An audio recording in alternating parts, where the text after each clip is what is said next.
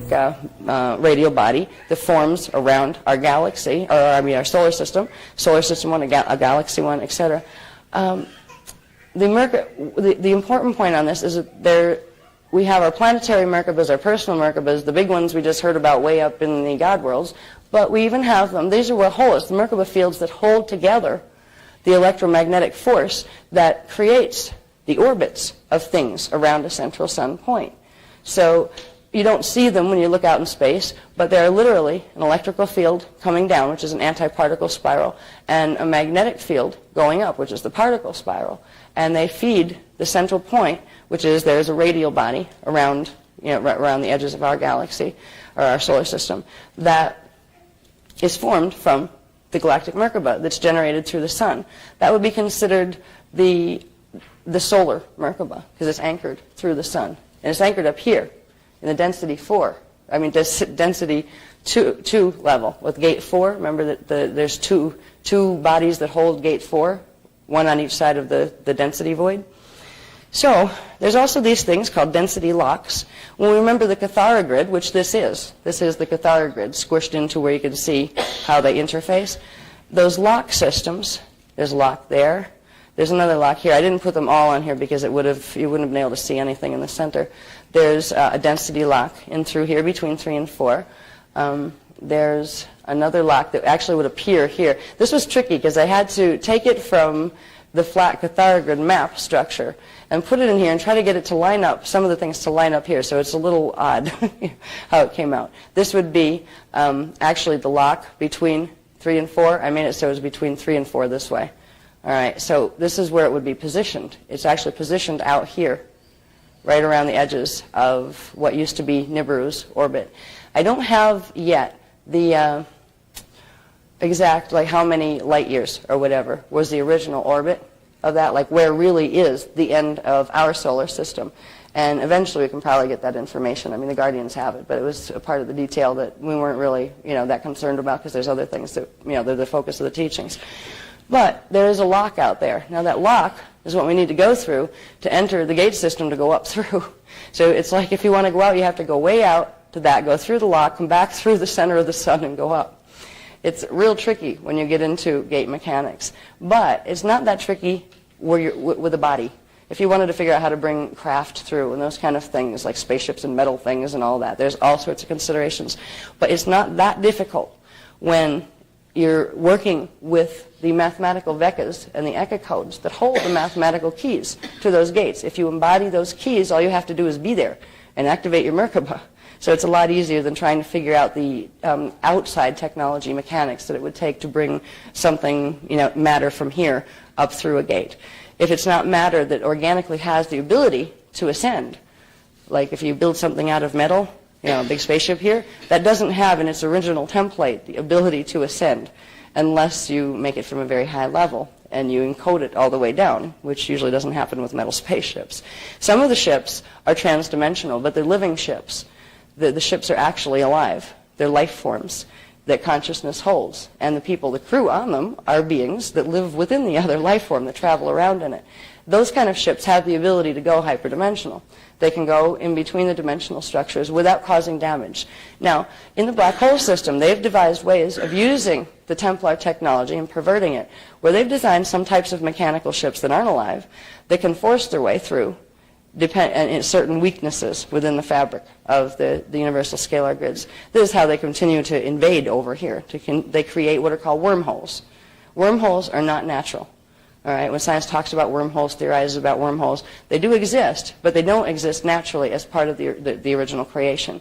Wormholes are forced holes between the black hole matrix and the natural matrix. It's like poking a hole in the universal scalar shield of this matrix so you can force something else into it that doesn't belong there. So black holes and wormholes are not natural constructs. Yet there's a different type of what we call it a black hole too because it works the same way. The only natural type of black hole is, this is going to get into the next graph, in fact. There's one in there somewhere that shows stargates. It shows like let me see that one. No. Okay, let me go over there. Okay, I'll talk about black holes for a second, because there's only one natural type of black hole, but it's not the same type as a fallen black hole. This one. This is the one. Yeah. Going like that? Yeah, that's good. Okay. Oop. We twisted. Oh, thank you. All right. Now, this, the time portal and dimensional lock system, that's what the Stargate systems are referred to. The time portal system is the one that has gates that go diagonally and horizontally, and the dimensional lock system is the one that has the density locks that you have to go through to do the vertical climb. Now, this is basically the anatomy, a basic anatomy of stargates, of what the mechanics are. They're Merkabas. They form Merkabas. Now, the only type of black hole, I said, that was naturally occurring is the type that's on the other side of a natural white hole. A black hole could be looked at as what's created from a magnetic Merkaba that's drawing energy in, all right? When they're natural, they're drawing energy in and sending it back somewhere else. On the other side, there'll be a transmitting one. So you have here a magnetic spiral, and you can like turn this diagram any direction you want vertically. It doesn't matter really which is top or bottom on this one. So you have the makings of a Merkaba field here. But right here you have a crystal seal that corresponds with the lock system. This would be I think this would be the density lock system. If you're dealing with the universal Stargate 3, say this was Earth and this is universal Stargate 3, this would be the density lock, the first level of the density lock they'd have to go through. So that would have to open. When that opens, what happens is down the bottom here. Could you bring that up just a little? Thank you. Okay? See, they're like this. And then they come together. This one moves down, this one moves up, and it forms a form constant in the middle. And that becomes the space. It becomes like a radial body that allows you to move from this place into other places through the same type of gate structure. So these kind of work as black holes, and we call these black and white hole sets, but they're really black and white vortice sets. Black hole systems are different.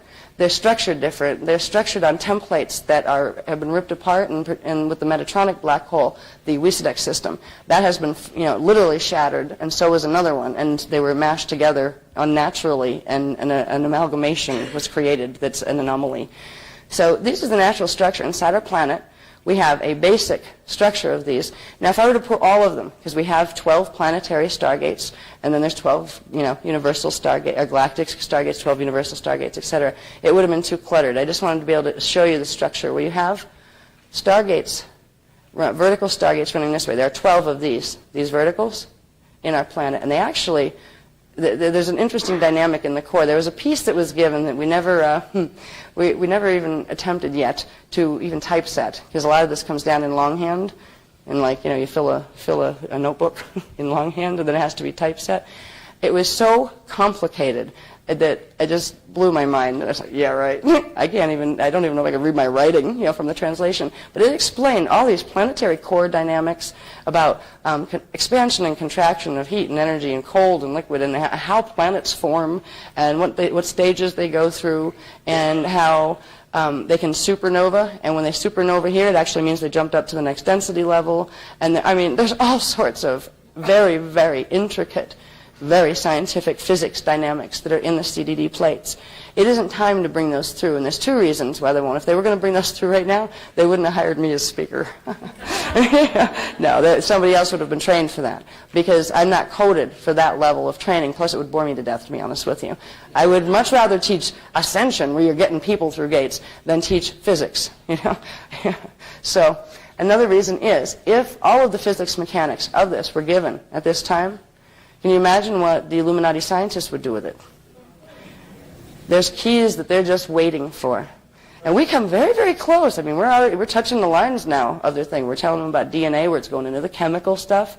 We're getting right close, where there's just like little pieces missing that would bridge where they think they know they are to justify and verify what we're talking about. But if that verification were done right now, it would be an even worse mess than what it is, because you would have really crazy scientists. Can you imagine what Saddam Hussein would do with that technology? oh boy, forget weapons of mass destruction. We'll just vaporize you all instantly, you know?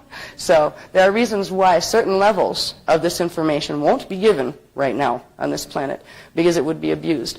We're being given a lot. We're being given enough to do something about what's going on that's peaceful and loving and pretty easy, actually. You don't need like a laboratory to go build big things or anything like that. We're being told how to heal ourselves and in so doing help heal our planet. So we're getting what we need. And we have a lot of assistance and some great teachers in the inner ecosystem. Even in inner Earth, there's the Iani are just wonderful, wonderful teachers. So there's a lot to look forward to. But we've got to get through this little glitch in time that's going to be like between now and 2012. On December 21st, 2012, this date was set in Atlantis in 22,003, 26 BC. That was the final date for the full anchoring, where they're opening up all the gates and fully, completely anchoring all of the divine blueprint through this universal structure again. What that's going to look like on a physical level, I don't know. I can't even fathom it, to be honest with you. I mean, this universe has been out of whack for 250 billion years in Earth time. That's a long time. Now, somewhere that's all happening at once. So that point in time is going on right now out there. So it gets very complicated when you try to think, what is this going to mean in terms of 3D? There's going to be some interesting things happening on our planet because of all of this. When that divine blueprint is fully anchored, we got a little piece of other things that, like, there's pieces of stuff, like, you know, just like little info blurbs they give us, 10 pages here, 5 pages here, that just get like, they're used for the moment and then stuck someplace. Well, there was one where they got into the biblical prophecies and what they were referring to as far as like, there's certain sequences in the Revelations passages that talked about certain phenomena that we're seeing, like I think the water's turning red and that kind of thing, and the sky rolling up like a scroll, and some very weird little, what is that? They have to do with some of the dynamics we would see. Now, one of the things that does take place is called hydrogen burning. Now, I'd have to look it up again because the last time I talked about it, I looked it up to find out, okay, what exactly is this in scientific terms as it is here? But it's basically a change in the atmosphere. It's kind of, we would be vaporized if we were walking, or if this, the people on this planet would literally be vaporized by hydrogen burning, and so would a lot of other things. So there's buffer fields that are going to be happening on the planet that are going to protect us from the effects of those changes, because those changes are going to happen as the stargates open and the divine blueprint is finally and fully reset. There's going to be just some wild things that I can't even imagine. I can't tell you whether there's going to be lots and lots of earthquakes or whether there's going to be pole shift. All I can tell you right now is they will tell us what we need to know if we can do something about it, but they won't tell us probabilities because they don't want us energizing with the shadow body, the worst one. All right? We will be told along the way, but there are signs. The fact that they gave us the echo maps now, I mean, there is lots of spiritual grow-up training, grow-up and wake-up training. Basically learning spiritual manners and, how to be peaceful and how to heal ourselves, heal our shadow bodies, that eventually, after you went through those, it could have taken, 20 years or even at least 10, then they would have got to this. The fact that they're giving this to us now, that was first red flag. Uh-oh, getting serious, isn't it? The fact that after that, since March 23rd, they've been giving us the things on the flame body activations, which are activations that technically I don't think we'd be doing probably until about 2011 in preparation for the gate's natural opening cycle in 2012. They're giving them to us now. Something's up. They are preparing us for something, and I'm hoping it's just they're preparing us for a worst-case scenario but not expecting it. They'll let us know more. I imagine we'll know more through the Paxos workshop in Greece when we go to Greece in May, because May 27th is when the blue sword frequencies start to move into the planetary grids. So there's a lot more. If you've got questions, boy, so do we. We can all line up and take a number at this point, I think. But we will get you the information as rapidly as we can. But the drama's moving along so quickly these days that there's hardly any time to even get it down on paper. It takes a long time to make these silly little books. And they're not silly, they have a lot of information. But boy, I mean, it would be so nice to have color graphics and everything done perfect, and like even no typos would be great. No spelling errors would be great. We don't even have time to proofread the stuff. It comes through once, we do one real quickie, and it's like, all right, looks good, get it out, and then we're on to the next. That's why it's even getting hard to teach these things. I mean, it's fine to teach things if you're, teaching them over and over. Comes through once, teach it once, on to the next set. And it's like 3 sets later, you go back, what was that again?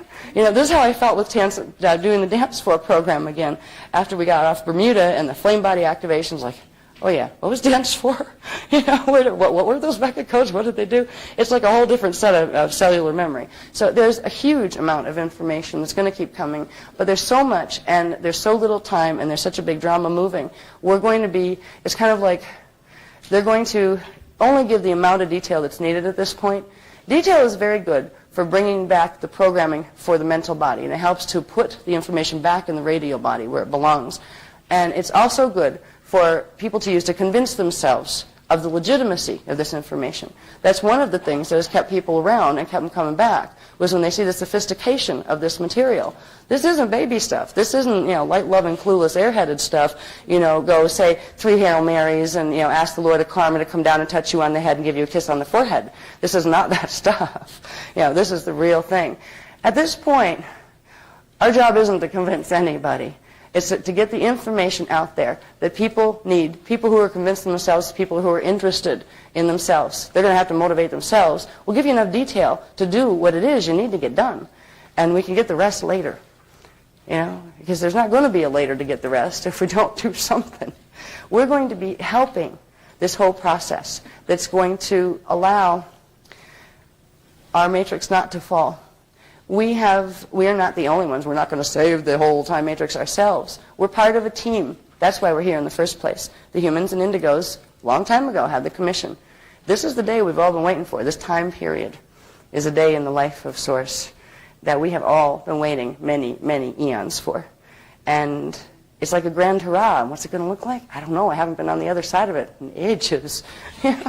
Once you're in the matrix, it's like you can go round and round and round, and we have been. The indigos have been doing it, and the humans have been doing it. So this is the basic structure, This is the basic structure of the stargates.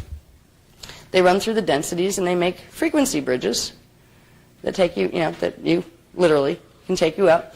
And when they come together, they form that form constant in the middle. Now, it's interesting, the different axes. See, the vertical ones come together that way. The ones that are on this diagonal, they still come together, but they come together this way. And the horizontal ones come together that way. These guys are time portals. They're considered portals because they don't go into the main universal gates. There are universal level ones, but they're not as big and powerful, and they don't jump through the density locks in the same way. These are the fast track, okay, the verticals. The stargates are the fast tracks through. The others, the horizontals, these will take you into different times in the same density level, the horizontals. So it's like you can keep going and going and going down in your density all over the place. You can get into other gates in your density. Like we could actually go to Mars or go to one of those stars way out there, but only in density 1. However, we wouldn't be able to walk on a star because the place where it's cool enough to walk on and we're hot enough not to get burned would be up and active. What appears to be flaming balls of light to us here up in the sky, it's higher frequency than what we are here. So the matter here would get incinerated. What the matter here has to do is to change, and once the matter changes, the perception changes, and the things that look like stars to us look like planets to other people or to other levels of us that live in the higher density levels. We've got a real adventure on our hands with the Templar, the secrets of the Templar coming back to us, with the secrets of the Stargates. It's going to be even worse and even better than living in a sci-fi movie. Because all the stuff you see on the Sci-Fi Channel or the science fiction things has nothing compared to the real magic of the way it really works. Creation is awesome. And it's really sad when you start to open up and you start to really feel that vibration inside you and you start to realize, whoa, and there's even a way to explain why. Look at this. This stuff is awesome. It's really real, If you look at that, when you start to feel that, and you look at what we're being taught here, it's blasphemy. Talk about blasphemy. They slap your hands with rulers when you're, Catholic school as a kid, because you say damn, or something like that. And if you put God in front of it, oh boy, you're in big trouble. You're going to hell for that. That's blasphemous. What's blasphemy is the nonsense we've been fed as a pseudo-explanation for reality that has kept us away from knowing the joy and the life that is in life. We've been walking dead down here. It's time for us to resurrect ourselves, and that's what we're going to do. Okay. All right, don't need that anymore. Yeah. I had dropped a few little ditties earlier on about the crucifixion story, and that the person that came down as Jesus in the story wasn't really crucified, but we were. Our inner Christos was. And there's a diagram that shows basically what we're talking about, and I want to stick that in here. I was going to show it last night, and I forgot. As soon as we find it. Yeah. There we go. Just a little quickie on this one. Okay. This is from the dance. It was stuck in the Dance for Life part of it, of the program. What this shows is the real crucifixion of the inner Christos. This is what the story, this is another one of those nasty little jokes where you put it right in their face and go, nye. The crucifixion story was externalized and contrived. What was really happening was, see all these circles and blocks in black blobs? This is our axiotonal line system in our bodies. This is the natural energy flow lines in the bodies, and they're not supposed to have any of these circle things on them. The only things that are natural are these things here, which are chakra centers. These are the main chakras in the body, and these are little chakra centers. That's our palm chakras. When we heal, they're what we're activating. The whole crucifixion story of nailing people to crosses had to do with the blockages. If you look at these little blockages, these are blocks. Okay? See where they are? Now, the nails in the hands, to be crucified on the cross. This is what they're referring to. These chakras are actually blocked, and most of the frequency turned off in them because of these blockages. These lines, axiotonal lines, were actually turned off by the DNA mutation. So you had the nails in the hands. You had the same thing going on in the feet, nails in the feet. There's a whole bunch of mess happening around the spleen. That ended up as the stab wound in the story. The crown of thorns is just beautiful. What they've done to our brains is frightening. There's blockages in these axiotonal lines, blockages and reversals, which completely make the energy that runs through the brain and the consciousness when it's trying to use the brain, we're brain damaged at this point from these blockages in the natural axiotonal lines. It totally changes the brain chemicals and the brain structure itself. When you have the 12 strands turned back on, our heads are going to grow. That's why people who are doing DNA activation are having some interesting little cracks here and there happening in their skulls and things, or at least a shifting of the skull. Like it gets sore, you'll get sore spots and then hollows and then bumps. Then they'll go away. Your skull is going to actually start to stretch. It's not going to be fast, but it's going to start to stretch. Your feet may start to change too. You may grow or shrink. Some people will shrink, but that's just it's like taking an inhale before you go. Right? So the feet are going to grow. Our bodies, when they're they go from 7 to 12 feet tall, depending on the coding and how much you're planning to have activated. A 12-foot tall Iani, for instance, would have his full 12-strand pattern activated. You'd have 144 active chromosomes in the body. It's interesting. We'd also have an elongated head. Not pointed, It's not like the cone heads way back when. But they're quite beautifully shaped, actually. The closest thing I've seen to them is in Egypt, when they were trying to pass Pharaoh Akhenaten off as if he were one of them, which he wasn't. He was an Anunnaki hybrid guardian wannabe, and he was on. Well, he was. I know because I knew the man. And he made a real mess at Amarna, I tell you. It was another attempt of a bioregenesis, a healing experiment for the Anunnaki races, and he was Anunnaki. He was an Anunnaki hybrid, but he was from a lineage that had been progressively crossed with human Grail lines to try to get the gene code up so it would purge some of the mutations out. And he just blew it completely. He got addicted to white powder gold and went nuts, and everybody else ran his kingdom for him. And there was a whole group of blue flame workers. And when I talk about blue flame and blue sword, they're two different things. All right, the blue flame, the violet flame, and the gold flame, Those things are refer to those soul groups to come in to carry the ki riche energies of the primal light fields. So there was a blue flame group that was working there that time, and we all ended up either getting murdered or scattering and pretending we had nothing to do with royalty. You were better off being like a sheep herder than being affiliated with Akhenaten's reign in that period. But anyway, this was the real crucifixion story. This is what they built the crucifixion story on. They've been giving us the truth in symbols, figuring we're too stupid to ever figure it out. We're starting to figure it out because we're having the original textbooks and things given back, so we know where things are and where things fit. What we're literally doing is beginning the process of healing these things. These things that are running up here, they run on axiotonal line 7 primarily, are called Jehovian seals. These are unnatural seals, and that would be in the left side of the body. In the Cathar grid, remember how the Cathar grid goes to the body? That's where you have the 4, 7, 10 lineup. Literally, we have a whole lineup of very, very nasty Jehovian, what are called death seals, because they're meant to kill the body when they activate, and they're meant to activate as DNA activates in response to a stellar activation cycle. And they're in the planetary grids as well. That's why they're manifesting in our Cathar grids. As if these things weren't bad enough, we'll find out later about the worst of the implants, which are called the 4 black hearts of Metatron. And they're in the planetary grids, they're in the galactic grids, they're in the universal grids, and they're in our bodies. This is why we're being given the flame activations now.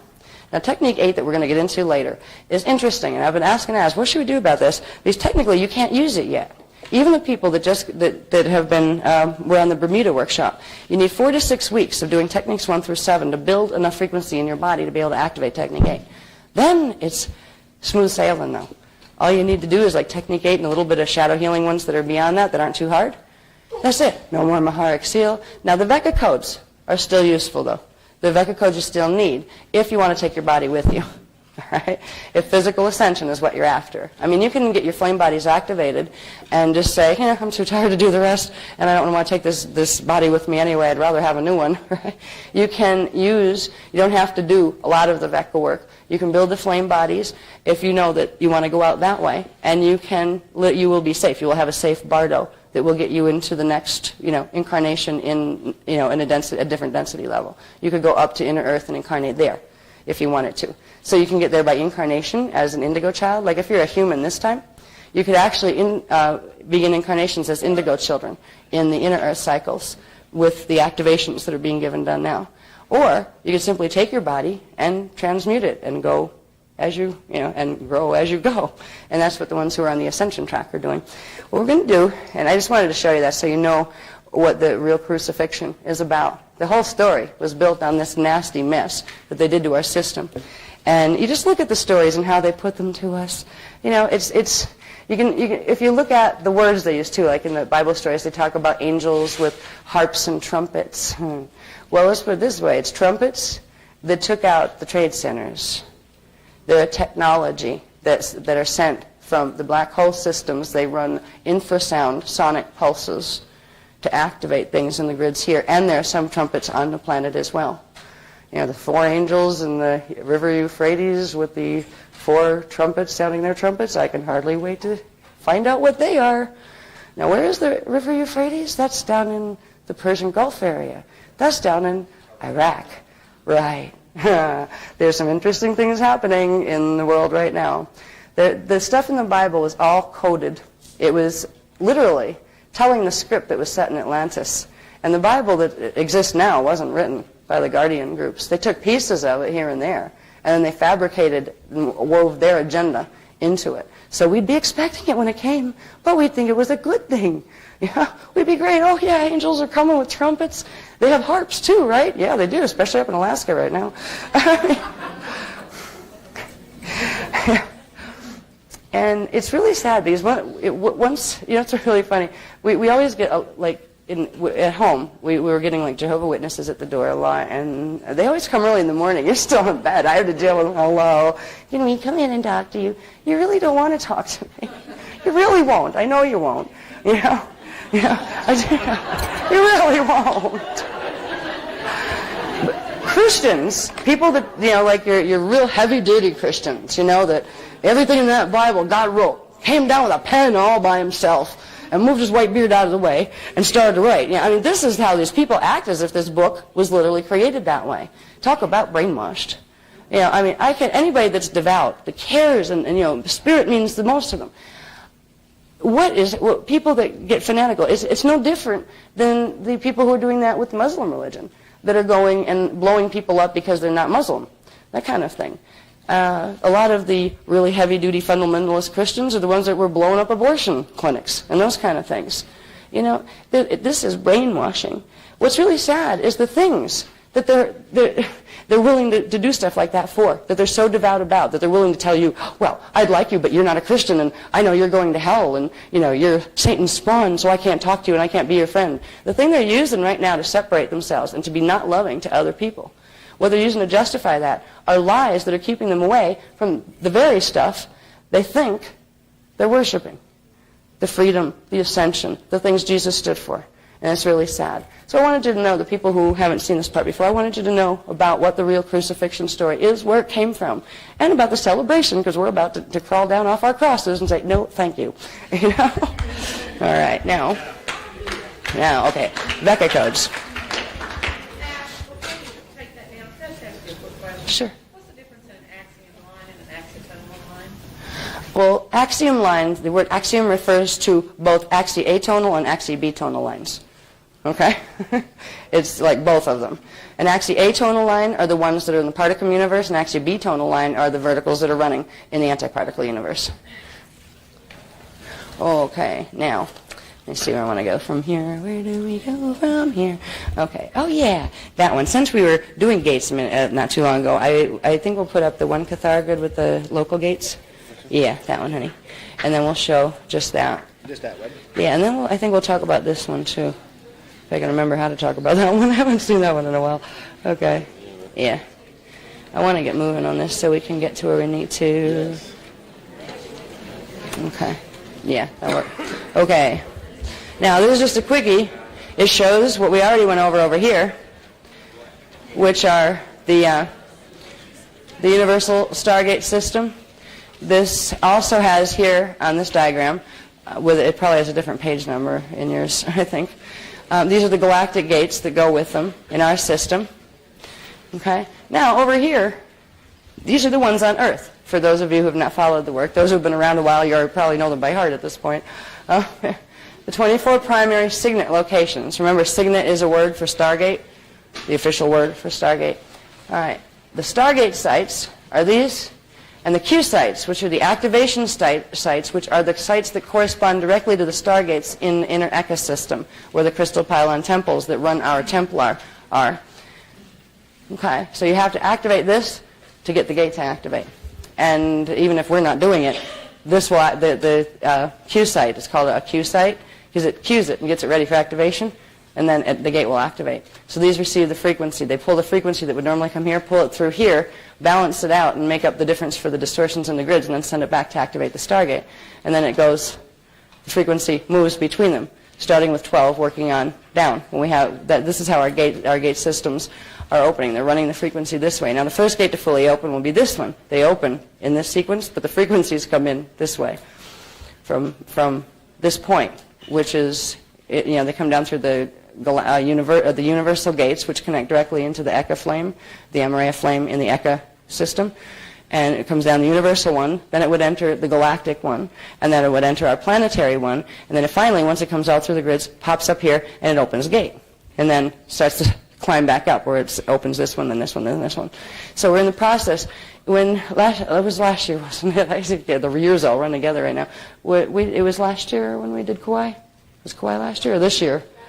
Last year. Okay.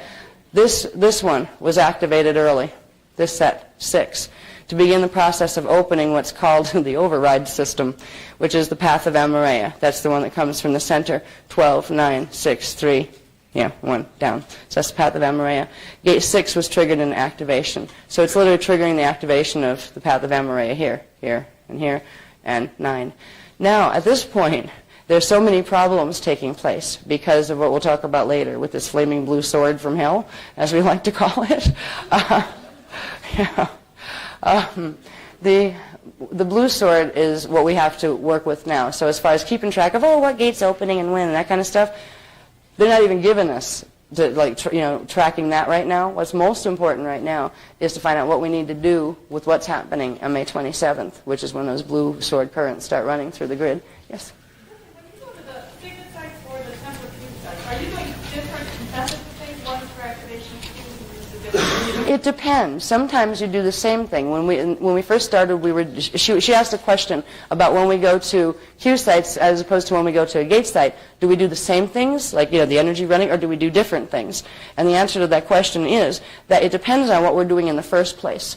There are certain things that you would do on a Q site that you wouldn't do on a gate site, but they haven't given us that level of the technology right now. What we'd been doing originally on both sites were resetting the D12 imprint. We'd be running Maharic seal and running the tones into the grids so they could hold. They would activate more D12 and they would be able to hold it. The Guardian races are the ones that are running the Templar right now, or doing their best to run the Templar right now. Now we will be given other things to do when, like we're going to do something new in Sedona. And we don't know what it looks like yet, what the configuration is on this yet. We'll have it by tomorrow. We're going to open a portal this time. Now, we have dropped security codes into portals before, into gate systems before, humans and indigos carry security codes in their DNA. And if those security codes aren't released on the gate system, the planetary shields, the gates won't open and they won't receive the frequency. And it'll put the place into pole shift. It was an override protection system. If they tried to kill all of us and get rid of all the Grail lines that had the DNA that went with the gates and tried to take over the place that way, the place would roll so nobody could stand on it. So we're still here. So some of the things we had been doing were going and simply running our DNA. And it would be funny because whatever group showed up for a particular workshop or a particular place, they showed up for a reason. They had an appointment in time that they might not have known. And it would be funny because some people say, I really wasn't going to come to this one. I was going to go to the other one, but no, I had to come to this one. I don't know why. It's because their particular codes went with that security release seal, so they were guided to that place. So there's a lot of different things we're going to be doing. But opening a portal is the first time we've done this. I don't know what this is going to look like. I hope we get to see something sometime soon, though. Like with the outside eyes as well as the inside eyes. That would be so fun. Okay, anyway, this is the list. This shows us our Q sites and shows us our gate sites. These are the gates that connect to the galactic gates, that connect to the universal gates, that connect to the Eka gates, that connect to the Veka systems, and then the Akasha, Veka, Eka, and Akasha, Akasha A, and Akasha Ea. So that is our stairway to heaven, and we are here. Now, we're going to go from here. I guess you could put the other one up real quick with the inner earth thing that also shows another way to look at that.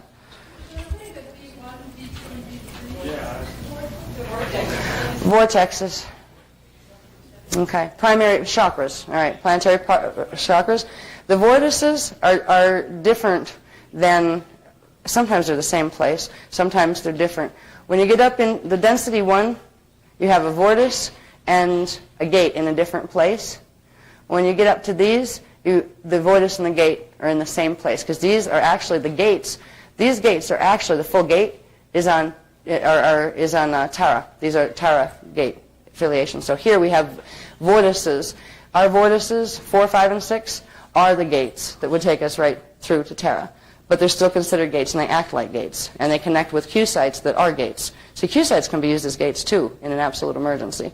They can be, that's where they are, the inner Earth stargates. And they can do fancy stuff from up there that can open those as well. All right, and we're going to learn a lot more about this gate stuff. At least we got the maps now. We know what connects to where and what we need to do in our bodies to begin the process of making it a potential reality that we can actually experience going through them. And that's where I want to kind of move through this quick enough to get to the most important chart, I think, in this whole section is the one that shows where we start to understand what Veka codes are.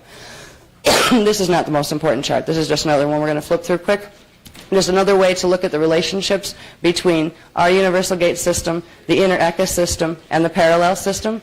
It's another way to see the frequencies, how they're like RD1 runs this way, RD2. See how they're kind of split? They're a little bit different frequency modulation zones. So there's some information on that you can read. It tells about angular rotation of particles, spin a little bit. So there's just another thing to give you more information about gates in that particular section in the book. Where I want to go is into the body. I want to bring us back down really into home, which is our body system, so we can see where and what the Vekas really are. There's also more information in the Dance 4 program here that was originally in the Planetary Stewardship Initiative course book, but I put just like selected excerpts in here because a lot of people didn't buy that one because it's another one that's like Kathara. It's 200 and some pages, and there's a lot of history in there and a lot of other stuff, so I just put the most important stuff in here. I think the one I want to show,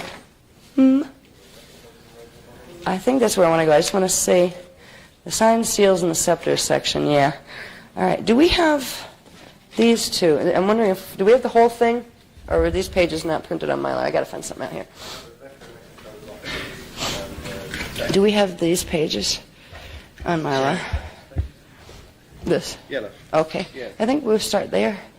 We should stick the ones down. That's like a quarter. Yeah. I've got that. Yeah, here you go. Actually, do we have even this one, the signs, seals, and scepters? Yeah. Okay, we'll put that up, and I'll just read it real quick off there. Now, we're going to get back into our bodies a bit.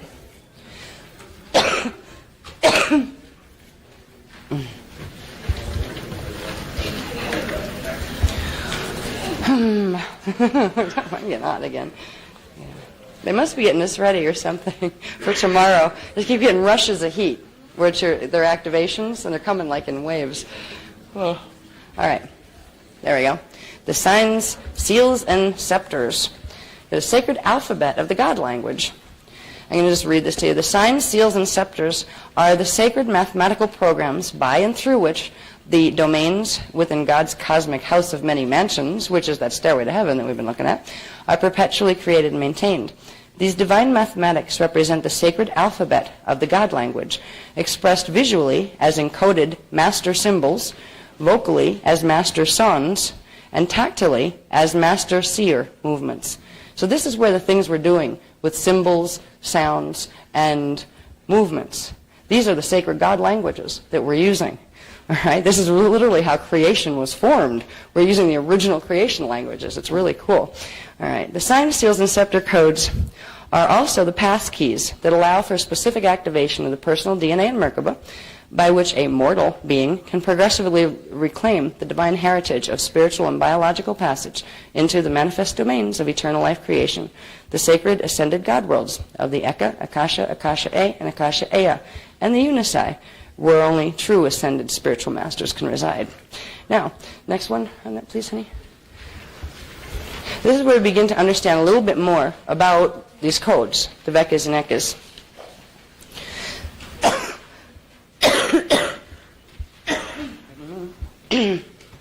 Okay. Basically, you can read this if you want. I'm not going to read all the small print on all of these for you because it'll tie us up too long time-wise. These are the Veka codes. There are 12 Veka codes, and the Veka codes are also referred to as the vehicles. These are the high Vekas, the Emmanuel, and the Emmanuanus codes. These are the ones, Bi-Veka, Tri-Veka, Q-Veka, Da-Veka, and Ra-Veka. Okay, these are the ones we've started to work with already in the Dance for Life program. There's something called low Vekas, which are the codes of Manu. They control radial body Veka density locks on D1 through D12 Veka matter bodies. I don't know what that means yet. I'm trying to see if I use D for density or D for dimension. Dimension 1 through 12 Veka matter bodies. This is the Ayaheya, which we began to work with already in the other Dance 4 program, in the first one. The Liheya, the Rusheya, the Shaheya, mid-Veka codes. They're codes of Imenu. They control radial body Eka density locks. The Urimenu, Thunimenu, and Orimenu.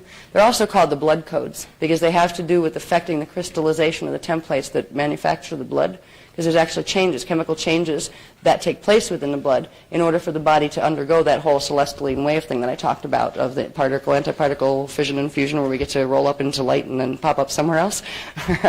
So we begin to work with these in the first of these in this particular Dance for Love program. The Veka codes open passage from the Veka worlds, 7 higher and lower heavens, to the Eker inner lower God worlds, the first level of the Eka worlds.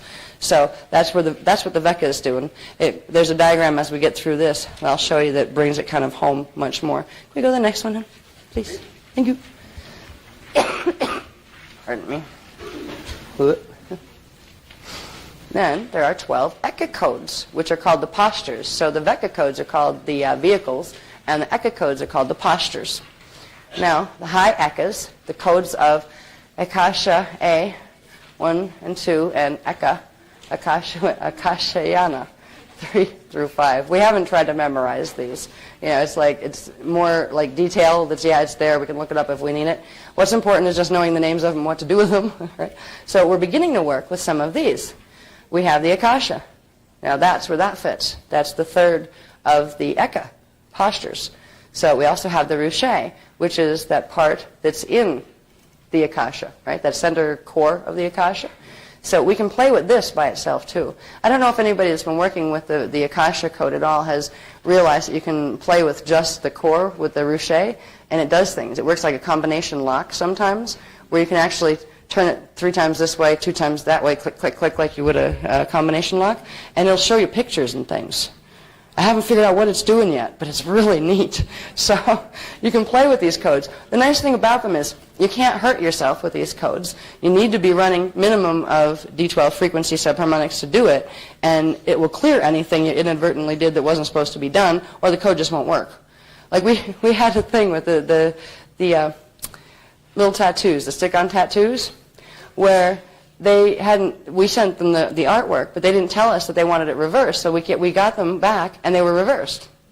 So people were using them, and they were reversed, like, the opposite. Just, uh-oh. I said, don't worry about it. They just won't work when they're reversed. So we got them reordered and replaced them, and the ones that are there now are the right way. So you can't, there's like protection mechanisms built into these codes that you really can't hurt yourself with them. They just won't work if your body's not ready to deal with the frequency. As long as you're running the D12 frequencies in your body, the subharmonics, your body will be very self-regulating that way. It won't allow activations to go too quickly or out of sequence, so you don't hurt yourself.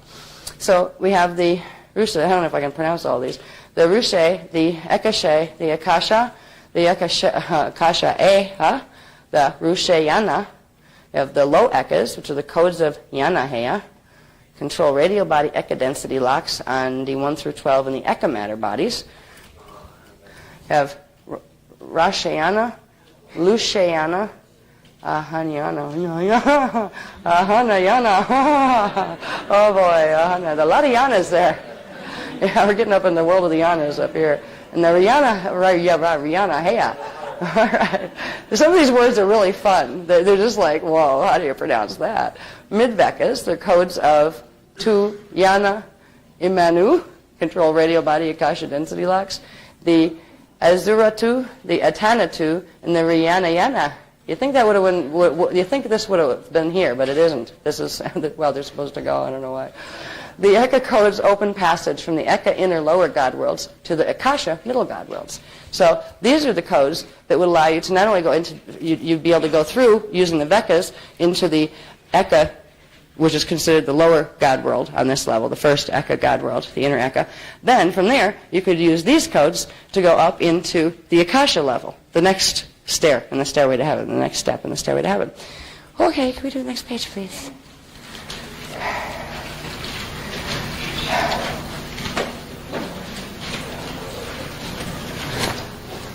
Yeah. Now these, they haven't given us, I don't think, any of these at all. They haven't even touched this. I'm not going to read all this to you, but there's also a couple other sets of codes. There's the scepters, Akasha A codes, which they do the same thing on the Akasha A level, and then there's the Rushes, that they're the codes of the Templar. They're on the Akasha Aya level. So you would have the same type of coding structure. And these are the core 12 mathematical programs that govern the radial bodies in each of these levels. So we'll get those eventually, but it's like once we get to the Akasha world, we can sit down a while and take a break and just we'll hang out here for a while. But just to see where it fits, the context that the Vekas and the Ekas are in, there's those type of codes for each level going up the stairway to heaven. Now, this is the fun one, the next diagram, please. This is really the most important diagram in the whole book, or at least a key diagram in the whole book.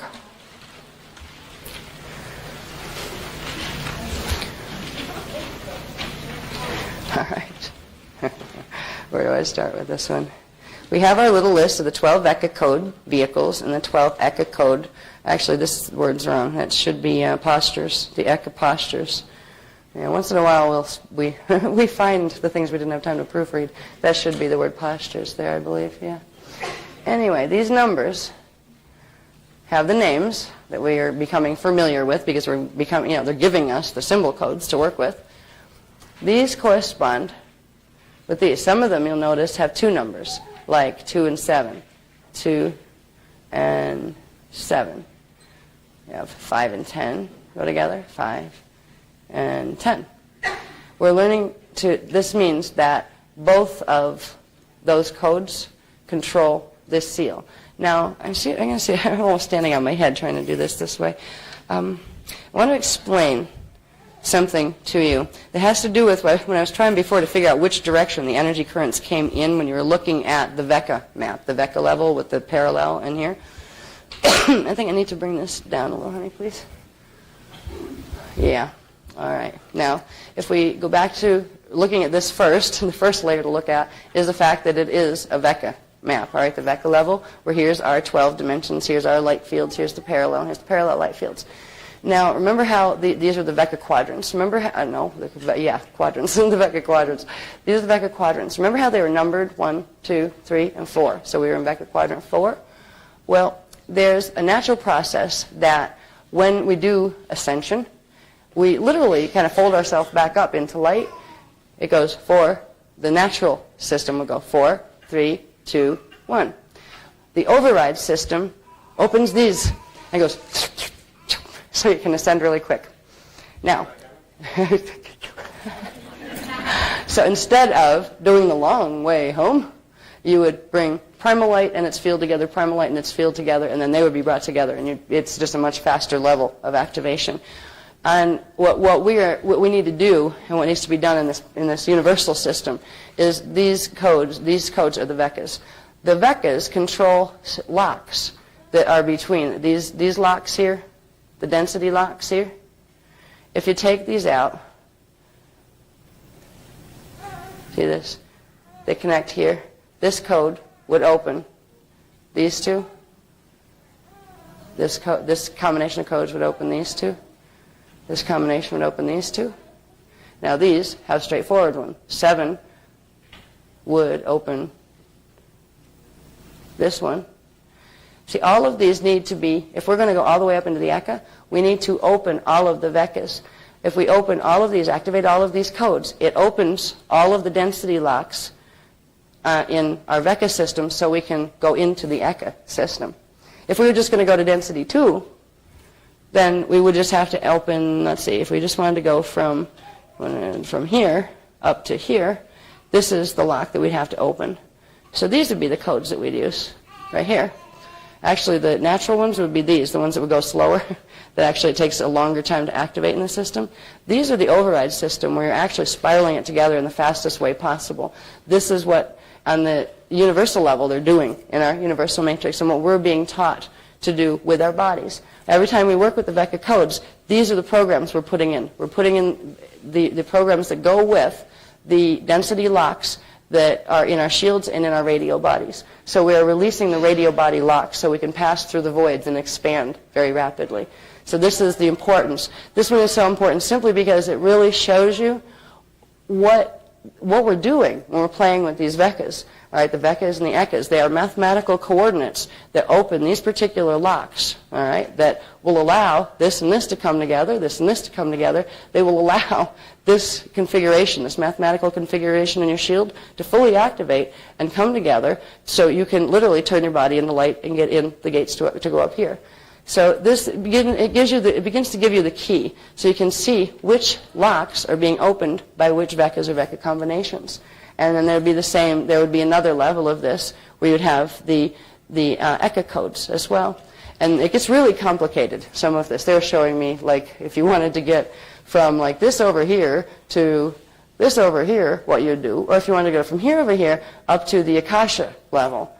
But down here, like in the Akasha grids. And there's, like, series of codes you have to use. And what becomes the simplest thing Even the mathematics can be hard to remember even in symbol form, because some of those symbols are very, very intense. Even the Akasha has a huge amount of detail. But the tones are usually quite easy. Once you get the song in your head, it's not too hard to remember. So we're basically going to be singing our way through Stargates. Putting the codes in visually and holding that pattern on the body, they will help the templates to activate faster. But it's hard to remember them. Like in the old days, we used to, when we had time to teach people how to do these, to really get the things activated in the system, people, to learn these, to go on to the next Vecca code, you would have to know how to draw the one before. Freehand, from memory. Think of the Akasha code and the Vecca, the high Veccas. Good luck, I couldn't draw. I can draw the teardrop shape and the little ruche, but the rest of it, I have to look back at it too. So we're getting the crash course in all of this. There used to be time where you spend many, many hours meditating optical pineal induction on these symbols. Because the symbols are not just symbols. They are mathematical patterns that go with scalar waves, very specific scalar waves in your shields. Now, everything is composed of the units of the consciousness of God, right? That means those scalar shields that are part of you, that is part of God, they're alive. They're not just inanimate things that you can keep track of with numbers and symbols. This means that the Vecca codes themselves are beings that hold knowledge and identity. We each have a part of our own being that manifests as these type of light and sound forms. They're in our shields with us. Now, they can teach you things. You can meditate with an Akasha, for instance, and do the optical pineal induction for a little bit, and then just start having a telepathic conversation with it. Before too long, you may really blow your own mind and it starts talking back. All right? It will communicate with you.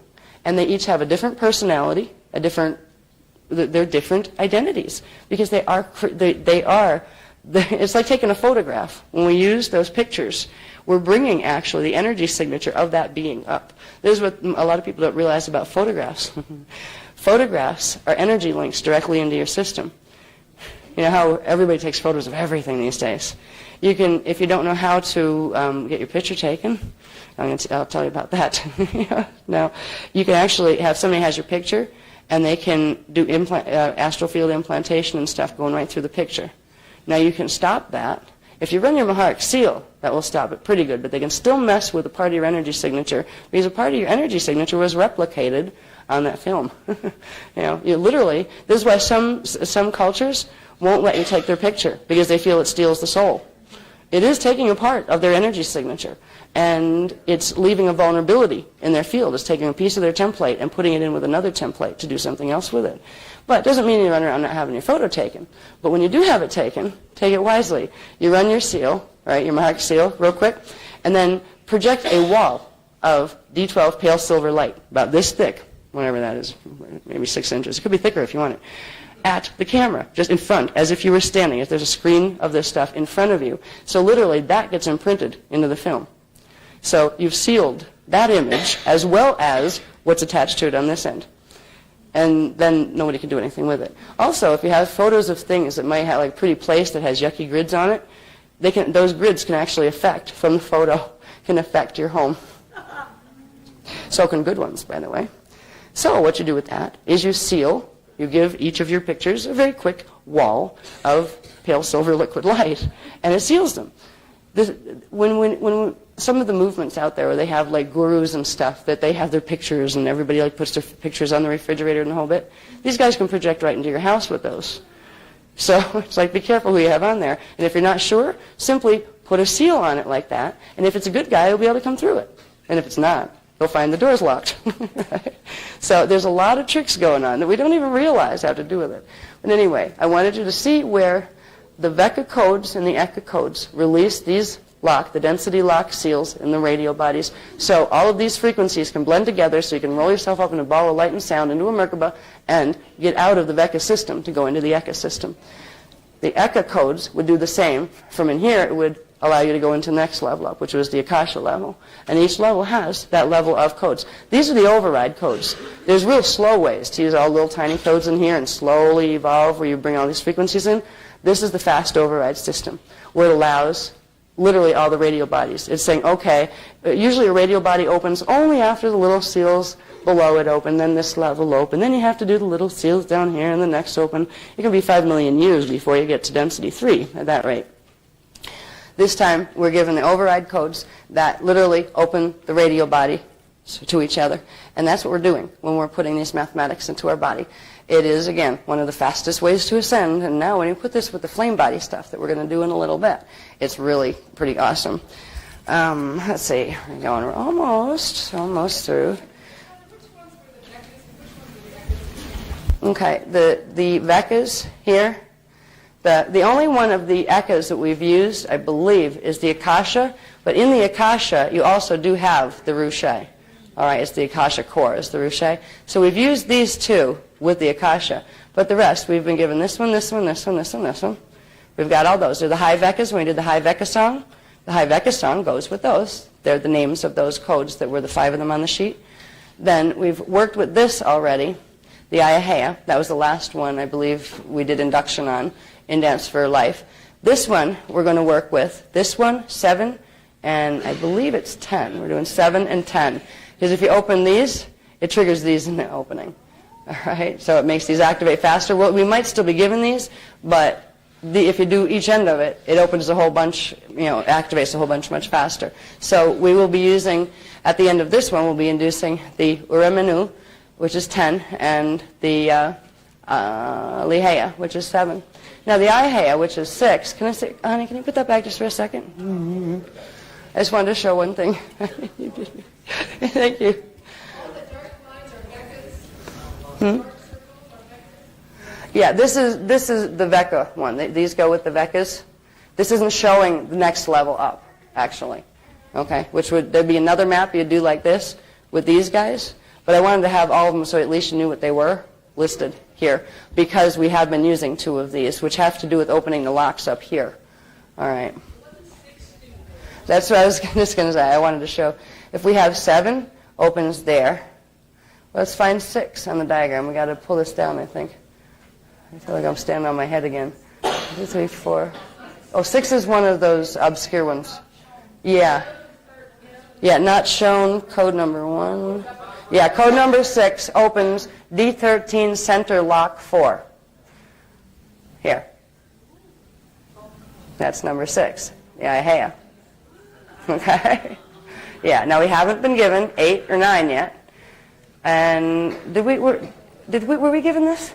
No. Oh, so we don't have 11 and 12 or 8 or 9. We've done this one, which is one of the center locks, and there's a couple levels to these center locks. We've done that one. We've done that one. We did all these. Now, if you look where these go, I think 1 is not shown either. Code number 1 opens the D12 center lock. So the Biveka is in here. And I put these down here like this because it would have messed up. You wouldn't be able to see what was in there with the gate numbers and stuff. But number 1, the Biveka, was opening 1 level of the locks in here. The Triveka opens this one. The Q-Veka, this one. The Da-Veka, this one. The Ra-Veka, this one. All right, so see, the numbers match up with the codes, and if you trace these little circles, or these egg-shaped things, over to the lock that's closest, so it's easier to start with the lock and see what oval it connects with. And you can draw that line right through the oval to the other one it connects to. So it literally opens up these 2 to each other. So that's how you kind of read this mappy thing. Anyway, let's see, I'm trying to see what's the most important thing. Okay, I think... Well, I want to go to, there's a lot of small things in here that you can read about that aren't the most important things in the program. The most important things that are becoming the most important things to do are work with induction of the Vekas and the Akasha and things. But the flame body stuff is the most important stuff to do at this point, because this is the only thing that's going to generate enough current to protect you in your fields from the blue sword currents that are due to arrive on May 27th. So there's some pieces of this that you can read on your own, and they have enough information, and I would really just reiterate the information to you on them. We don't need to cover some of this way. I would like to go to page 44, the one that's on page 44. It shows the crux and Seta. Yeah. Just so we can, is that the one? Yeah. Right. just want to go over this a bit, because this is what we're building. All right, and there's a really cool word. That's one of those I had to look up. All right. Now, what is what? How do you even pronounce it? It's condensed is how it's pronounced. The Kasha Merkaba vehicle and the shields. Look at this shield here. Now here we have our Rishik shield. Remember our shields? We have our Maharic shield, our Telluric shield, our Doradic shield, our Turic shield. Then we have our Rishik shield, this big vertical one, right? That spins this way. Look at this guy. That's another shield. That's the one that goes with the inner ecosystem. It's the Ionic shield. It's called the Ionic shield. This is the one, it can literally flop, and it can go like this. It can change its axis orientation. And this is the one, activation of this shield, that we're doing as we're activating all these Vekas and Ekas, that allows us to be able to go more than just horizontal or vertical. We can get that other axis alignment, so we can make the shift into the inner ecosystem. So this is what we're activating. When we're all done, we're going to have our fields are going to look a bit like this. Okay, there's going to be a lot more detail with color levels and everything too. But it would take normally quite a while to build this, so that the flame code activations that I talk about, the flame body, this is actually the flame body, but there's a lot more to it, as we'll see when we get into the supplement information. So this is what our fields are going to look like. Here's the Merkaba. See this light line coming down here? That's the bottom one. See this big thingy here? That's the top part. So when we're spinning, we're not just going to be spinning little cones. We're going to be spinning these massive kind of umbrella-shaped things that are built on, if you look at the base form of it, it's 6 points here. 3. It goes 4, 5, 6. So it's a crystal-shaped hexagon. It's 6-sided, but it's not like a square in the middle. And the proportions are very specific. And they're actually the true proportions of how a Cathara grid is supposed to be built as well, like the real angular relationships in Cathara grid drawing. Now, these are fields. This will be the Ire field, or our Miage field. You know, we talked about the Trion Miage field that we were trying to build. Well, this is it. It's the radio body field. We'll end up with the Ire Miage field here. And I believe the Miane here. I have to see where I put my thing. I have to see where I put my boundary here. Okay, the Mane, yeah, this would be the Mane Trion field. Here, okay, the light color one, this would be a Manu Rion field here, but there'd also be this little Manu window. We'd literally end up with a Manu window around our body, and it's through that window that we can set the Merkaba spinning and pop up, go from here and pop through a portal and come up someplace else. So then we'd shut the fields down. We still have the dormant Manu window around us. Now there's something that's called the Silver Sanctum that has to do with the Eros force. We haven't talked much about the Eros force. It's not Ire, but Eros. It's a combination of these 7 and 5, I think, energy. No, 8 and 5. Yeah, I think it's D8 and 5. When we get into the supplement, we'll get into that. But the Eros force is another level of this that's going to form, and it creates a silver Akasha shape, and then you would have the full Amaraya flame around it. So this shape that on this diagram is showing you the Merkaba itself and the fields that form around the Merkaba. You're going to see how this fits in with the flame body. Now, the Crux and Seda, this is basically what you're dealing with. See this shape? What does that look like? Yeah. Right. They used to play with that. Yeah. There's a reason for that shape. Yeah. Can we push this up just a little? I'll go over the bottom of that. Okay.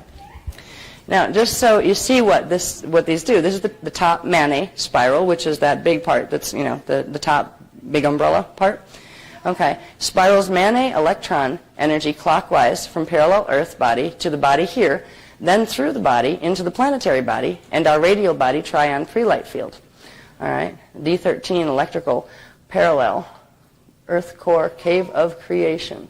All right. So it literally comes through the D13, D12 point, and it comes into, and now this is in our 15-dimensional anatomy. This is showing you how this works on your personal level, as opposed to we're not doing the universal level on it right now. But at the D13 point, which you have your Cathara grid, your embodied Cathara grid, At your 12 point, that's actually where you link in to your liquid light, to your primal light fields. Remember, D12 and D13 are the same point. That's where that other Cathara grid connects. So you have your primal light field with you, and it connects through from your 12th chakra, which is below your feet. That's the one 6 inches below your feet? Yeah. I always get them confused, 6 or 12, because when Maharic seal is like 6 inches below the 12th chakra. I think that's how it works. So 12th chakra is 6 inches below your feet, and Maharic seal is 12. All right. So, but down here actually connects to D13. But the D13 energy, or this energy, the Mane energy, comes from our parallel Earth bodies, right? Comes down through here and ends up coming in as our top spiral. This is the natural feed system. This is going on anyway, except it's going on messed up because we're not getting the full base 12 frequencies or anything. The other part of this is the bottom Irae spiral. It spirals Irae proton energy counterclockwise from Earth shield and radio body Miage field to inner Earth, lower God world, radio body, to recycle through God worlds and source. So this is sending energy. Actually, it's spiraling energy up through us, but it sends the energy back to the inner Earth, to the Eka system, and that sends it back up home. So that's the current that's going home, and this is the one that's coming in, basically, the way they work through the systems. So this gives you a basic idea of what your spirals are doing. It can be interesting, too, when you do something like a salutation, to be aware that you can connect to the solar and lunar spirals as well. Now, right now, if you're spinning your Merkaba in the right direction, and you've got the spin, beginning to set it, you're coding in the right numbers and everything, you're saying 33 and the third on top, clockwise spin. You can plug into the part, the 1/3 of the solar Merkaba that's still spinning right. If you just energize yourself with the sun, you're energizing your 2/3 of your reversals, because 2/3 of the solar Merkaba field is spinning in reverse. So that you can more fully energize your salutations by starting the salutation first, where you're getting the spin set. You've got your Merkaba going the right way now. So now it will plug into the smaller part of the solar Merkaba that's actually going in the proper spin. So you can actually energize yourself. Your top one, you'd energize the top Merkaba, the electrical, from the solar frequencies. And at night, you could imagine a cord coming down from Earth, from the moon to Earth, and coming up through the Earth, and from your spiraling up in, through your bottom Merkaba. So it's a way to amplify your salutations by literally consciously linking with the planetary and stellar things that are out there. Okay, I think that's enough there.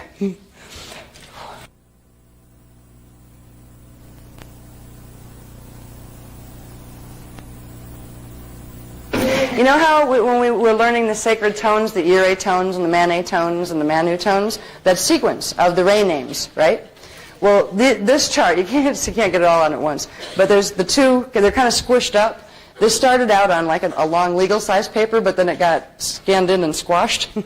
So it's kind of funny shaped, but it gives you the basic structure. You have your two Cathara grids, your 12-dimensional one, and your primal one with the light field, with the light and sound field, light field, 3 primal sound fields.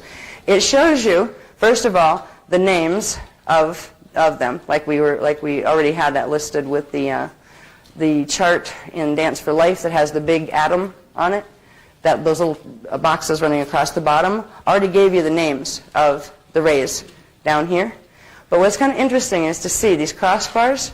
These create combined currents. So you have the Yana current of the Ray 9 Yana current and Ray 8 Maya current. You have Yana Maya. Right? You have different combinations. What's interesting is there's a twist that's being done on this. The 6th current is the Treya, and the 7 is the Mira. When you take out the R, which is part of the reversal issue, you actually get Maitreya. The word Maitreya these names that some of them come up with have to do with what parts of what rays they're putting together in what way. So the natural sound tone for this is the Treya Mira, but they do it the Maya Treya. They're taking out this part of the frequency coding and they're reversing it. Yeah, and remember, that's the center point where the Amaraya flame comes up. Okay, in the Cathara grid.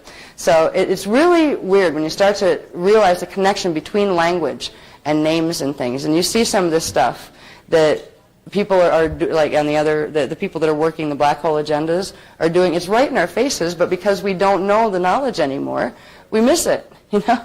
So there's just a lot of little things, just like Reiki. Now that's, you know, that's all right, but here's Reiki. That would be D3, or the, you know, the D3 Ray 3 current with the Ray 2 current, Reiki. Reiki. It's that Re sound again. Reiki. So, You know, when you first gave them this at the beginning, I noticed that when we toned the songs, we're really toning the grid, you know, like, yeah. like your Hana Maya Mani. That's actually exactly what we're doing. Yeah. Yep. We didn't have this chart at the time that was given. This took a while. This was given to us later. And this just shows the color, you know, the colors that go with them, and the color frequencies. And this has to do with the DNA strands. That it's reading that you can do if you want to, but I'm not going to go off on a tangent with this right now because it's just more detail that if I go into this, we won't have time to put the detail where it's needed, which is I'm getting the flame body activations going. So the stuff is there, and you can read more about DNA in lots of other places too. Yes. I was just wondering, is there sort of noticing different ratios in Merkaba, like 9/11 and 2/3 for the bottom, like 27/30? Yeah. So when we're doing our spin, should we be which ratio? You couldn't make it go that fast right now if you tried. All right. Yeah. She was referring to the different spins, the 9/11 and the 2000 whatever it is spins. They're what we're building to. Now, to set that in motion on autopilot, you have to get its base rhythm done, which is 11 and 2/3, 33 and 1/3. So as long as you work with that here, you won't be able to get your Merkaba spinning that fast until you have all your strands activated and you have all those frequencies coming in. That's when it's fully activated in the big umbrella Merkaba thing. They're those speeds that go with that, the 9/11 and the, I forget what the number is because we're not even playing with those yet. 27, 33, yeah. It's like I only have so many megabytes in my memory banks. Yeah. Really. I used to be able to remember all the detail from like 3 or 4 of them, but the stuff is getting so complicated with the new techniques and things that it's like, whoop, got to put that file box out in the office, you know what I mean, get it out of my head so there's more room for more. So this is basically just a helpful chart. It also helps you to see what we're doing when we're doing those tones. We are singing the grids. Literally, we are toning the grids, which means we're calling into activation all those tones within our shields, within our Katharis centers, within our bodies, within our DNA, et cetera, et cetera, et cetera. All right. So that chart is very handy, too, if you want to remember what a ray name is, because it shows what the ray name is. It shows the colors are over here, and it shows the combination. So I put that together, and I was glad. Oh, it shows, too, the names of the particles. All right. Here you have protons, electrons, and neutrons. This is the carrier of both. This one carries Manu, Mane, and Ire force, but it is, I believe, a primary Mane, I think. No, what is that? Protons? Protons go with which one? Let me find protons again. Ooh, I get myself confused with these. This is another part that's like detail that I don't teach a lot because it's like, you know, more detail to clutter your brain up with. But protons, electrons, and neutrons. Anyway, on density 1, protons, electrons, and neutrons. Okay, so protons, myons, are density 2 protons. So protons go with the Ire, primary Ire. So this is a dominant Ire energy here, but it actually carries the 3, just like this carries the 3 energies, the Mane, Manu, and Ire. So the others are primary carriers. They have a main thing that they carry, either Mane, Manu, or Ire. Now, electrons, protons, neutrons, you have density 2 protons, or myons, density 2 electrons, or dions, density 2 neutrons, or ionons. See, this is what these little words are about. When you get to density 3, you have density 3 protons are called irons. Density 3 electrons are called ectrons. And this is where you have people talking about ectoplasm and that kind of stuff. When you hear some mediums used to talk about that, where it was stuff you could see hanging in the air. It was kind of like, they used to call it angel hair as well, because it was like some weird type of stuff science never believed was real. It is, though. When you get to density 3 neutrons, they're called rayons. That's a rayon. See, it's not a rayon. It's not a rayon. It's not a rayon. It's not a rayon. It's a rayon, right? Like the fabric, right? That horrible polyester type stuff. All right. All right. When you get to density 4, here we go. We have The protons of density 4 are called mesons, the Miage field, mesons. The electrons of density 4 are called trions, trion Miage field, which would be what? A proton-electron field, right? And when you get to up here, again, it's like the first one where it carries the 3 forces. These are called rayons, rayons. That's pronounced rayons. It ought to be interesting because we're naming our child that when our child comes, we're going to we have a contract on it with an avatar coming in, and his name is Rion. You know? And we didn't know that. Like, we knew the name, but we didn't know what a Rion was. Now we do. You know? So that is, again, the neutrons for density 4. So there's a lot of sense to these. We talk about these strange words, but really what they are is protons, electrons, and neutrons at 4 different stages of matter density. All right? So we're talking about trion Miage field, our sound light field, our radio body field. We're talking about a proton-electron field that's in density 4, right? Okay. Anyway, I'm getting tired again. What do we have next there? Anything? Are we getting close to where we can play with something? Good. Oh yeah, it figures. This is the next page. Oh no. Yeah. I haven't had any time at all to work with the Sarias because I'm too busy making books to get the next level in. This is why I didn't demonstrate them. I couldn't right now. I'd have to sit there going, We have what? We do have demonstrators. Good. I know.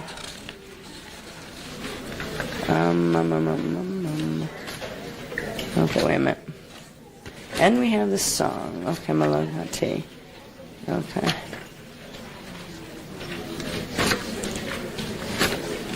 Okay. You know what? Why don't we do the optical pineal induction on the Uramanu and the Ligeia? Want to do that? We use these codes with the technique from back here, right? Is that how we did it?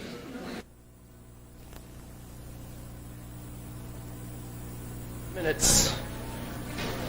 Working on the optical pineal induction of the Ligeia and the Urimanu codes.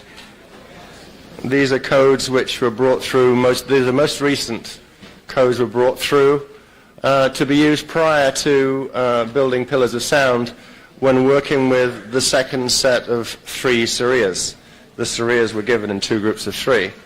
When we've done the optical pineal induction, I think Monica and someone else, Karen, is actually going to perform a demonstration of the Sarias, the way they should be done. So what we'll do is, as we did yesterday, so if you're sitting comfortably,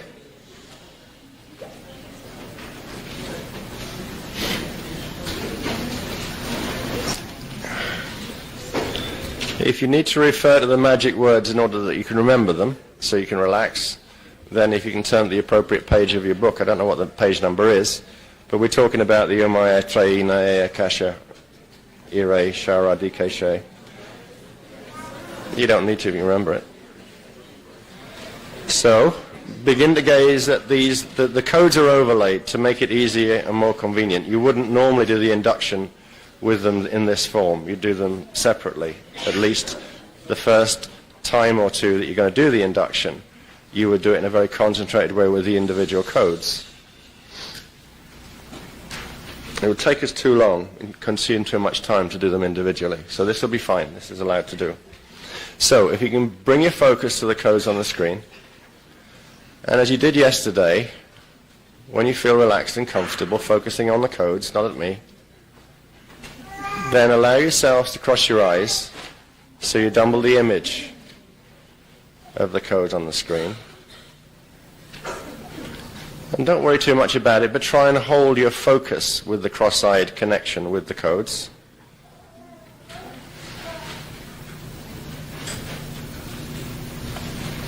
And as we did yesterday, we'll begin.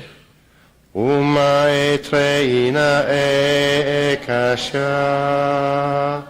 ire shara dikeshe tamira pranachi manu ekre dakuki Mayana Treari, Maneka Ihahura, Haramaya Manaki, Uma Etre Ina Ekasha, Ire Sharadi Keshe Tamira Pranachi, Manu Ekre Dakuki, Mayana Treari, Maneka Ihahura, Haramaya Manaki, Uma Etre Ina Ekasha, Ire Sharadi Keshe Tamira Pranachi, Manu Ekre Dakuki, Mayana Treari, Maneka Ihahura, Haramana Manaki, Uma Etre Ina Ekasha, Ire Sharadi Keshe Tamira Pranachi, Manu Ekre Dakuki, Mayana Treari, Maneka Ihahura, Haramaya Manaki, Uma Etre Ina Ekasha, Ire Sharadi Keshe Tamira Pranachi, Manu Ekre Dakuki, Mayana Treari, Maneka Ihahura, Haramaya Manaki, Uma Etre Ina Ekasha, Ire Sharadi Keshe Tamira Pranachi, Manu Ekre Dakuki, Mayana Treari, Maneka Ihahura, Haramaya Manaki, Uma Etre Ina Ekasha, Ire Sharadi Keshe Tamira Pranachi, Manu Ekre Dakuki, Mayana Treari, Maneka Ihahura, Haramaya Manaki, Uma Etre Ina Ekasha, Ire Sharadi Keshe Tamira Pranachi, Manu Ekre Dakuki, Mayana Treari, Maneka Ihahura, Haramaya Manaki, Uma Etre Ina Ekasha, Ire Sharadi Keshe Tamira Pranachi, Manu Ekre Dakuki, Mayana Treari, Maneka Ihahura, Haramaya Manaki. Three more. Manu Etre Ina Ekasha, Ire Sharadi Keshe Tamira Pranachi, Manu Ekre Dakuki, Mayana Treari, Maneka Ihahura, Haramaya Manaki, Uma Etre Ina Ekasha, Ire Sharadi Keshe Tamira Pranachi, Manu Ekre Dakuki, Mayana Treari, Maneka Ihahura, Haramaya Manaki, Uma Etre Ina Ekasha, Ire Sharadi Keshe Tamira Pranachi, Manu Ekre Dakuki, Mayana Treari, Maneka Ihahura, Haramaya Manaki. Ashalumta. Kashada. Okay. Now, Monica and Karen are going to demonstrate this serious. Okay. So do you want to talk to it? Is it it? Who's going to sing the thing, I guess? Yeah, you do it. And then you can sing it. Because Sure. I don't think I have enough there yet.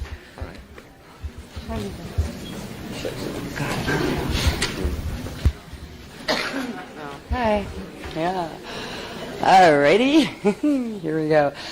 Well, what we're going to do next, and really the final part of the Dance for Love program will be piggybacking the part of the Dance for Life program that we didn't cover, is the Sariyas. Now, they are the movements that when you do salutations and things, and you can also just do the Sariyas by themselves and sing the songs, you know, the tones that go with them.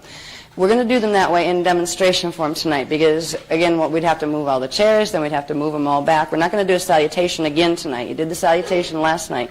But we have a couple people that have been working with the Suriyas for a while, so they can demonstrate them well, and we're going to do the tones that go with them. So you'll be able to see them in motion, and you have them in the books, so you can kind of play with that and figure out how, just follow the instructions in the books to do them when you want to play with them. What we suggest for people who are just getting into things, when you're doing salutations, first get used to just doing the salutation itself with the tones, and before you worry about trying to do all these movements while, the tones and the spins, the Merkaba spins. Once you get confident with that and that comes really easy, then you can start playing with the Suriyas.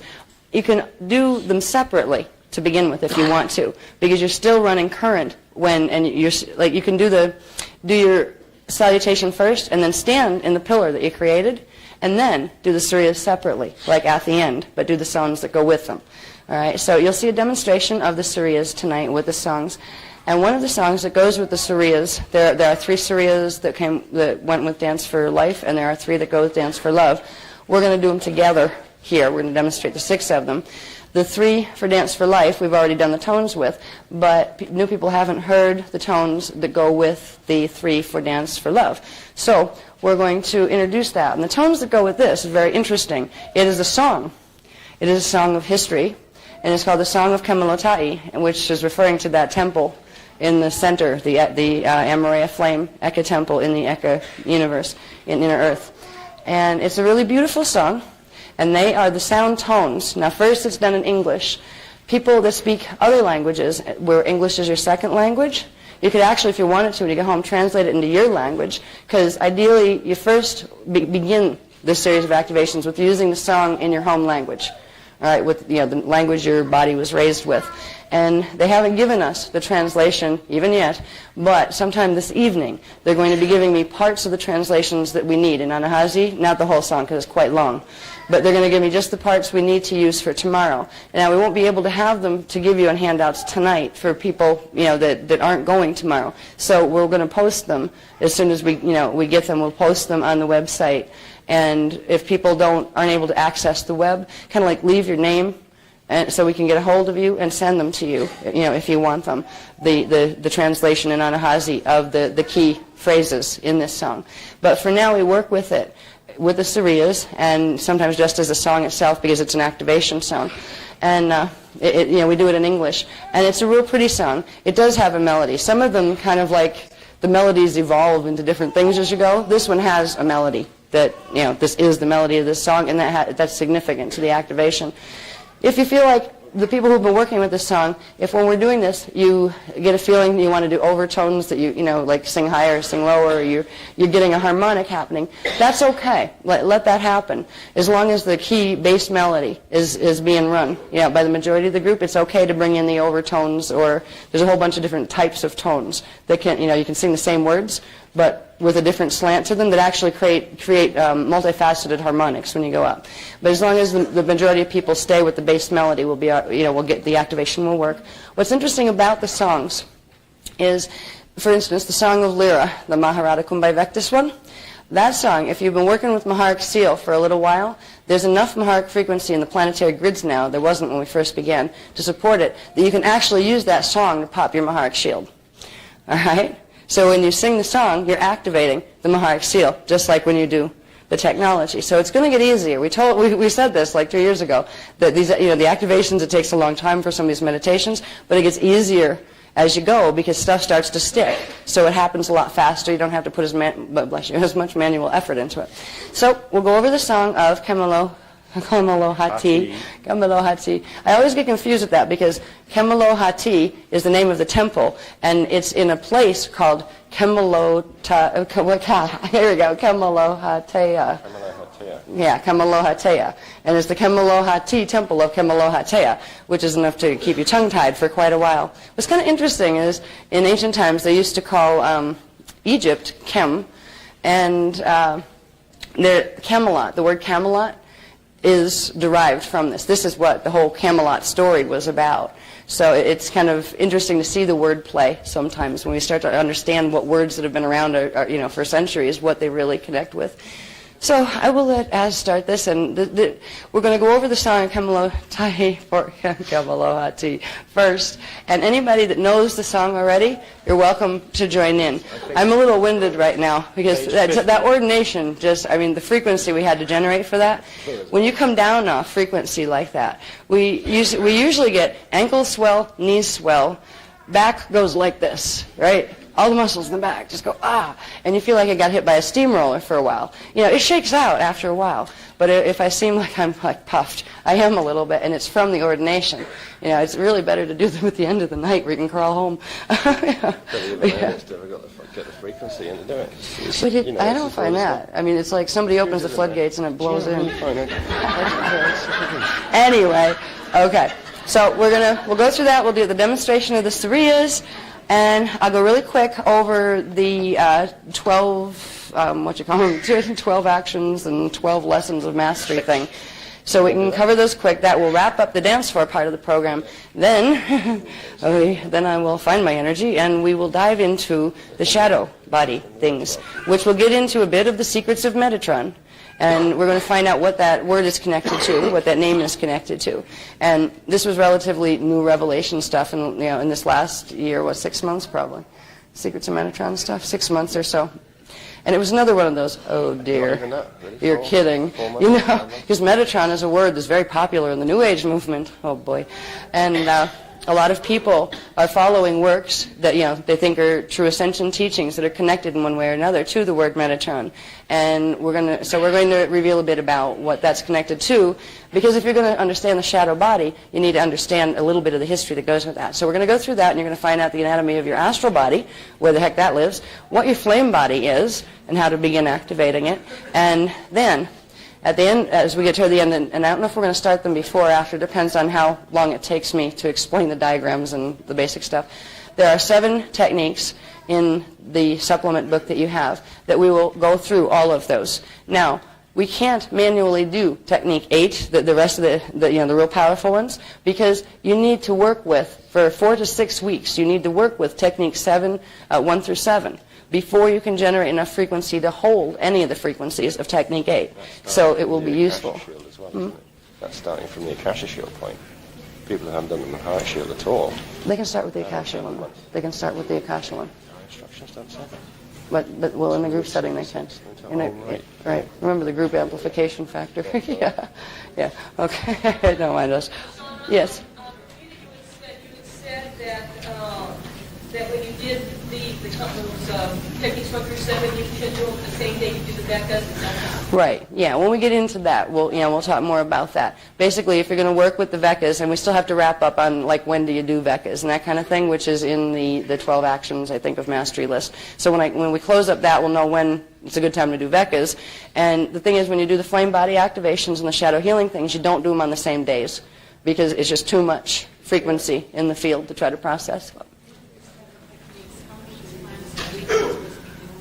Okay, I have to read through that because that's all new stuff. How many times a week do we have to do the 1 through 7 things? You don't have to do all of them.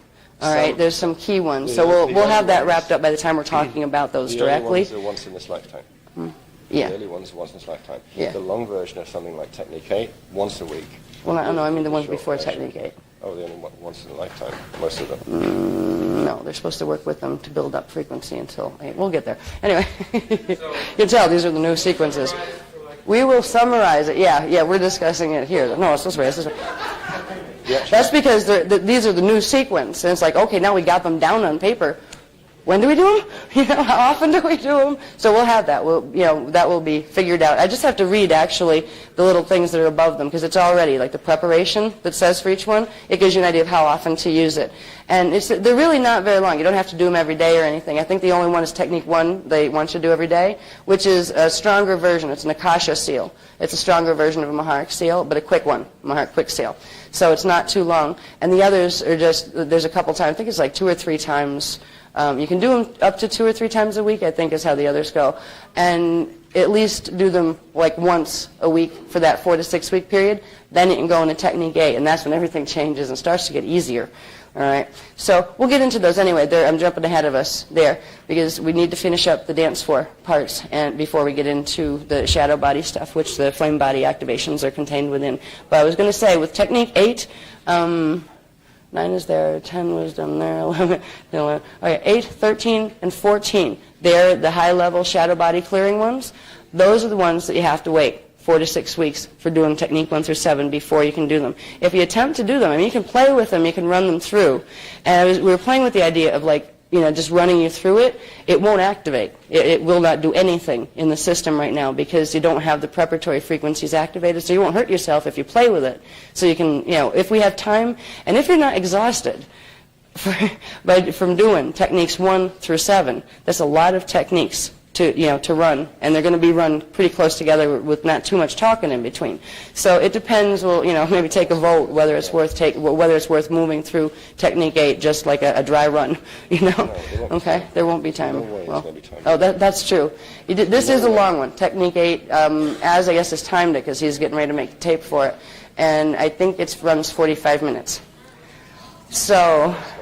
Now this is the one you only have to do 1 time a week. It's like, all right, good time for my quasi nap where I'm just going to rest.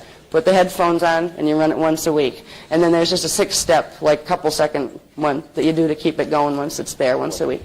Anyway, yes, we'll get moving. Okay, you want to lead them in the song of Kamelohati? Yeah. Okay.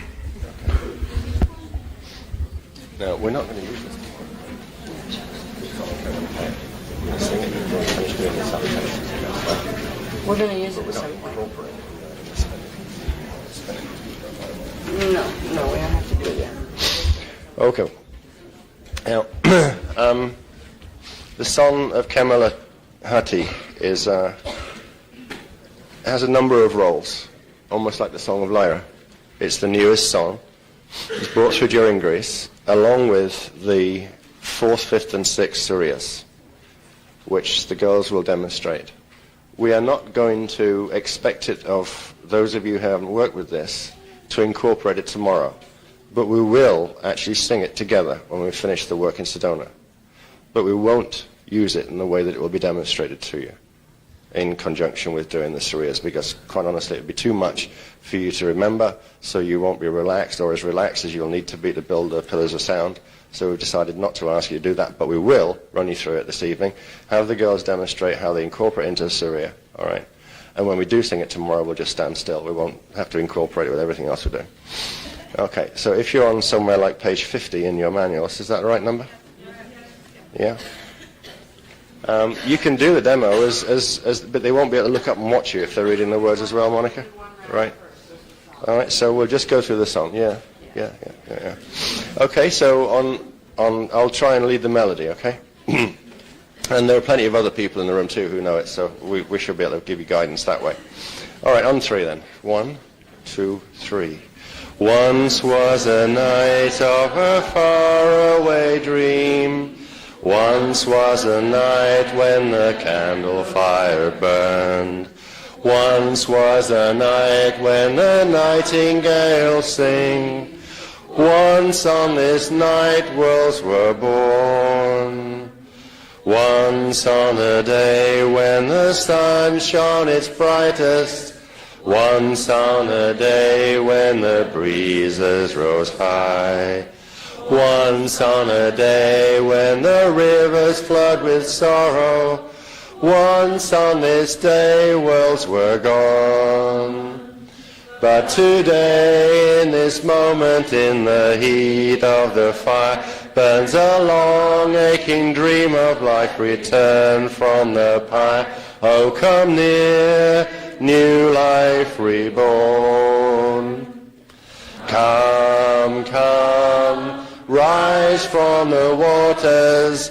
Come, come, rise from the sea. Reach forth, heart of the lion, ringing out from the ancient lands of destiny. Once were a people pure and of innocence. Once were a people loving and free. Once were a peoples alive with eternal light. once were peoples, the higher lay in victory. Yes, I know. Once came a wind dark and cold from the lowly places. Once came the spawn of the dark fallen sun. Once when the rays of the demon spread suffering, once stricken the higher lay were done. But today, in this moment, in the warmth of the sun, rise the long-hidden peoples of the gold and silver one. Oh, come near, higher lay reborn. Come, come, rise from the dreamlands. Come, come, rise from memory. Reach forth, children of El Hayale, Camelot awaits thee where the golden portals call.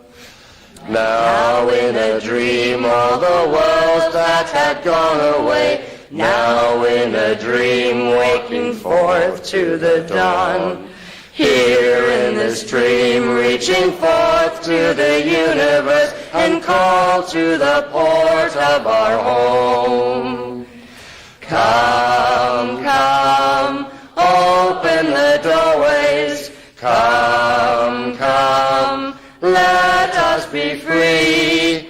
Here now we give of our love to thee, the homeland so longed for, sacred Camelot.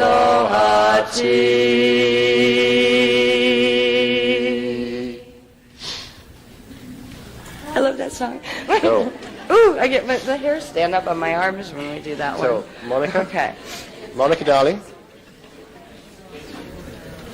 Okay. So basically, on page 46, Who is working with you? you'll find in the last section, page 46 and 47, Stand in the middle. you'll find Yeah. the Sangrias. Okay. I think we're going to have the group sing the song. Yes. Before, Yes, yes. okay? Yes. Okay. We have a lot to do, so we'll just have to keep our focus and press on. So these need which songs with them? Okay. All just that. right, so are you moving through that and then to this one? Or like then to this This is one? the movement. All right, Then so you're into going to move all the way Sleeping through Flower, them. right, Like yeah. they're not going to repeat this one. They're going to go from this, then Yeah. into this, then into this. Yeah. Okay. So, girls, hello. Are you going to run through? Are you going to run through the three in sequence? Run through the three In sequence, and then just cycle through them like that. Yeah. All right. Yeah. And you can do Okay. them like maybe 3 times. Yeah. Yeah, the Yeah. sequence 3 times. You Can you start do with 1, then go to 2, then go to 3, then come back up to 1. So, rising 2, moon, so they sleeping stay- flower, Yeah. flowing waters. Yeah. Yeah. Okay. And will you announce like, all right, this Yep. is whatever? Yep. Okay. I'm trying to save Okay. my voice to get I through know. the 104-page something. All right. What I'm going to demonstrate we're going to do is to move through each of the first 3 surya's in sequence. Okay. The first is the rising moon. The second is the sleeping flower, and the third are flowing waters. All right. Now we can actually do the songs as their accompaniment. Okay. So we'll do song 2, song 3, and song 4 in sequence. So we'll begin with Ire Shara, Dikeshe, and then we'll go on to Manu Ekre, and then Manu Kai Haku. Alright? So, are you ready? Not too quick, so that we can pick up the speed, pick up the range. Okay. Okay.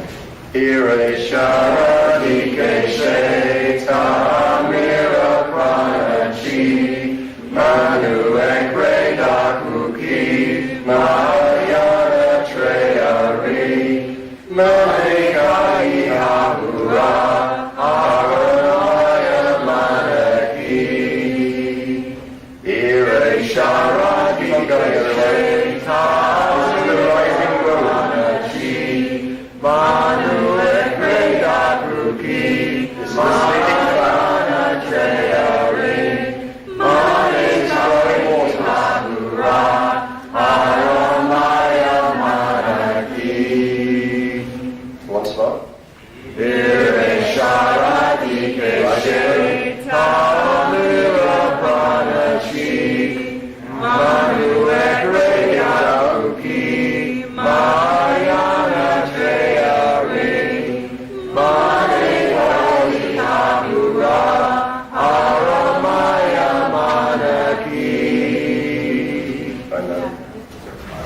I know.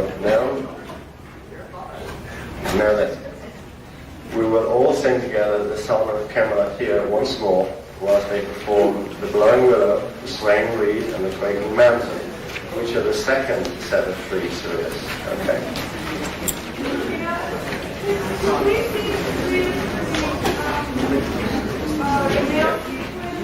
Sorry? Could you see the other sequence that's the earache female? We're doing the solar, just play backwards, starting with this, because my problem is kind of getting how you move from, this position out here. You're talking about the end of Soul 3 Reverse it. as opposed to... Talk about do a solar instead of a lunar sequence.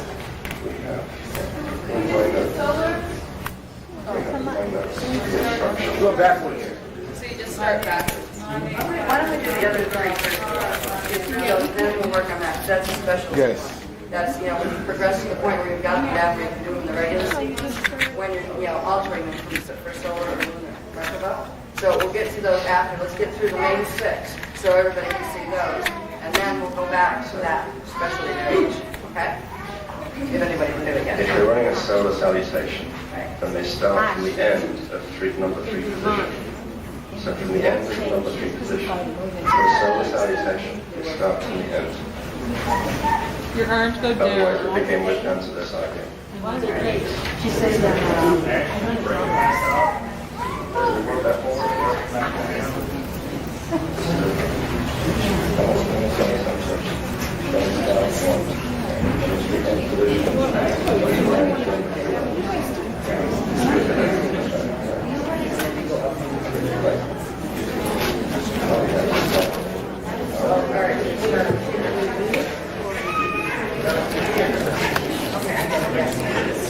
We'll do that as like the sequence after this. We want to get through the next 3 of the regular ones.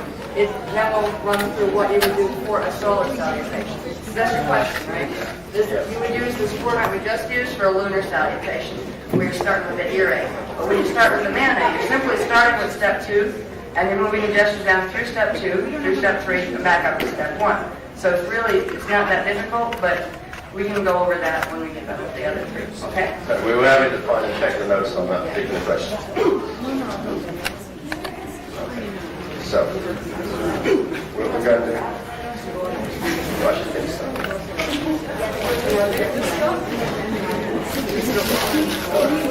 So we will help the demonstrators by singing the song Kemala Tia.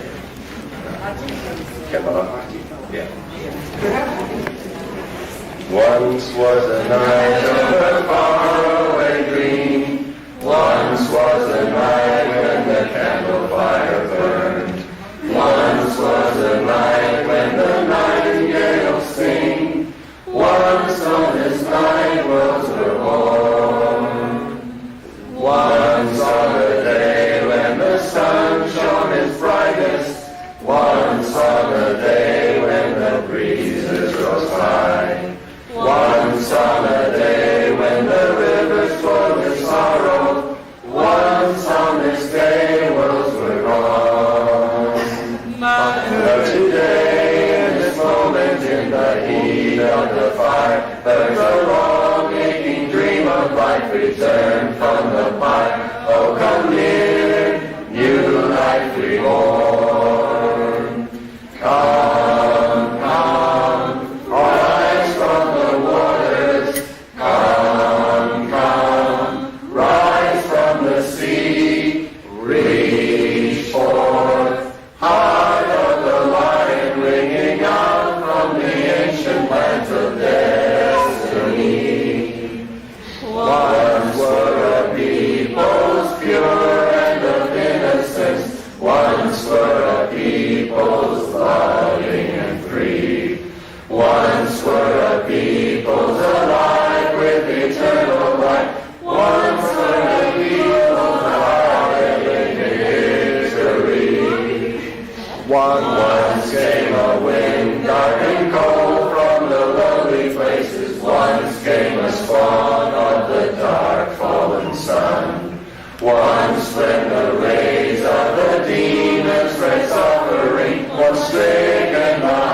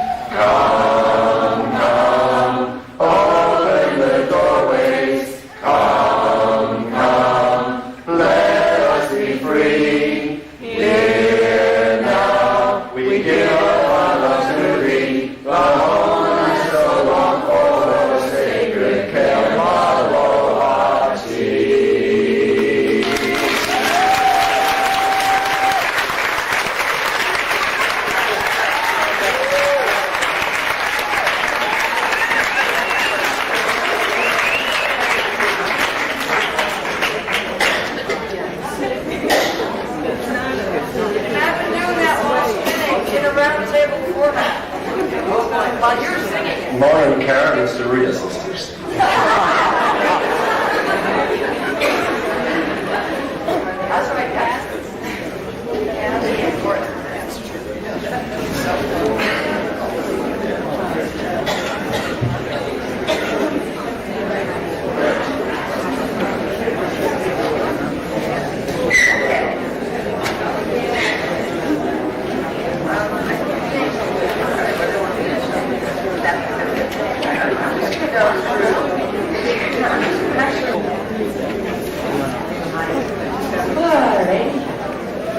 I get winded just watching that. I get winded. And with the Sarias, it's important to do that are listed with them, with the Sarias. Did this just do something? What? Oh, that's an okay sign? Okay. All right. So you wouldn't use the song of Kemolohati with the first three Sarias. You always use it with the last three Sarias. What's frightening is altogether, guess how many Sarias there's going to be? Right.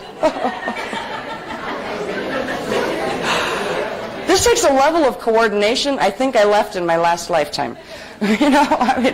But with practice, it can get beautiful. I mean, they look beautiful when they're done, especially when you can run them all together and then start back at the whole beginning, like with number 1, and they go through to number 6. And there's actually a whole series when you get through to number 12, right, when we have all of those down, where it wouldn't look quite so repetitive because you see all these other things happening, and you'd move from one stage to the other. It's like a choreographed dance. And it really is a choreographed dance. But what this does is sculpt very specifically what you're doing. Once you've generated those frequencies and activated the specific frequencies with the tones, you're making your Suri pillar, it's actually sculpting it, and it's giving it form. So it's adding another level of fine-tuning your creation with it. So this technology is just awesome. I mean, what this is applicable to, I just go, wow. I'm looking forward to not having to turn on light switches where you just think it and something responds and your room lights up. They have that too. So what we're going to go to, just want to touch on the one thing in the Dance for Life part, which is right at the end, the 12 thingies. I can't remember which they are. Oh, it's been a long day. Hold on a minute. Oh, where'd they go? Click soon. Okay. Oh, and I do want to mention in the first part, for the people who don't know this, in the first part of your Dance for Life book, in that part, in the Dance for Life section, right at the end, there's a whole bunch of different activations, like the Emerald and Amethyst Awakening, Mahar Quickseal, that kind of stuff. That's there in case you want to teach somebody.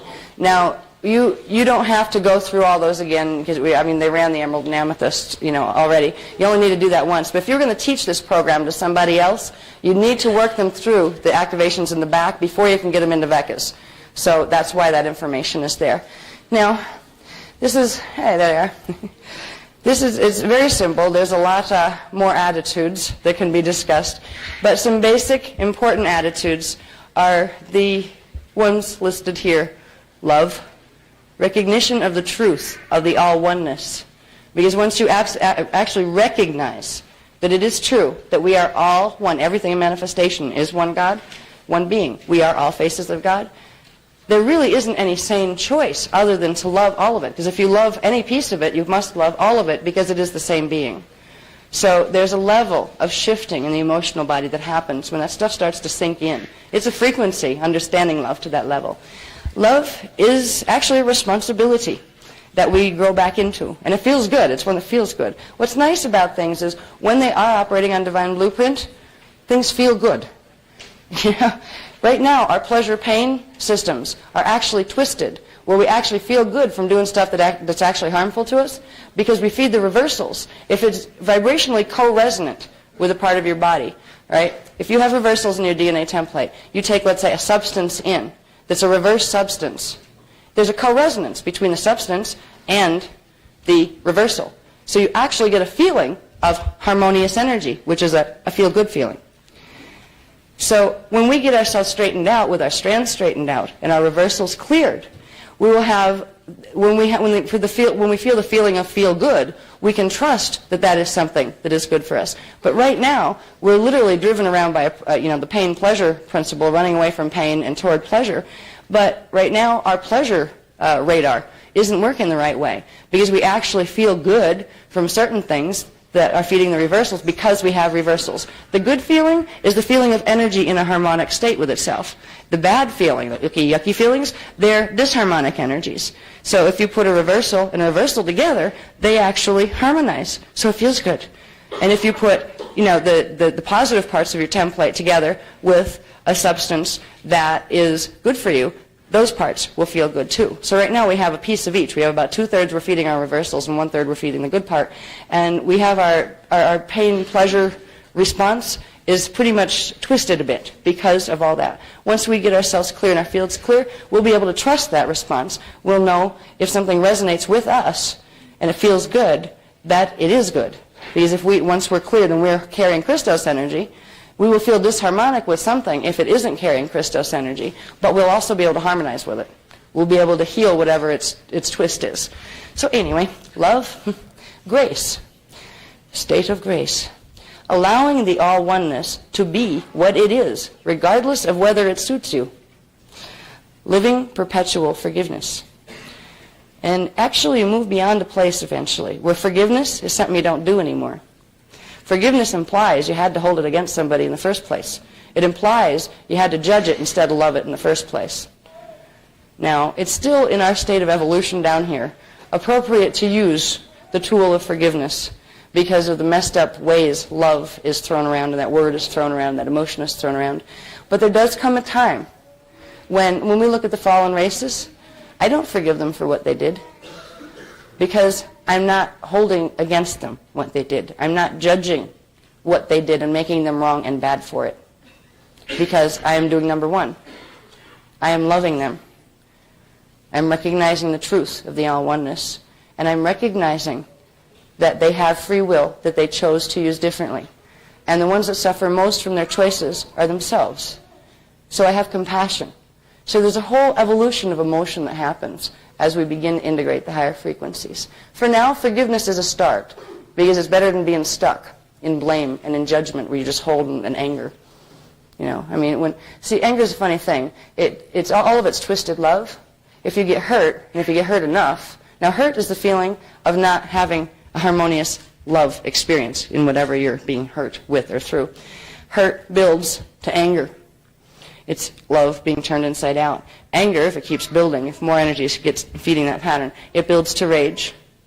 And that builds to hatred. And that builds to violence. And it builds to self-justification for violence, for judgment, for hating. It evolves to bigotry, which is really sad. Now, we teach you how to make distinctions between the races. We teach you that some people aren't humans, that some are reptiles, and that's fine, and that some are Anunnaki, and that's fine, and some people are not working Christos agendas. That's their choice. We don't have to agree. But we'll never teach you to be a bigot.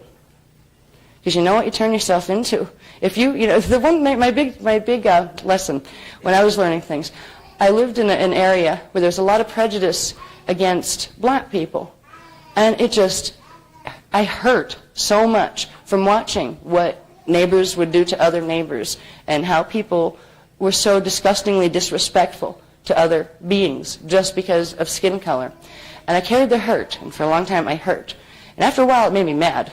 Well, I started, like if someone's picking on, some of my neighbors, even if they didn't know me, and they were afraid of me, I was white. So they didn't want to know me either because they figured I was probably as bad as the other ones that were being mean to them. But I'd actually get myself in the middle of things and start, defending them. Excuse me, you have a problem. Why don't you go mind your own business and leave somebody alone, So I get myself in the middle of the conflict. And I got to the point where I felt this rage at just the injustice and horrid ignorance that these they were white people that they were putting on the black people. And I realized something. I taught myself the lesson of understanding where the white people were coming from. I almost turned myself into a bigot against bigots. I found I could almost hate them for what they were doing. And that's exactly what they were doing. So if you find yourself being against a thing really hard, in a weird way, the energy works. You end up turning yourself into it by resisting it. So I learned I can really strongly dislike the behavior. Love the being, just like you love the child, but you don't have to put up with the behavior. You can try to make changes with the behavior. You can have issues with the behavior. But the being, it's a piece of God. Love is what it deserves, no matter how bad it's being. So anyway, there's some interesting lessons that we learn along the way. And sometimes we do it by falling right into them, right into the middle of them. And that was amazing. I actually found myself thinking, oh, God, I sound like them. To myself. I never really said it to anybody else. God, I sound like them. This is the stuff that they're doing in their heads. But they're pointing it at the black people there. You go up the street a bit and they're pointing it at the Jewish people over there. Because there's a lot of prejudice in our neighborhood. And here I was sitting there pointing it at the bigots. Right? Wait a minute. I might as well go sit at their table. So there's really a lot of catch-22s, as they say, like paradoxes in the spiritual development process. And I wanted to point that out. Here's another. Gratitude, appreciating the all-oneness, knowing your aliveness. You're not going to know, you're not going to feel anything good in your life. You're not going to feel good if you don't at least recognize that you are alive and that you might not have this, and this, but what do you have? Do you have two eyes that work? If you only have one, that's okay too. You got one, right? Is your cup half full or half empty? If you go around letting yourself have the luxury of moaning and groaning and bitching about every little thing you don't have and feeling really bummed out. Now, some of us really don't have stuff. It's like we're counting pennies to get that loaf of bread. We could really get into a space where, you look at your, people down the street with their Mercedes, the third one they just got last week, and you just kind of go, you can feel really bad. The way to begin bringing abundance into your life is to focus on how much you already have and thank the universe for it. Thank yourself, your higher parts, for it. Recognize the gift, and you will bring more of the same frequency, more of the gift. If you get so caught up in don't have this, need that, I'm so depressed. I'd be happy if I had this or that or the other thing. You're never going to be happy. Because you might get this or that or the other thing, but by the time you get it, there's going to be something else that you're missing. Because you're learning to focus on the fact that you don't have. And you're ignoring the fact that you do. This is what happens in America all the time. Oh, I'll be all right when I get this. Do you get this? Oh, yeah, it's great for 2 weeks, but then you start to see the other stuff you don't have. And that gets put in the corner. And people collect more and more and more stuff. And they find that they have lots of stuff, but they're still not happy. They're trying to buy happiness through stuff. And the stuff isn't going to do that. What they need to return to is gratitude for whatever it was they had. And sometimes they have to make themselves go absolutely broke. They might have gotten rich, but literally ended up going bankrupt or something, where they have to go back to nothing. And maybe they were hungry for a couple of weeks while they're staying under a bridge because everybody kicked them out of their house and everything. They had nowhere to go. And they might have learned gratitude by the fact that they found a plastic bag that was clean, that when it rained, they could put it over their head so they didn't get totally wet because they had to sleep that way and it would get 32 degrees at night. Boy, that plastic bag was appreciated. There is something to appreciate and be grateful for in everything that you have. A lot of times we pick up the idea patterns, the thought wheels of our parents. It's actually coded into us genetically, but our own imprint has the ability to override it. But it's reinforced all the time. You know how mom thinks or dad thinks? You find yourself thinking the same way, even though you promised yourself when you were 15 that you would never, ever be like that, right? If you come from a family environment that was raised with the negative thought wheels going, your brain's doing that. You have this chatter going on that you probably learned to tune out and you don't even realize it's going around in circles in your head, where it's interpreting everything through a negative filter. You can take charge of that and you can make a choice for gratitude. Do a meditation at least 3 times a week that has nothing to do with technique. It's a technique all of itself. Go sit somewhere, anywhere, quietly with you. Breathe. Slow your breathing down a little because it sensitizes you a little to your environment, gets you more in your now moment. And look around and find the first thing that you can be grateful for right now, that it makes it's nice that it's in your hologram. Find whatever it is. You might go to a bus station and see a flower that somebody left on top of a garbage can because they missed when they were throwing it. But it gives a little pretty color over there in the corner with the ugly garbage can and all that stuff. Find the secret magical things that hold the spark of joy and be grateful for them. The more you do this, you'll be amazed how fast beautiful things start to move into your life. If you can spend 3/4 of the time focused that way, and maybe 1/4 where you're still going, what don't I have that I want to get? You'll get a lot more, a lot faster. And you'll also find you don't need as much. Because you'll find happiness where it lives. People are trying to fulfill themselves by collecting things and stuff. Stuff can be fun. You don't have to go out and be a minimalist or, completely get rid of everything. Stuff can be fun, and while you're in a density system, heck, enjoy it, right? Have some stuff, play with it. When you get sick of it, pass it on to somebody else who will appreciate it and enjoy it. Stuff is an energy form. It's a living form, even though it may be sitting on your, table or something. But if we can begin to say, thank you. We've lost the art of saying thank you. We say thank you in our societies, but it's usually as a social protocol. Oh, thanks. Yeah, thank you. Thank you, Lord, for this, in our prayers and that kind of stuff. It's coming out of here, but it isn't felt here. It's not felt here because what you're saying thank you for, you're saying thank you because somebody told you you're obligated to appreciate the fact that somebody gave you something or that Source gave you life or whatever it is. But if you don't like the gift that was given, you can say thank you, but you don't mean it. You'd be better off saying, excuse me, I really don't want that. Thank you for the thought, though. When somebody gives you something, then you're like, did you ever have like a relative gives you something? It's bad enough when it's for your house, but when it's something to wear, it's terrifying. Oh my God, I have to wear that next time I visit them, don't I? Oh, no, you don't. Somebody gets you something for your house, and it might be nice for them. Usually people buy for you what they like for themselves. Because they really do. I watch my daughter do this all the time. I give the most amazing presents for birthday and Christmas. Coloring books, Barbie dolls. I mean, what would Mom like? Oh, Barbie, She also knows that because I won't use it, I'll give it to her. We have a right to honor our own space. And we've been so sensitized that if we give somebody a gift and they say, well, thank you very much for the thought. It's interesting. Do you really like this thing? It's hard sometimes. We can say, sometimes it's not worth it. Say, thank you. And you go put it in a drawer if you need to, that kind of thing. Or find somebody that will like it, because that way it's being loved. So the gift is being appreciated somewhere. But we have a right to say, this isn't me. And we have a right to, not judge other people if somebody does that to you. If you give somebody a gift and you thought it was really great, and they really said to you, well, thank you. The thought is wonderful. I love you to bits. That's so nice. And their thoughts are going, I wouldn't be caught dead in it, but the thought was still appreciated.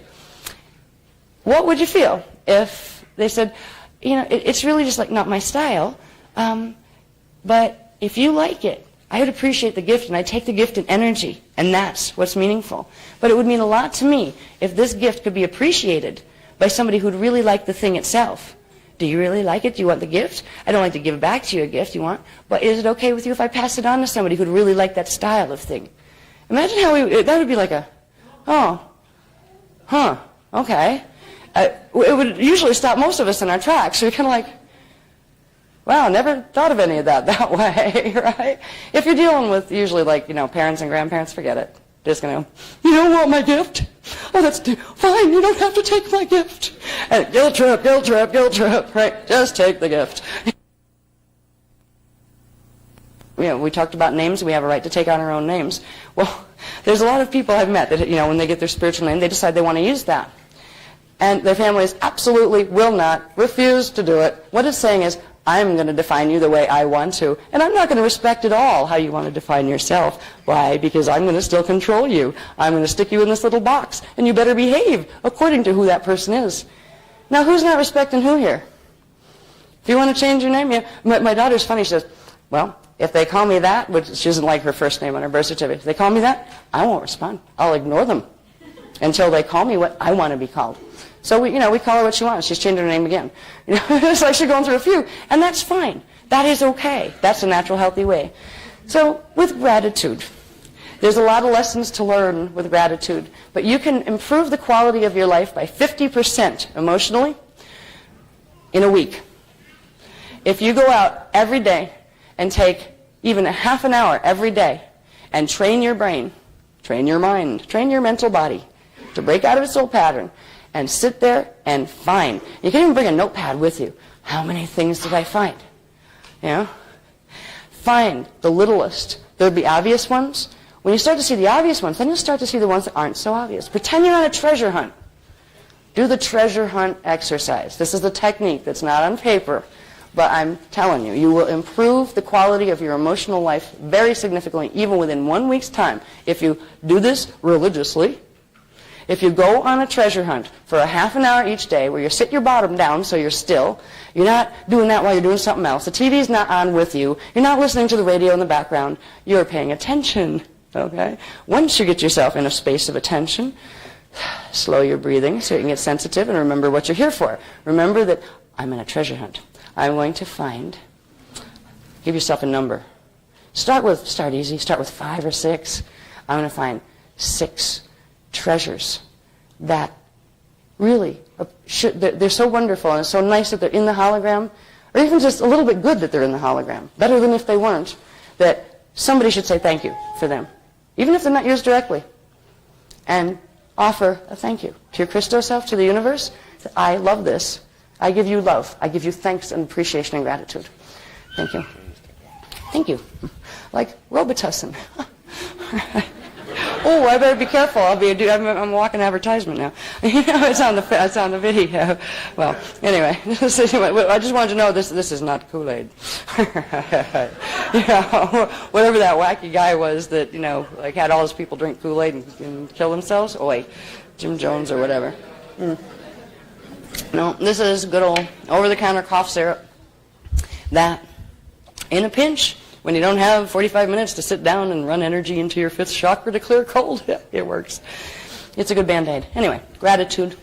If you try that treasure hunt and really apply it as a technique, you will make a difference in your life. You may feel numb at first. Okay, your mental body will go along with it, but you're not getting anything. But at a certain point, you'll get a little pop where one of those treasure hunts, you actually feel something. Wow, I really mean it this time. Yeah, I am glad that's there. And you'll find yourself smiling. One of the things you can do, too, is go and look in the mirror. Look at the look on your face. Just catch yourself off guard. Mirror. And go. Smile. Make yourself laugh. It completely shifts the energy. It's like a seer in your face. Your face muscles make seers. How do you carry them every day? It's actually, if you consciously smile, not, but consciously smile, to think about it, you'll actually shift your energy. And when you smile, you feel a little more like holding your shoulders back a little and putting your main vertical current as straight as you can. It totally reorients your body. So there's little tricks you can do, tricks of the trade, that begin to bring the attitudes that will help you in your development. Because spirituality, there's technical to spirituality, as we're learning with the echo maps and all of this stuff. But there is also the spiritual aspects too. It's all spiritual. But there are the psychological, learning how to do things aspects as well, as far as attitudes and actions and manners. spiritual manners. That's something most people don't know much about in this civilization. I love going to like places where you have like people that are into psychic stuff running around. Oh, guess what I saw in your field? Oh yeah, like it's like all these colors here, and I saw this thing over here. I said, did I ask you for a reading? Did you ask me if you could read my field? Excuse me, and they just go, uh-oh. Was I supposed to? Uh-huh. It's a spiritual violation when you poke your nose in. It's like picking up the other line on the phone and listening to somebody's conversation without being asked. You know, it's eavesdropping. So there's a lot of spiritual protocols that we will be trained in. We might be on the crash course now, where it's like, all right, the manners kind of get pushed aside unless they're really out of it. You know, like, you know, if somebody's really out of it, there will have to be, excuse me, this is just not acceptable if you expect to get through a Stargate.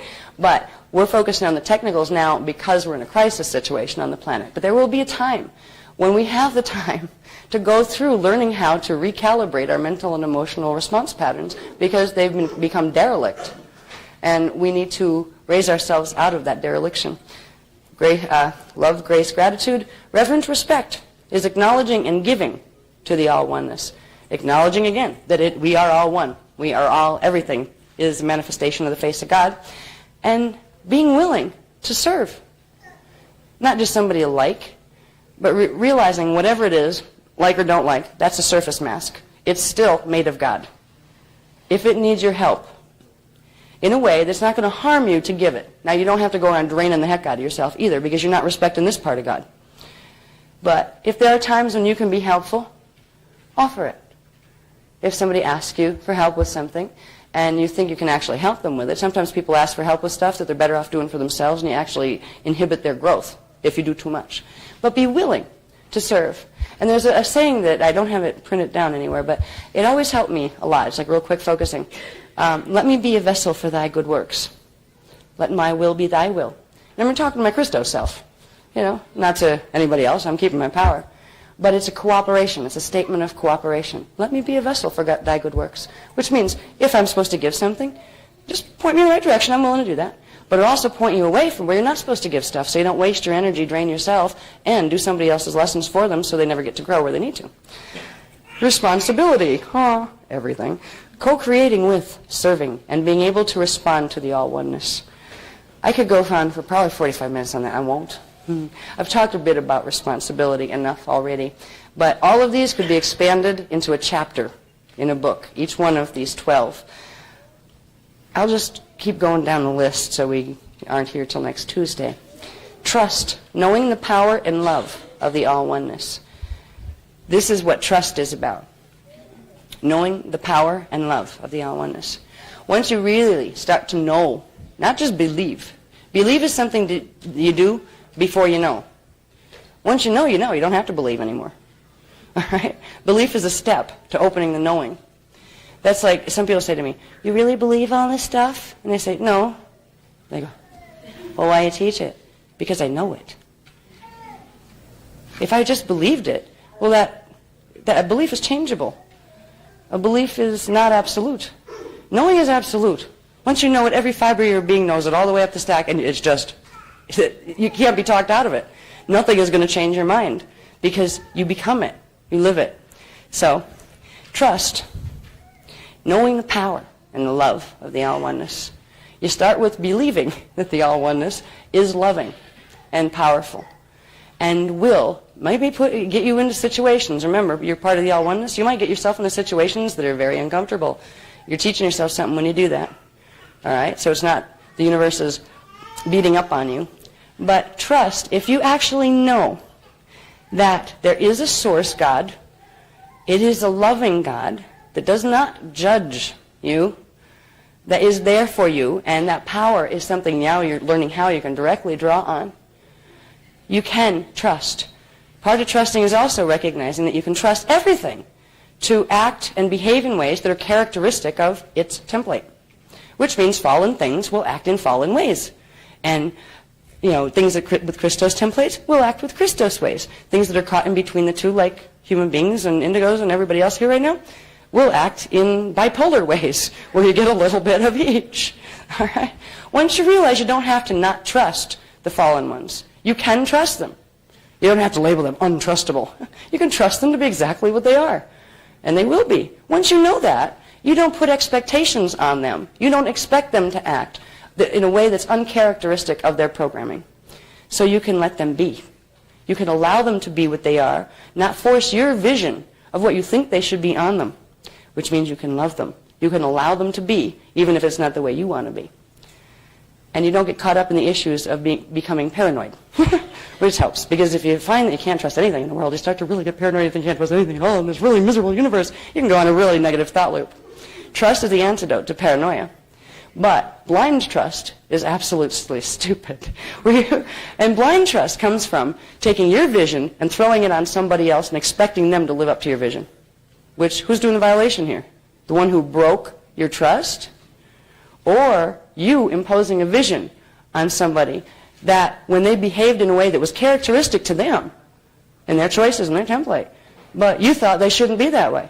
So you tried to make them something else, and then they showed you they weren't going to do that, which they have a right to do, and you got hurt. Whose fault is this?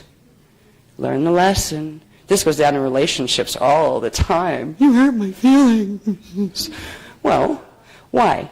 You have to ask yourself why, because you see that dynamic in couples all the time. It's part of, like, I think it's race karma that we're all working out right now, how to learn to handle our own emotions and take responsibility for our own emotional responses. Nobody else can hurt your feelings but you. You can feel the disharmonic energy of hurt when certain events happen and come at you and they seem to be coming from the outside. But right at that moment, you have a choice as to how you will label and process that energy. You can go into blame and give your power away and say, you hurt me. You have my power to feel good right now. You made me feel bad. Or you can say, I have a choice here. I could get really pissed off about this, or I could be really, really sad about this, or I could not take it all too personally. I can choose to react differently to this. I can own my own emotional power. I could choose to be hurt right now. And the way you treated me, I probably have the right to, because you'll always get that in there. Yeah, especially if you feel wronged, But if you at least call it back enough to realize I have a choice to either choose feeling hurt or choose to transmute that feeling as energy and not keep it as something that's going to build more tension and more yuck between you and the person who you're blaming for hurting you. So there's a whole lot of emotional expertise we're going to have to develop along the way. And right now, it's like, well, sorry guys, it's wartime. We don't have time for the fluff classes. I mean, really, that's what's happening right now. That's what the Iani are saying to us. We'd love to take you through lots of these fun, light, love, and not clueless classes, but right now, excuse me, we don't have much time, right? So there are all of these things that we could give workshops on. I think we could do workshops probably with the information just that we've been given so far for the next 500 years, at least on planet Earth, But we need to focus on the most pertinent things as far as what we need to do. First of all, to be safe within ourselves, to get our act together, to get ourselves where we feel okay, and we're mastering our bio pattern, first of all, so it doesn't become our nemesis and take us down where we don't want to go. Then we can help the planet. Once we get through all this stuff in this little time frame, it's only a small little piece of time when you look at the scope of creation. So 10 years might be that we're going to have some really weird times on this planet, probably. So we work for 10 years. There'll be time for a break. There'll be time for fluff classes that are fun. Fluff classes are fun, all right? Everybody gets to be huggy, and they cuddle, and they get to do, like, circles and sit and talk to each other, and it's just really wonderful emotional bonding experience. And we don't have time to do that right now. That's why people say, well, where's the love? Well, geez, it's right here, but excuse me, the sky is falling, the sky is falling. It's like Chicken Little.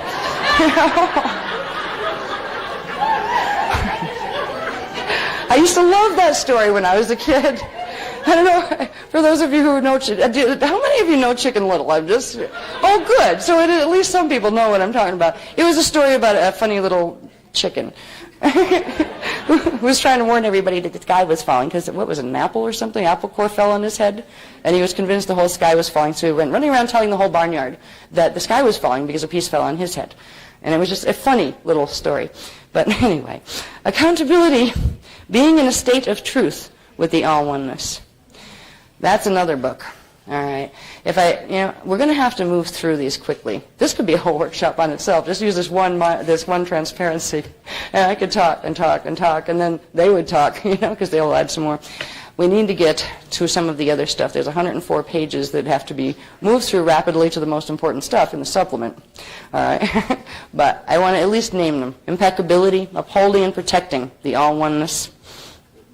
No, being in a state of truth, that's that one. Accountability, being in a state of truth with all-oneness. Impeccability, upholding and protecting the all-oneness. That means choosing at all times to conduct yourself in a way you will not compromise at all. It's becoming uncompromising on acting in divine right order, in doing nothing under any circumstances to knowingly go against the natural, basic laws of energy of the Christos. Respect, love, all of those things. Impeccability means you will do your best to the best of your knowledge to uphold the principles of the utopic vision within yourself that the Christos stands for. It doesn't mean you put yourself up against a very hard, rigid model of perfection. There is no such thing. Perfection is always. Everything is perfect right now, believe it or not. Perfection isn't a place you get to at the end of it all. It's a state of being you acknowledge that's always a part of everything. It's perfectly exactly what it is and what it needs to be right, what it is when it is. And that means tomorrow it may need to be something else. And that will be perfect too. This is part of the gratitude thing too. You can start to see the perfection in what you might judge as imperfection. Because every negative has a positive side to it. There's a positive, there's a learning experience, there's something gained from everything that appears to be negative. So anyway, when we become impeccable, we can be impeccable to the point where we are, it doesn't mean walking around saying, I'm impeccable now, I'm perfect, I'm 12-strand activated, I have Christ consciousness, I never raise my voice, I speak in a monotone. I wear white robes all the time, or at least white shirts and pants. I know a lot of those guys. I've seen a lot of those guys floating around on clouds out there in the New Age movement, bless them. It doesn't mean that. That's not impeccability. Impeccability means becoming responsible for becoming educated in what the rules might be in this time matrix. What are the rules of creation? What are the basic laws of energy? They're basically the laws of love that this system is built on. So you know what it is that's supportive of the Christos and what it is that isn't. And then impeccability is, to the degree of your knowledge, making the choices that you know are supportive of the Christos and knowing where the little gray zone is, right? That, like with us, are we impeccable? Yeah, we are. But we smoke cigarettes. We don't do drugs, but we smoke cigarettes. And I drink Diet Coke like it's going out of style. All that aspartame, I'm killing brain cells.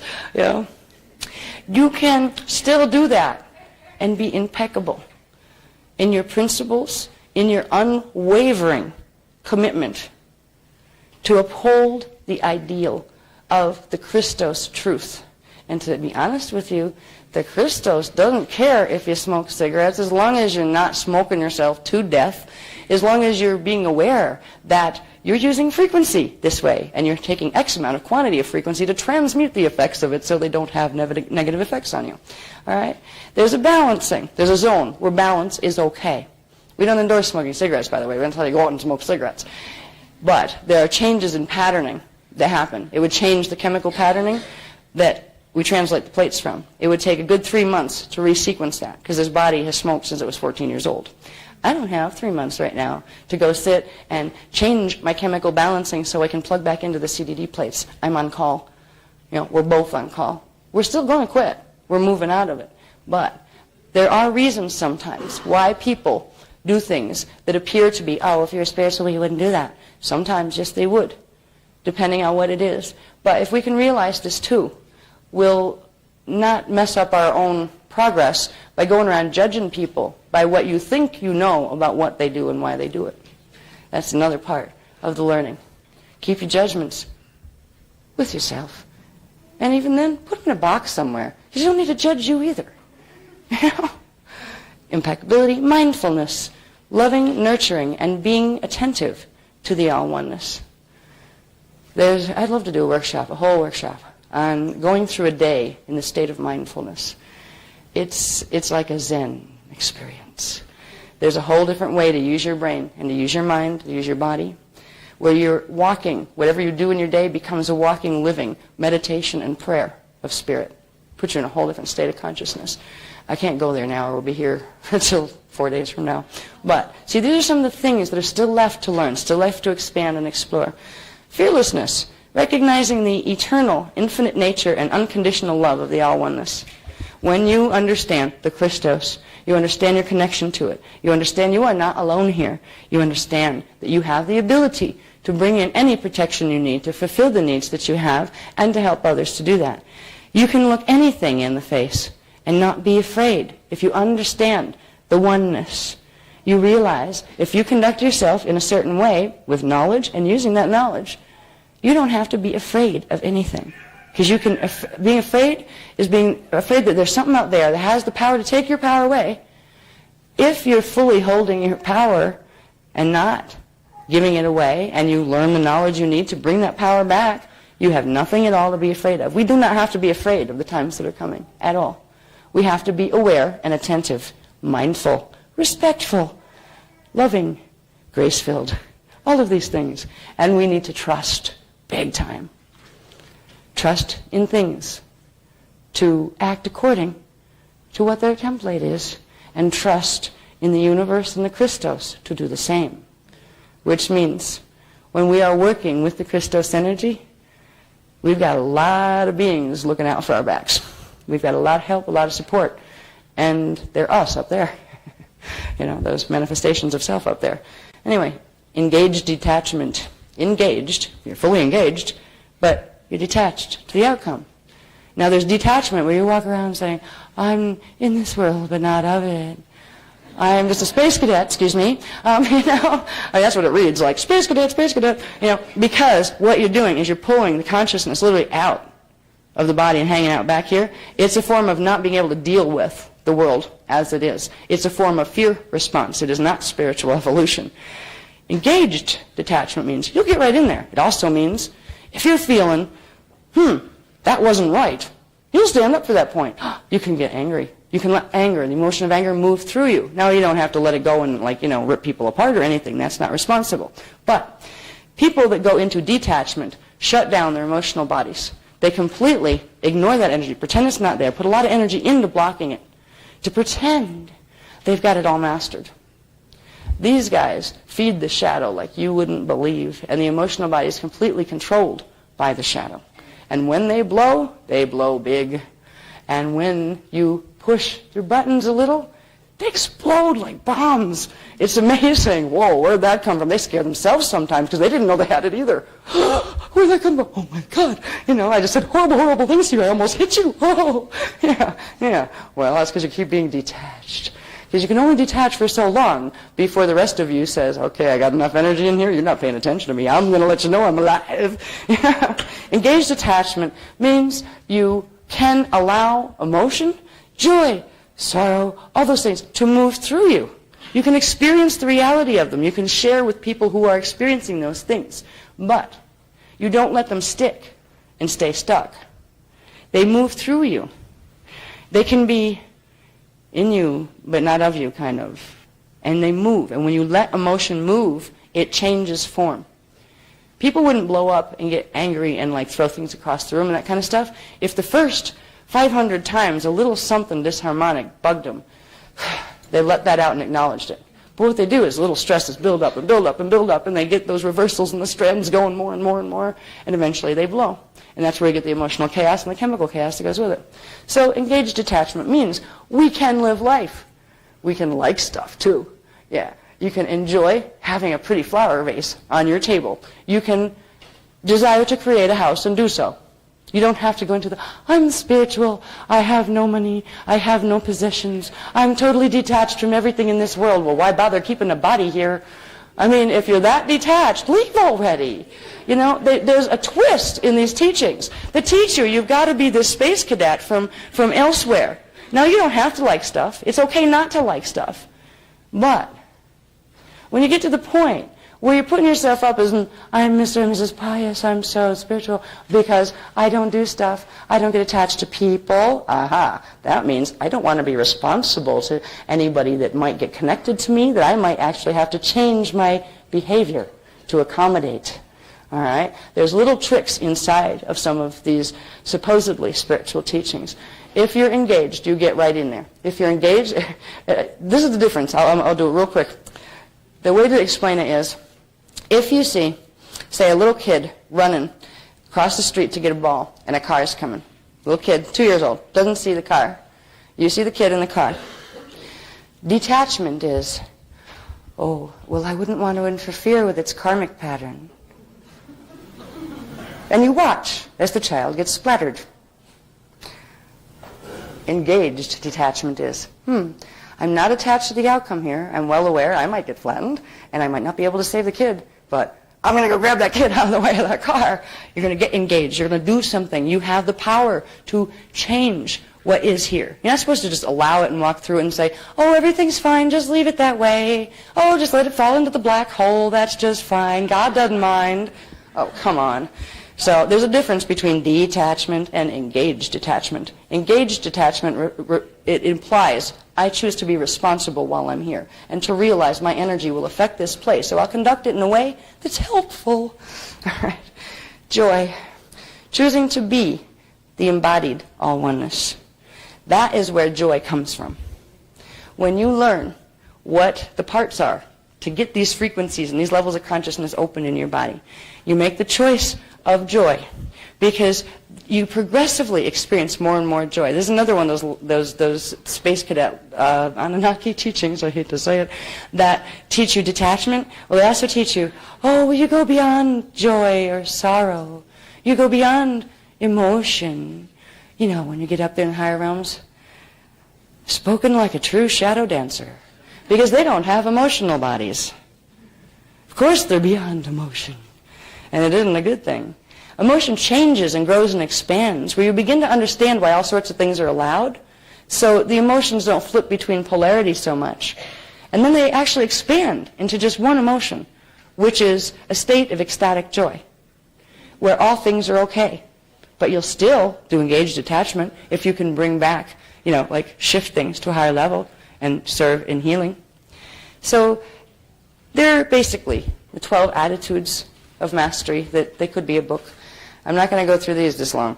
All right, the 12 actions of mastery are on page 48. You guys can read these to yourselves. It's good to read these because this will give you a basic sequence of when you might want to do the techniques in the Dance for Life part of the program. Okay? What time are we on, huh? I'm going to suggest if you do dinner break now. Dinner break. I'm doing it, Mac. I'm talking about it. Okay, we can do that now and then go right into the supplement when we get back. And go health for what's all right, because we're about 15 minutes away from the 7:30 break that we were going to take. By reviewing and replanning and reorganizing in our own free downtime in a way that we ensure that you get what you're here to get. We've got a lot to do, and to be blunt, we're both knackered. That means tired.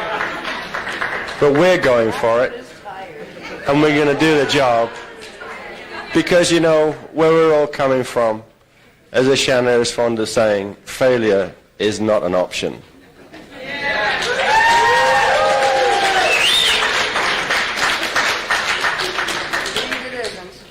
It's not appropriate at this moment to repeat that expression using full Anglo-Saxon language, but I think you get my drift. So, with no more of that waffly stuff, we'll get to it. I need that, huh? I do too. You do too? We both need it. It's going to happen again. The first series is sequence already. Right.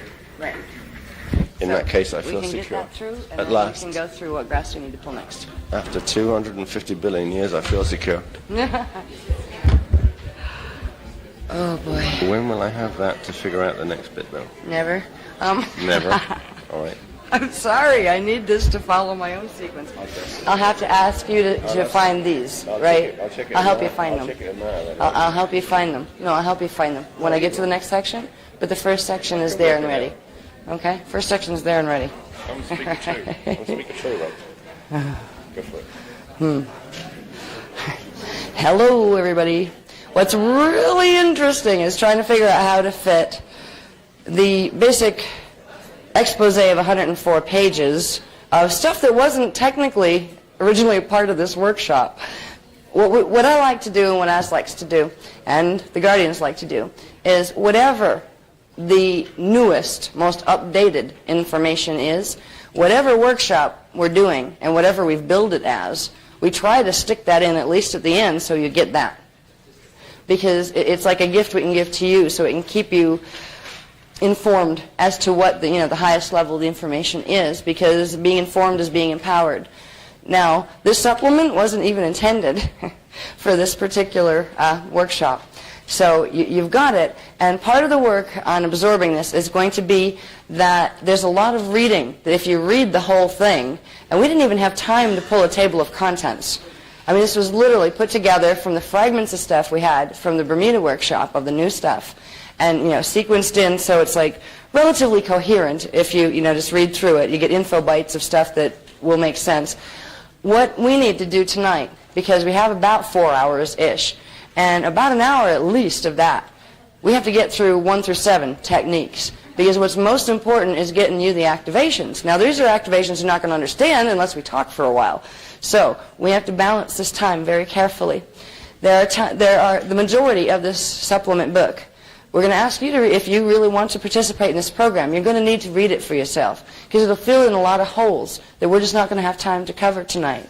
There's some of the stuff people have read before. If people have been following this work, there are excerpts taken from all sorts of places that had to do with the subject matter to make it easier for the people who aren't familiar with the work, that haven't read the other stuff. So if you've read it before, say, okay, I already know that stuff. But it's worth reading the whole book. All right, 104 pages, bedtime reading, not too bad. Now, what we're going to do, what we've done for our dinner hour, was sit down and try to sequence what was most important. So how we could, put a presentation together on this to get you through the information you need to understand the activations you're doing, to get you to the point to do the activations, and then to wrap it all up to get us to a point where we can understand, first of all, what's this beast thing we talk about? What the hell's a black hole anyway? Well, what is this stuff? Because we've dropped little info bites with you all through the workshop, but we haven't shown you any of the technicals. So we're going to get a bit on the technicals of, this is a black hole system, and I'm going to probably go fast in certain places. If I go too fast for you, that's okay, because you do have your own speed of reading, and there's enough information where you can fill in the blanks within the supplement. But we want to get you through understanding what black holes are and understanding the basic framework. You're going to see the stairway to heaven, and what's really neat is there's a graph in this section that we had for the Bermuda workshop that we hadn't had time to prepare for the Dance for Life and Love programs, that takes the echo maps of the God World gates and puts them all on one page. This has to do with a lot of going to Kinko's and reducing things to much smaller size, right? So you can see the stairway to heaven. So we have that, so you see where all that fits. And from there, we're going to be able to show you where the black hole matrix thing fits into this. We're going to be able to show you some of what the beast is about. Some of this is tiny, because these are graphs, like larger graphs, that were taken. They're 8.5 by 11 size graphs that were taken from various other publications that were given in different workshops and consolidated just to have the information there for you. So you're going to see some very tiny print on some of these, but there should be enough in here where between reading it and between what we speak about tonight, you will have an idea of what the drama is that we're in the middle of, where certain things fit, like Metatron and those kind of things. We will take at least enough time to read the one thing that explains a bit about the history of the beast and where the word Metatron fits into all of that. And the most important thing for you guys to go home with is a basic understanding of, first of all, your radial body field, which gets into your astral body as well. So you're going to learn to understand your astral body through this. Once you understand what an astral body is supposed to do, supposed to be, and supposed to look like, we can get into understanding what the mutation has done and what we're actually dealing with. Then we're going to get into the concept of the shadow body and something different than the shadow body that's called shadow dancers. The shadow body belongs to you. It's a part of you that has a reverse template that's been being used as a feeding vessel, as a wormhole, to feed energy off you so you could feed energy off the planet. So something else that doesn't belong to you, that doesn't belong to this planet or this time matrix, can feed off this system. That's what a shadow dancer is. It's something, it's a being from the Wisadek matrix that connects to your shadow, that sucks energy from you through your shadow. It is because of the structure of the technology of the mechanism. It's a machine, a crystalline technology machine called the beast, that we have these shadow bodies. They're not natural, they're not organic. The extreme polarity or duality of consciousness of humanity that is on the planet right now is not normal. It is not a normal structure. It was never meant to be here. It is caused by this technology that we speak of that was created by the black hole races. So hopefully we will be able to sequence this in a way that's functional enough where you can begin to understand where those pieces fit, and then begin to understand where that sacred Amareya flame that comes all the way down from the center of the first creation world and goes all the way down the steps, how that we are a microcosmic reflection of the macrocosm. We have the 12 root-shaped pillar points within our own body. Where you see a Kathara grid, there will be those 12 root-shaped pillar points. So they are in our bodies. They're going to be activating. We are going to work with the exercises that begin the process of activating the Amareya flame within our body and then within our biofields. That is the fastest, that is the override program, the manual override program that is only used in cases where things are very, very serious. And this is why I know something big is up here. I mean, they try not to terrify us or, get us all excited about things that might happen. They only tell us what they know is going to happen. But for them to be giving us these technologies that is the manual override system on the biofields on 4 density levels, that's telling us something right there. Those techniques are what's most important. There is a deadline to this, May 27th of 2003. Now, I don't know if there's going to be anything on the outside hologram that's going to look like anything shifted or changed. There might be. The Ruby Order, we call them, the Anunnaki people who stole the Sacred Emerald Covenant teachings and made little books of their own and teach false ascension mechanics, some of them are actually planning that Nibiru is coming in May of 2003. Now, our guy said it isn't. That it will, though, because it's part of the beast mechanism. They also have vowed to us privately that in the event that the other side attempts to bring Nibiru, which is at least twice the size of planet Earth, up into our solar system. And their idea is to bring it in, and there's a certain path it can follow that we'll see a quick graph on at the end of this, that Nibiru can literally come in. It comes up through the lock system up around Jupiter. It comes up under our galactic plane and comes up in around Jupiter. And it literally comes in and goes around the sun and then comes between Earth and the sun. You take a body twice the size of Earth, just magnetically speaking, and you do that with it, you're going to have cataclysm on this planet. This is what those Ruby Order people are trying to teach. We call them the Ruby Order. We have the Emerald Order, we have the Gold Order, and we have the Amethyst Order, which are the blue, the gold, and the violet flame people that are the real keepers of the flame, and the guardian races here. The Ruby Order is what they call them, is a mutated version of primarily violet flame people. The teachings, they have to do with the word Metatron. And you will find this word all over the place. You will find it in the Urantia books. You will find it in the teachings of Enoch. You will find it in the teachings of Thoth and all his many faces that are roaming around being channels for Thoth on the planet right now. All of these systems are teaching you to become Metatronic.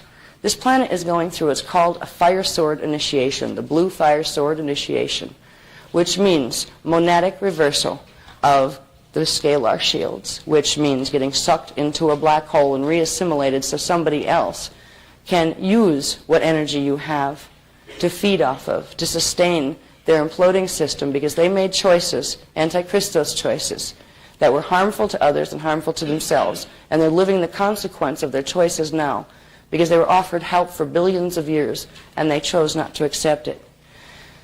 We are in serious times, and hopefully, in the little bit of time that we have left together, I can bring to you enough information, and Az can bring to you enough technology, that by May 27th, whether we see outside wacky stuff happening, or we just realize that now that frequency is unleashed, because it will unleash. The blue sword frequencies will unleash on the 27th of May of 2003. This is going to begin the process of what's called a frequency fence on this planet, a major frequency fence, because there are implants in our bodies and in the bodies of the masses that will receive that frequency and begin a progressive, systematic reversal of the DNA template in people, which will put people under mind control. You're going to watch some weird stuff happening. It's going to be interesting to watch TV. There's an experiment we can do. If we watch TV right now, and like watch the political people and all that nonsense of the propaganda, and just check them out. Watch their eyes. Watch how they move in the body. Watch their auric fields if you have the inner vision turned on. And then after the 27th of May, 2003, try it again. Because on the 27th of May, 2003, there are 2 million body snatchings that are going to go down of people who have been Metatronicked already. The people that are in the bodies now are going to, which already show traces of those other beings, are going to become those beings. And that's just the first wave. We're going to watch a science fiction movie unfold before our faces, but we're not going to know it's a science fiction movie unless we understand the technologies of energy that are taking place behind all of this. So hopefully, by the end of tonight, we can give you enough information that you get the big picture enough and you get the technologies you need, that when that fire sword frequency starts coming through the grids on May 27th, your Metatronic implants will already be, if not neutralized yet, at least harnessed where they can't pull that frequency in. Because if not, any of us on this planet, one of the dangers of coming into the service mission on this planet is that you will pick up those Metatronic implants just by coming through the planetary grids to incarnate. There's always the chance that you don't wake up fast enough to do what you need to do in your biofield to protect from them. And if they activate in your body, they will progressively block your awakening. And you will progressively not remember the things, not be drawn to the things that you were awakening to, and you will be progressively Metatronicked or monetically reversed. Now, that won't happen to the people in this room. I can feel it. You got here for some reason, and we got here for some reason, at a different time than we originally scheduled. I know you'll be all right. You'll have the technologies you need, but you're going to have to do some of the work, which means reading the books, all right? Keeping up when you can with the website. I think I've seen our website twice in its whole existence. Some beloved one of us has set it up for us. I don't need to go into naming names, but I thank them very much. This work has come so far, so fast. We hardly have time to eat and shower. Like yesterday, I did a whole workshop without having a shower for 24 hours. That really bugs me, But priorities. And the priorities are getting you what you need most so you can have the opportunity and the option of choosing freedom. And that's what these workshops are about. So we will go into, very rapidly, the supplement. Yeah, okay. The first series of them was right there, honey. Yes. Did you borrow my book, or did I lose it? You borrowed it. See, this supplement with all these little yellow tabs sticking out the top? That's our sequence for this evening. That's what we did over lunch. What? Yes, this is our dinner. All right. We're going to go through really, really quick.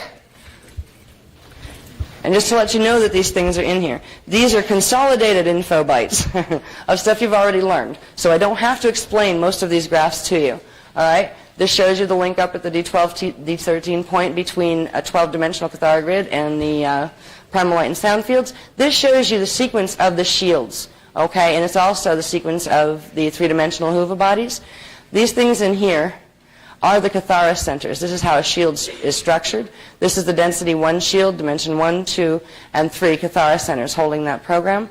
Now, one thing I hadn't talked about at all, and just so you know, these center ones are actually the control centers for the shield. What patterns are running through here will speak to, what patterns are running through these will speak to the other two that they're connected to. All right, so they're called the Gruwal points. This is where the Holy Grail came from, the Grail Quest stuff. These are the Gruwal points. Now, these are called signet shields. Each one of the Cathara centers, when you're referring to it as a stargate, is called a signet. So that's just stuff you've learned already. This information here are things you've learned already about the 15-dimensional time matrix. But there's a lot of little info bytes that are stuck in here and there that it's worth reading these again on your own because you'll pick up more data, more information than we had time to cover. All right, down in the bottom here. Bottom here. Bottom here. Thank you. is another one you've seen already. See, these are all shrunk down, right, to show the relationship between them, right, and to get you certain things across. This shows how it fits in the two Cathara grids fit in the 15-dimensional time matrix, where we'd have ours over here and the parallel would be over here. This is the listing of the stargates. All right, we're done. Can we go to the next one, please?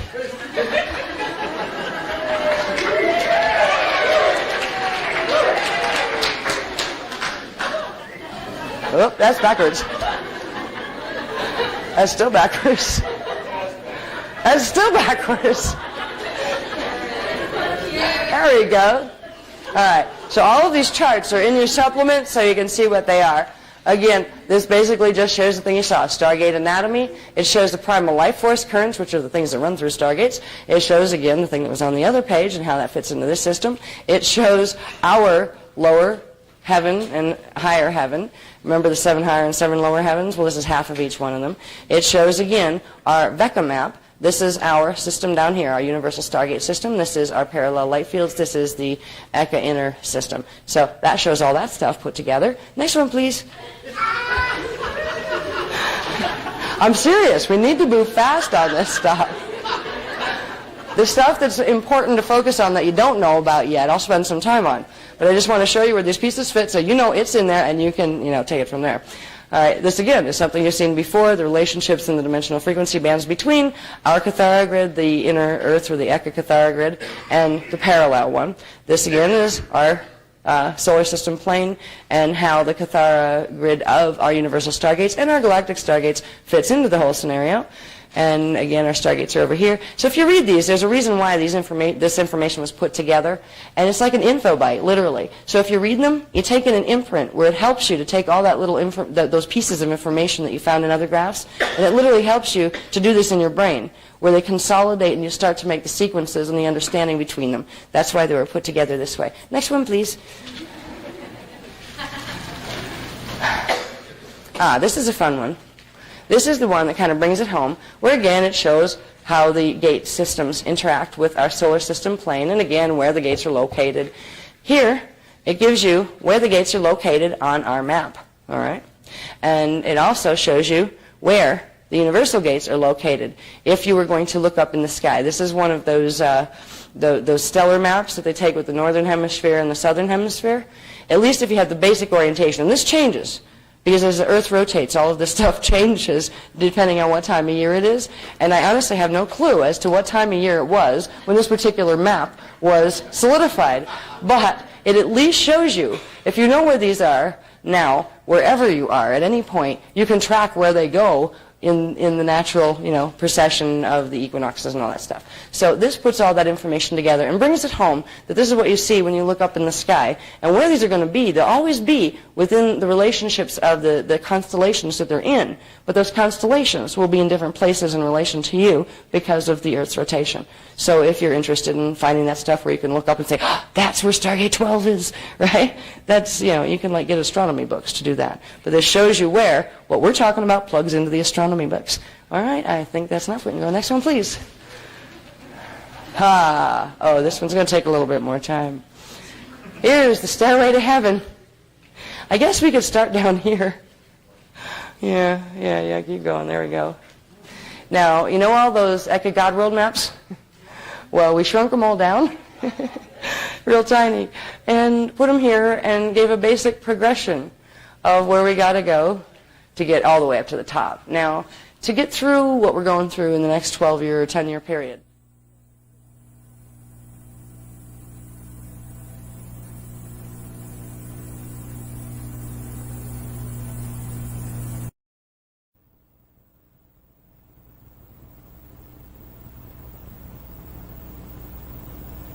you know all those Eka God World maps?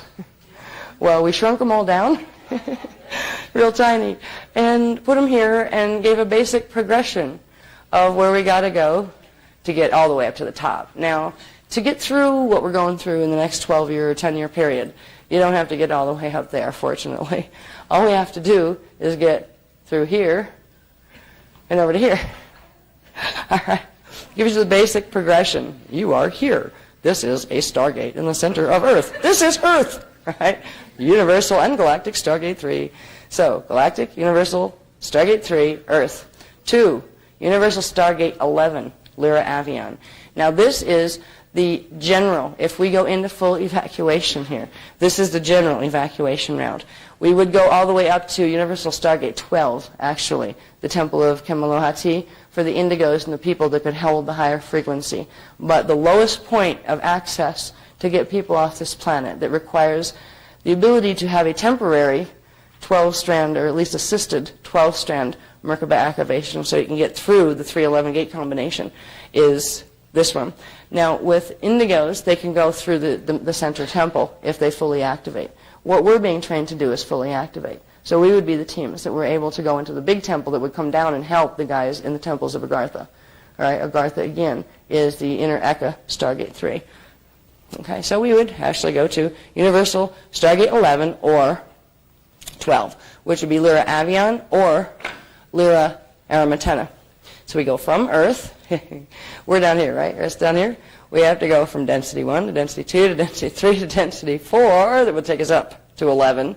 And from there, we can make the 311 connection, where we would be able to actually, you move through these really quickly, but these actually, when you're doing the DNA activations, these merge with these, so you're doing them at the same time. It's not you have to go here first and then go here. These actually come together, so you're doing this trip and that at one time. So you integrate these frequencies so you can pop up here. That 311 gate connection will be right there. The 12 center Kemelotahi gate connection will be up here. All right, that's what we need to concern ourselves with right now. After that, there's this whole sequence of things. After you're in here, then you can go from the lower God world, Universal Veka, inner Eka, which is this. This is the first lower God world, the inner Eka, the first reachable one from here. You'd go to the Akasha. So you go from here, and that would give you the ability to evolve up into this space. And then from there, thank you, we would evolve up into the Akasha. Now here, this gets interesting. Somebody asked, can you identify us in that thing when you show like from the top? Here's where we have the coordinates. They're also listed in the map somewhere else in the bigger maps. But these things here, our cosmic coordinates. We have density 1, that was where we are down here, right, in density 1, in Veka quadrant 4. That's our Veka quadrant 4. 1, 2, 3, Veka quadrant 4. Akasha corridor 4. Okay, this is the Veka system. We go up here. This is one Akasha. This is the 4 Akashas together. This one here, 1, 2, 3, 4. Veka, Akasha quadrant. Akasha corridor 4. All right. When we take that up further, the next step is what are called, we go from quadrants to corridors to spectra. So we're in Akasha A, spectra number 3. This is the Akasha A. So we would be spectra 1. These work different. The numbers are in there, but it goes 1, 2, 3. So we end up in 3. And wait a minute, where am I? We're here, and we're here. Yeah, that's 3. Yeah. So we would be in that. That ends up as 3. And when we get up to the Akasha A, spectra 3, and that puts us here, and that's within the Akasha Aya. So here's where we are, within the Akasha Aya. See how this axis goes the same? This is this place, okay? But it shows a bit more detail on it. If you trace this axis, this bar coming out is spectra 3, so we're here. And that's us down there, and that little one here, all right? Now, this gets interesting because once we can find us, we could also theoretically locate where the black hole system is. And we can, and we have a quick one on the other side to do that. So this is the consolidated stairway to heaven. This shows you the basic procedure of gate connections, which are literally evolutionary DNA template frequency accretion, or pulling into yourself to activate in your DNA template in your shields. That is our path of evolution. So once we can get through this little mess that we're in down here, there's really a lovely tour through these enchanted worlds that we long ago forgot. So there's a lot to look forward to. All right? You can go next one. What is the next one? Let's find out. Do we have that sequence yet? Yes. How many what? How many Akasha Aya? That's a good question. I know that one implies another set like that. It's like parallel. they didn't get into that yet. Somewhere there's some calculations that we have a close proximity of understanding what the whole thing is, but we don't have it put together where it's comprehensible yet. So we'll be able to answer that question. He was asking how many Akasha Aya levels are there? Is it just one? And there's not. It implies that there's another one of those, and that's connected to others. So it's kind of like we're way down here. We'll worry about that when we get a little further up. But they will give us the information once there's not other information that's more important to what we need to do. So that didn't get in the way of it. It was a good question, though. All right, now here we go. All righty. All right, here's our Vecca system, right? We know that one. But look at these X's. What might they be? These are Cathara grids. Now, all I've shown here is the central axis of those Cathara grids. We have over here the Wissadek black hole axis interface at 22.5 degrees reverse. It has a clockwise. This one spins clockwise. Now, we're supposed to be spinning counterclockwise because we're a particum-based magnetic universe. Okay? This one comes through our universal Stargate system this way. It interfaces this way. Over here, this other axis here, is the phantom black hole axis, which interfaces again at a 22.5 degree reverse spin. They're also going clockwise. It was because of the phantom axis, which was the stuff that fell originally from our template, that the Wissadeks were able to plug in to our system. And between the two of them, with their clockwise rotation, which is a reverse rotation from what they're supposed to be, they have the power to override when they use that force-generated Metatronic D13 reverse current. They have the power to use the torque of these two things and create a power field that can literally rip our connection off up here and take the whole matrix down in, and that's what they're trying to do. What this looks like, and see it goes through parallel as well. Here we have parallel phantom axis, and the phantom axis in our system is this one. We have parallel Wissadek axis going this way, and the Wissadek axis in our system goes this way. So they've got both systems nailed, basically. Now, what that looks like in terms of here, if we can push this over just a little. Layla, could you do that, please? Just over this way a little bit. Yeah, that's good. Thank you. It's hard to see, and these diagrams were tough because there's so much information that we tried to put on them that you can't see what anything is anymore. But I think it's clear enough where we see the axis of our universal system, our Stargate system, our Cathara grid running here. That's our galactic one. There's our universal one. And we have this one, the Wissadek one that's coming up at this angle, and then we have the phantom one that's coming up at this angle. What's interesting up here in this mess of gates connecting with each other in artificial ways, there is a 666 gate connection. The sign of the beast. It is the gate 6 from the Wissadek matrix, gate 6 from the phantom matrix, and our gate 6. They cross over there. And that is the point where the flaming blue sword of Archangel Michael comes into our galaxy and our universal Vecca system. And it creates a horizontal frequency coming through, and we'll see a graph later about this. Creates a horizontal frequency of the D13 reverse that runs on a horizontal through the 666 connection as the center point, and then it shoots one up and one down. And that is what's known as the flaming blue sword of Archangel Michael. So those teachings that are teaching you to work with this energy, there are healers that are very proud of themselves out there that are walking around saying, oh, I run the flaming blue sword current. God bless you. Somebody better. But what they're doing to the people they're healing is they're activating the Metatronic implants, and they don't know it. They're being used, and after May 27th, they may not even be in their bodies anymore. So it's a big problem we've got here. This is how this mess interfaces with our system. When we come down here, there was another workshop we gave. Can we shift it this way, please? This is the divine demonic plan, the Wissadek black hole matrix. They are literally, by ripping pieces of the template out of the natural matrix and artificially bonding those pieces of the scalar shields from natural matrices, they are creating an artificial Cathara grid. They are trying to recreate the original creation. But it is a creation that is based upon, this Cathara grid needs to suck energy from something that's alive, because it's not alive. It's dead. It's electrostatic. which means it cannot self-sustain. Ascension is not a reality there. It's a closed system, and it will implode in on itself if it doesn't feed. It is a vampire system. Now, there will be time at some point to explain more fully what all this is, but here you have the basic dimensional scale in our system. Here's our universal Cathara grid. Here's where the Wisadek and the phantom axis interface. Here's our 666 mesh connection over here.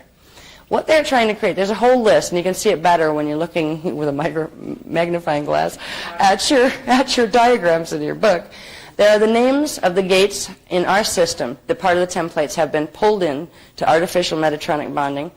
And there are the names of the planets in their system that they are bonding them to. And what's really wild is some of them are like, one's called Apollyon, all that stuff, Apollo, the Greek legends, all that kind of stuff. This is all connected with these guys. Some of them are like Nibanti, which is a name you will find if you read the Urantia book. All right, these are those guys. They're writing books here. They're channeling through people here because they're going in for the final kill. The final kill has been a long-awaited thing for them. That's why they're not going to give up. They're not going to change their mind. This mess began 250 billion years ago, and they began a process when the original fall of Phantom Matrix took place. These other guys, there's a history, a little brief history I will read to you that explains how the Wisadeks got involved in this mess and how the word Metatron got involved with this mess. But what they've created progressively, and I think on this chart, well maybe not, I think they got cut off.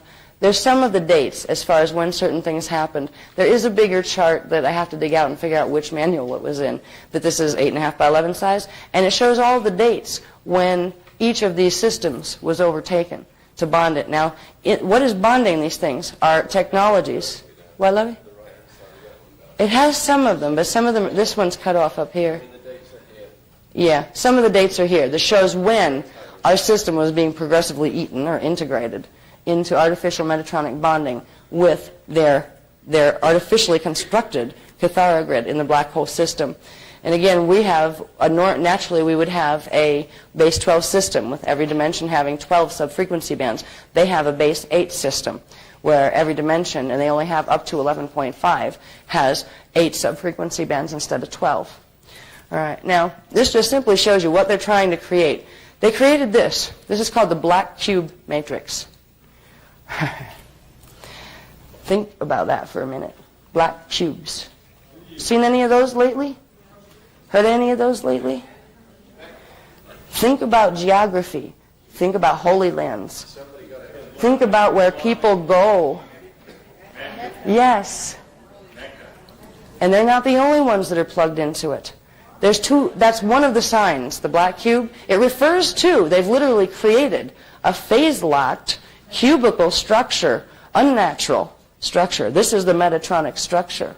This is what you get when you get your fire sword initiation. Your body starts to have this problem where you're phase-locked into a shadow dancer that has nothing to do with you, that isn't you, that somebody else that just hijacked you. This is happening on a universal level. They've taken progressively, since this mess began when the Phantom Matrix fell here, they've progressively implanted part of their grids into ours. And what they're ultimately trying to create is the final solidification. And the beast has more pieces to it. All right. Now, what they're trying to do is take this mess and create a primary Cathara grid of their own, except it doesn't have the ability to ascend. They are electrostatic fields. Imagine getting sucked into a computer, as if your consciousness in your body literally got sucked into a computer, turned into digital form, and you were stuck in the reality field, the electromagnetic reality field of that electromagnetic domain, and you could not get out. And eventually that domain would burn out, and with it, so would you. That is what they have created for themselves. And that's why they continually try to feed off other things so their computer doesn't crash. Because literally what they're living over there is death. They are the living dead. Because in terms of life, being able to run the primal life force currents that keep eternal life in motion, the perpetual motion universe in motions, they can't interface with those currents directly. They have to slowly infiltrate living systems and create wormhole matrices to suck energy off, and they have to reverse it in the process. That's what those black heart implants do. They are the systems that will reverse natural current and blend it with their already reversed current. It is a mess. The beast is like the most diabolical thing that I think this... I really wonder, when you get all the way up there to God's source, do we get the prize for how out of whack it can get? Or was there ones that actually got even worse than this? Scary thought. But it is diabolical.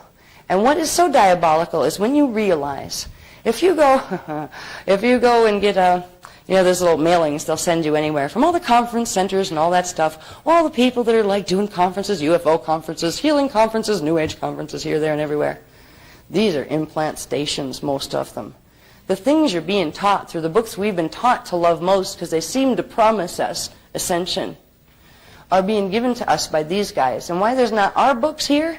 Because since 25,500 BC, they've controlled most of the grids, which means they've controlled most of the communication lines. So we were not able, and whenever we did get a translation of the truth through, they would do things like, nail you to crosses, cut your head off, destroy your books, take half of your books, and make stories about them to feed their own agenda. So there's been a mess. They're in the texts that are here, and I won't have time to even touch it tonight. There are the two synopsis sheets of what's called the Progression of the Atlantean Conspiracy, which shows you the history of invasion since Atlantis. And it shows you something before that. There's a sheet before that that shows you the creation of the Leviathan force, the races of the tribes of Levi. The tribes of Levi were the races that came out of the locust Neanderthal, which were the animal creations that were made by the Anunnaki to harvest gold out of the mines in Africa when they were invading here. They were the ones used for the attempted bioregenesis experiment, where they progressively were given human DNA to upgrade them. So it shows you the creation and the time frames when they were created. This is where the problem really started to solidify here. So we have the history. The history is more filled out in the Voyager's books, if you're interested in seeing that progression. But for now, the history, you don't need that part tonight. What you need is, what is it that we're dealing with, and what do we do about it? So I'm going to keep going at a quick speed. Now, over here, could we shift it over here, honey? Please. All right. Here's our cosmic Akasha Aya map, right? All right, this is the top world, right? This is where we are down here, right? This little guy down here, that's us. Here we would have the Akasha Aya, the Akasha A, the Akasha, and the Veka. So we're this little guy down here. That's our galactic, our universal or cosmic coordinates. This is the coordinates from which the original black hole Weesadek matrix fell. So they're not even a part of our, of our corridor or anything. They're from out there somewhere. They're from over here. If let's see, what number are we? I don't have the numbers on here. Our position, spectra 3, corridor 4. All right, this is spectra 3. Yeah, I'm trying to see where. I don't have the numbers on it, but I think. Wait, can we move that over a little bit more? I think I might have it there. The words there. Can you shift it, please? Can you shift it over, honey, please? That's it. It doesn't go any further. They cut it off. Shoot, they cut off half of my diagram. All right, that's all right. You've got it? That's good. Yeah, I bet if you take that end off, it will have it. Yeah, take the white thing off. It's on there. If it's on their paper, it would be on there. Yeah. Thank you. There we go. That's better. Okay, the Weesadeks are from spectra 2, corridor 3, quadrant 4. So they're from way over here. And they're interfacing with our system way over here. This is what, if you looked at the cosmic bubbles or the eggs, the radio bodies, that's them over here. And what they're doing is interfacing with us over here through a wormhole system. They're connecting their fallen space through a wormhole system. That wormhole is called the Arimathea wormhole, the path of Arimathea. Now, Arimathea, if you get into some of the supposedly secret Templar teachings, they teach you all about the path of Arimathea and the wonderful temples that are on this planet to get you there. They don't tell you what it is. They don't tell you it's a wormhole that leads over to their black hole system. That is another Tothian technology. All right. Toth just pops up everywhere here. He's almost as popular as Enoch. Actually, he's more popular than Enoch. At least Enoch had a heart. He made stupid decisions once upon a time because he had love for his people. And the Tothian races were absolutely wiping his people out. So he joined things because he didn't think the good guys were going to win. And he got himself and his peoples sucked into a situation that he will be paying for a long, long time. Because they are in the Wisadek system at this point, and they can't pull themselves out of it. The Toth people, you look at the channels here. If you look at, go get a book on, like a book that lists all the books on channeling, 99% of them are coming out of that space. It's terrifying. Oh my God. But I like a little piece of this. They have some wonderful things to say. They can make beautiful music. They can do really pretty art. They dress really cool when they come out and say, hi, I'm a human, but I'm from this place. Doesn't change the fact that they are living a hologram that has a very finite lifespan. It's like its shelf life. Shelf life is like a gallon of milk. You're not going to have it there 6 years from now because it's going to sour and turn bad, and you're not going to be able to use it anymore. They created this reality for themselves, and they're trying to inflict it on this time matrix. Now, what this looks like, this graph here, begins the process of our understanding shadow body. First, we're going to understand what this mess looks like when you bring it closer to home. Okay? Here we have our density 1, dimensions 1, 2, 3, our density 1 void. This is called the 0 point void. You have our density 2, dimensions 4, 5, and 6. So let's say this is Earth and this is Tara. There is a natural structure to a radial body. Remember, we're supposed to have a meage field, and then outside of that there's a trion field. Meage field is a sound field, right? Meon units, mejon units.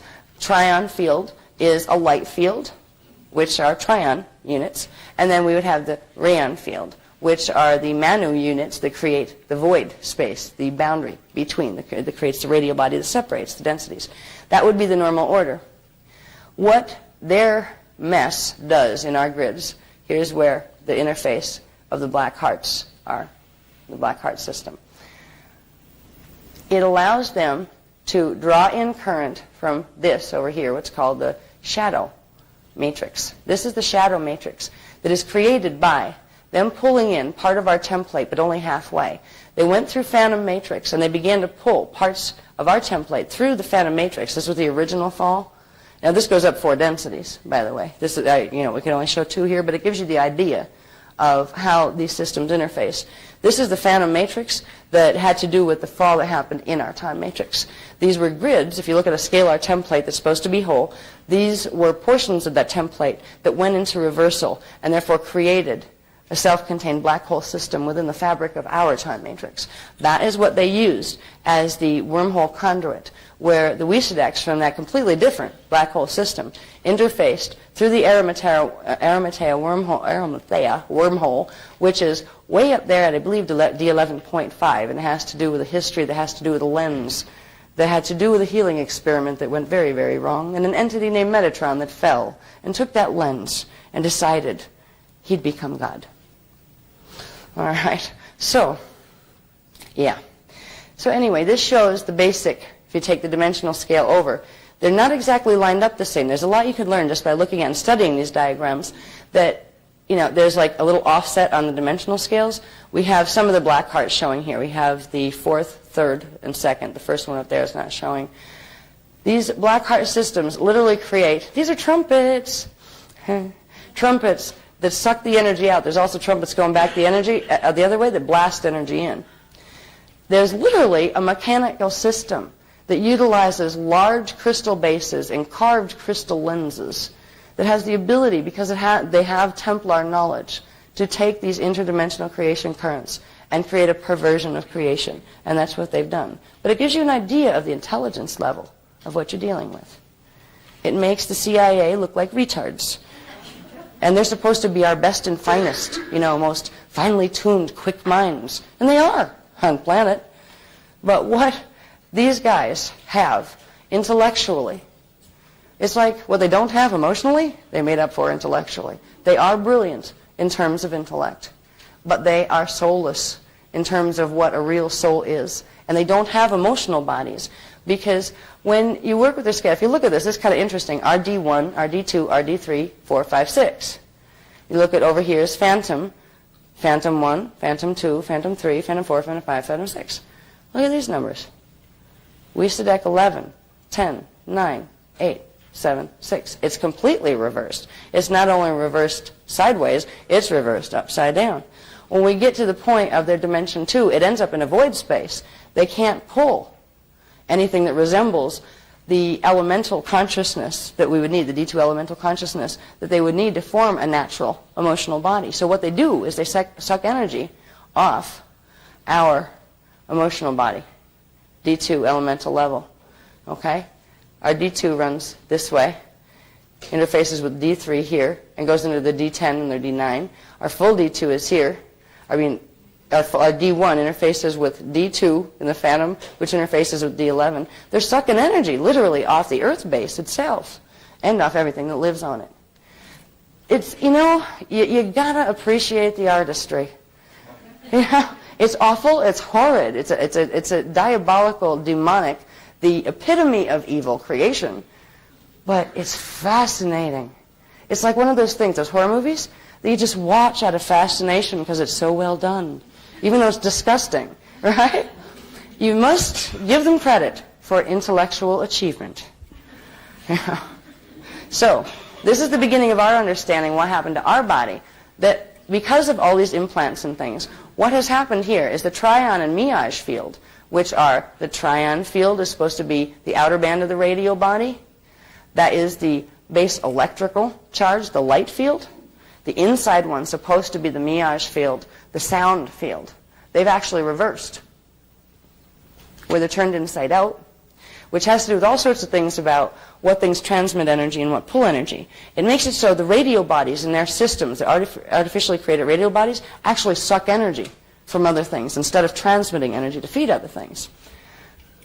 This mess that has to do with, we'll see it bigger in a little while, that has to do with distortion in the radial body. And every one of these planetary systems or star systems through our universal stargates that has been pulled partially in to the phantom matrix to metatronically bond with part of the Wisdite matrix has this distortion in the radial body structure. And everything that lives on those planets carries that distortion within their radial body structure too. What that does is make it absolutely impossible to achieve natural ascension until that's cleared. Now, we'll see this bigger in a minute on a personal level, where we begin to see where is that shadow of ours and what the heck's it do? All right? So I just wanted you to see the interface. That's the black hole thing. This is like, in a nutshell, what is this black hole system? This is it. This is the beast mechanism. Now, what they're trying to do is take these two axes and literally spin them to spin this enough to pull the whole matrix and literally make it flip upside down and flip into their black hole system. And the thing is, it would work. It actually could work. They've done it with other planets quite easily, other stars. So this is the big one, because they've got a bunch of pieces up here already. The last black heart of Metatron, which is the fourth black heart. It's called the heart of Anubis. All right. We had the heart of Anubis, the heart of Delphi, the heart of, I forget what the other ones are. I think that's the heart of the dragon, and the heart of Merlin. This is where the deception's going down. You know how we've been seduced into the Camelot legend and the wonderful wizard of Merlin, where he's like the next best thing to Oz, where, I know, we've met people that are dealing with the Merlin energies and they've been lifted off their feet and levitated. Good luck, because they're going to be levitated right down a black hole and you might as well be flushed down a toilet. There's a deception that's been going on here that is absolutely despicable. And, at first I felt really bad having to challenge other people's ideas.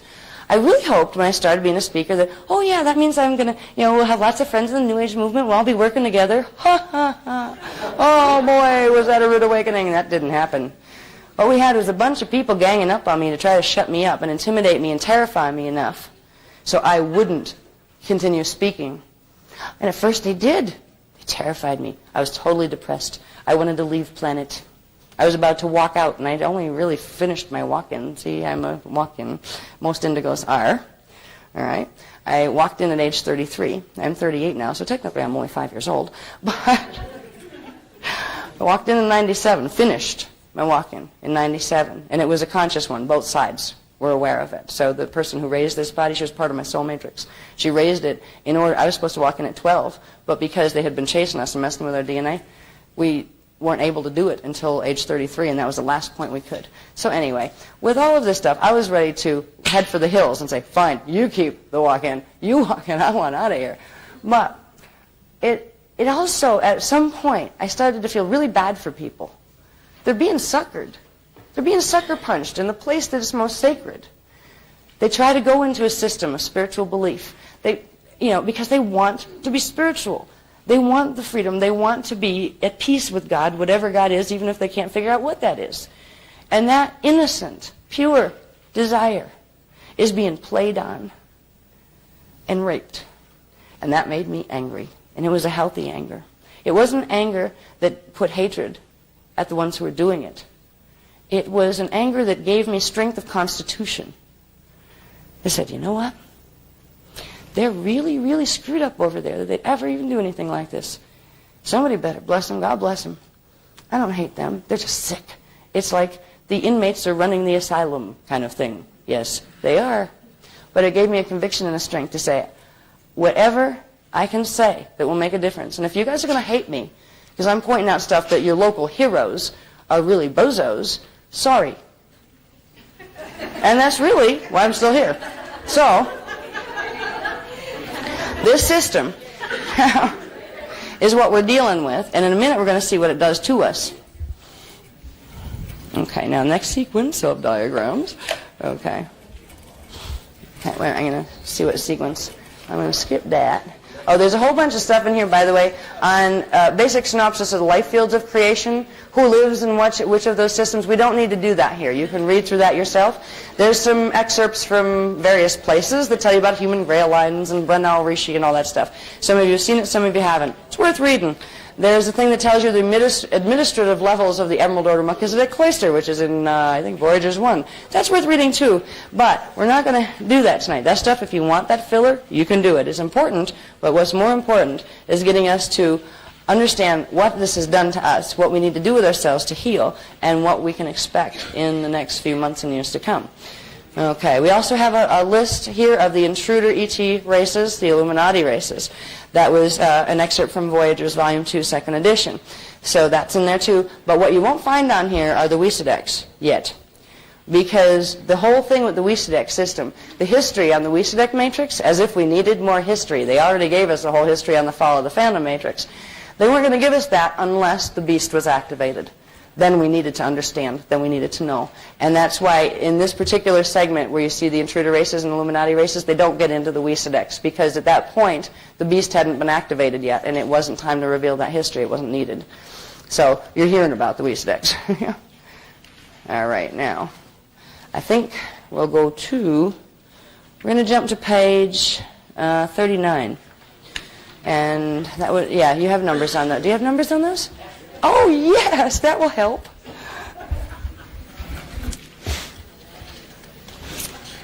I'm going to read the top section of this quickly while we put the graph on page 42 up.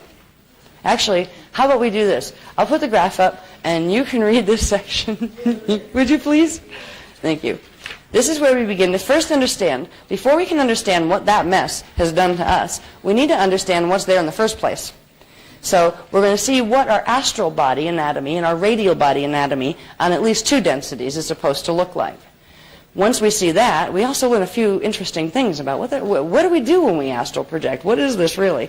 This will give us an understanding of that. And then we'll be able to take that into finding out what's actually happening when we astral project right now. What's happening when we go to sleep? What's happening when we dream? Because our dreams are all messed up. What we call our dream life, that's our hijack time. So there's a lot of information we won't have time again to cover on this, that you can read the detail of that mess. But we're going to explain the most important things. Because the most important thing we need to get you to, if nothing else, is understanding what the fire sword initiation is that's coming to this planet, understanding what your shadow body is doing that's going to make you fall right into that mess, and what you can do with the Amaray flame activations to stop that problem. Okay. You can use your pointer. Yes.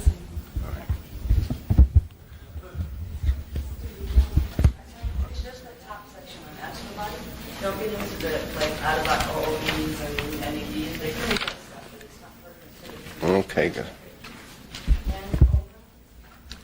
After you go from that front, that one page, then go right to page 42, and you read the top section. So I think it's too funny for you to read. Okay. That would help tremendously. And by that time, you'll know what you're doing.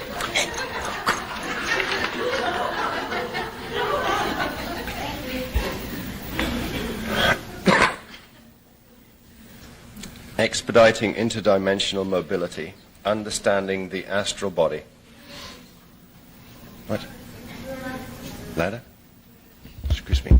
I'll adjust my friend. Astral body, astral projection.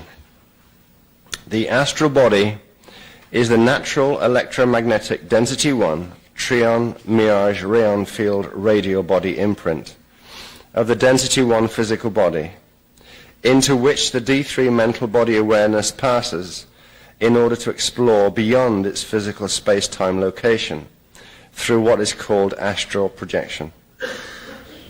The astral body becomes functional for interdimensional travel through activation of the 4th and 5th DNA strand templates.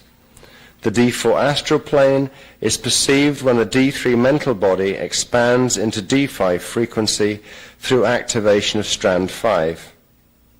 Strand 4 activation allows perception of the D3 mental body plane as the mental body expands to the D4 station of consciousness. See the eyes over your eyes. To show you what you can see. If you're up here, you can see down here.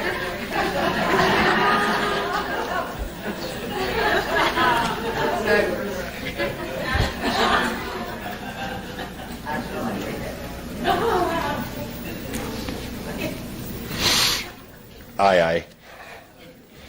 The term astral body is also sometimes used more loosely to refer to the D4 energy body egg capsule of the auric field in which the D4 station of consciousness resides. The full astral body vehicle can walk physically in the D4 astral plane, the density 2 atomic plane, from the D5 station of consciousness following activation of DNA template strand 5. The astral body electromagnetic replica imprint of the three-dimensional density 1 body forms from the primal life force currents of the eros, that's the D7 to 8 eron electron rayon field, the E-ray D10 mirage field, the Mane D11 trion field, and the Manu D12 rayon field of the combined density 1 and density 2 radio bodies, when the density lock seals between the density 1 D3 mental body open to the density 1 radio body and the density 2 density lock seal between the D4 astral body and the density 2 radio body open to each other, allowing the density 1 D3 lock seals. The D4 astral plane or density 2 atomic plane is perceived as solid. The ability to astral project develops with progressive activation of DNA strand template 4 and 5, through which the density lock seals that keep the D3 mental body consciousness confined to one density and space-time vector release, allowing the mental body ego awareness to traverse other regions of space-time and density. Astral projection, also referred to as OOB or out-of-body experience, is the first step in the development of physical body transmigration abilities, such as physical bilocation and Stargate passage ascension, both of which require full release of all density 1 density lock seals. Presently, and since 25500 BC, an artificially generated Shields template distortion called the NET, the Nibiruian electrostatic transduction field, causes the human D3 mental body ego great difficulties in natural formation and usage of the organic astral body vehicle. The net distortion manifests within the galactic shield of our solar system through distortion of the solar shield and within the planetary shield and magnetic fields of Earth. subsequently causing reciprocal mutation and malfunction within the DNA template and chemical DNA of all Earth species. The net is directly responsible for creating the unnaturally exaggerated duality and polarity of consciousness known as the violence mutation within Earth, human, and animal species, and for manifestation of the unnatural structures of the shadow body, elemental and figment attachments, all of which inhibit the organic function of the astral body vehicle. Amareya flame shadow healing technologies are required to safely expedite restoration of the natural human astral body vehicle, DNA template, and Merkaba field function, and to reinstate the natural integrity and integration of genuine D12 and above Christos spiritual consciousness. Now on the graph,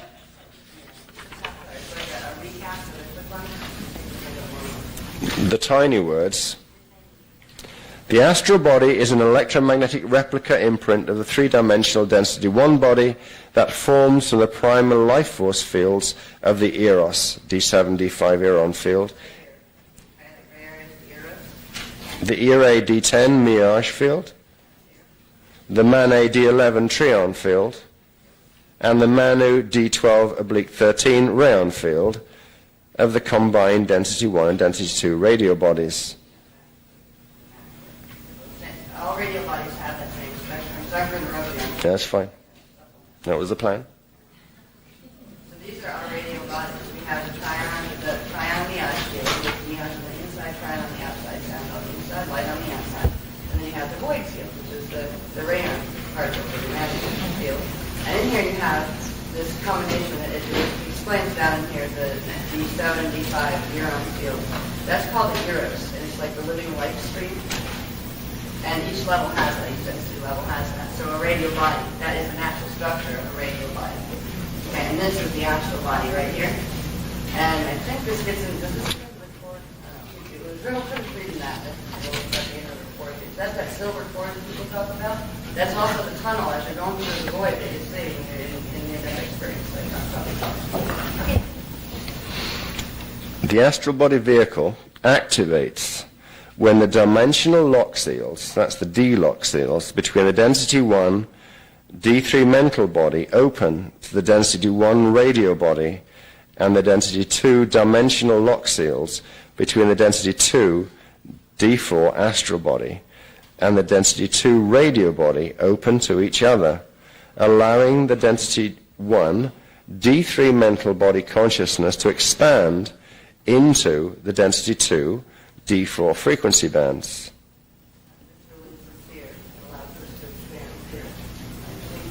You knew that was so fast, I got lost up.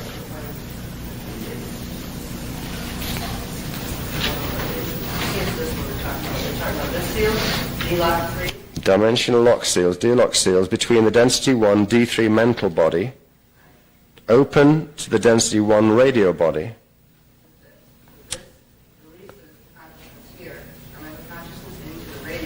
and the density 2 dimensional lock seals between the density 2 D4 astral body and the density 2 radio body open to each other, allowing the density 1 D3 mental body consciousness to expand into the density 2 D4 frequency bands. So we're talking about these two-dimensional lock seals.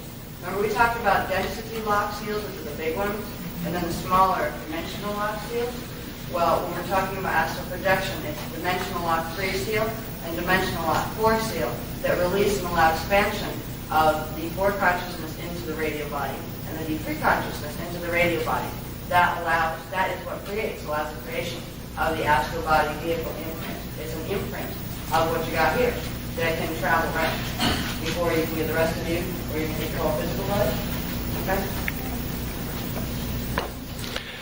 The density 1 D3 consciousness expands to density 2 D4 through release of the dimensional lock 3 seal. From the D4 focus of consciousness, the density 1 D3 mental atmospheric plane on one full dimension below the station of consciousness is perceived as a solid holographic field. Release that, expand into here. You see this is solid. Because right now you're focused here. Your mental body's here. You're seeing this is solid. Density 2, the elemental plane. So when this seal releases, you expand out here, and your consciousness moves into D4, so you see D3 is solid. The mental plane is solid. You do full astral projection, when you see the astral plane is solid, it requires the release of the next seal up, where your consciousness is at D5. That's fifth strand activation, so you see the full astral plane is solid. That's how that works. Can you slide the diagram up a bit?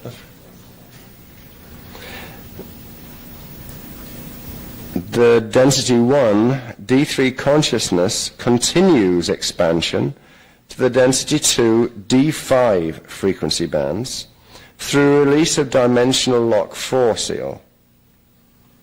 From the D5 focus of consciousness, the D4 astral plane, or the density 2 atomic plane as it's otherwise known, is perceived as a solid holographic field. The ability to astral project develops with progressive activation of strands 4 and 5 of the DNA template, through which the dimensional lock seals that keep the D3 mental body consciousness confined to one density and space-time vector release, thus allowing the density 1 D3 mental body ego awareness to traverse other regions of space-time and density.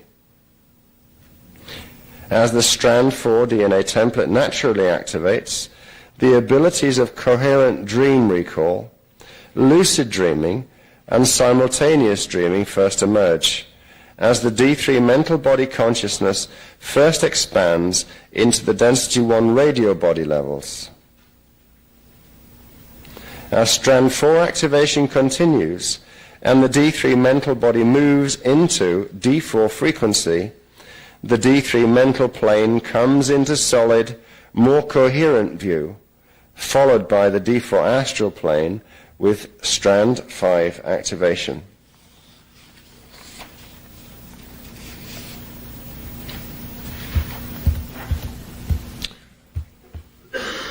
Shall we go straight to technique 2?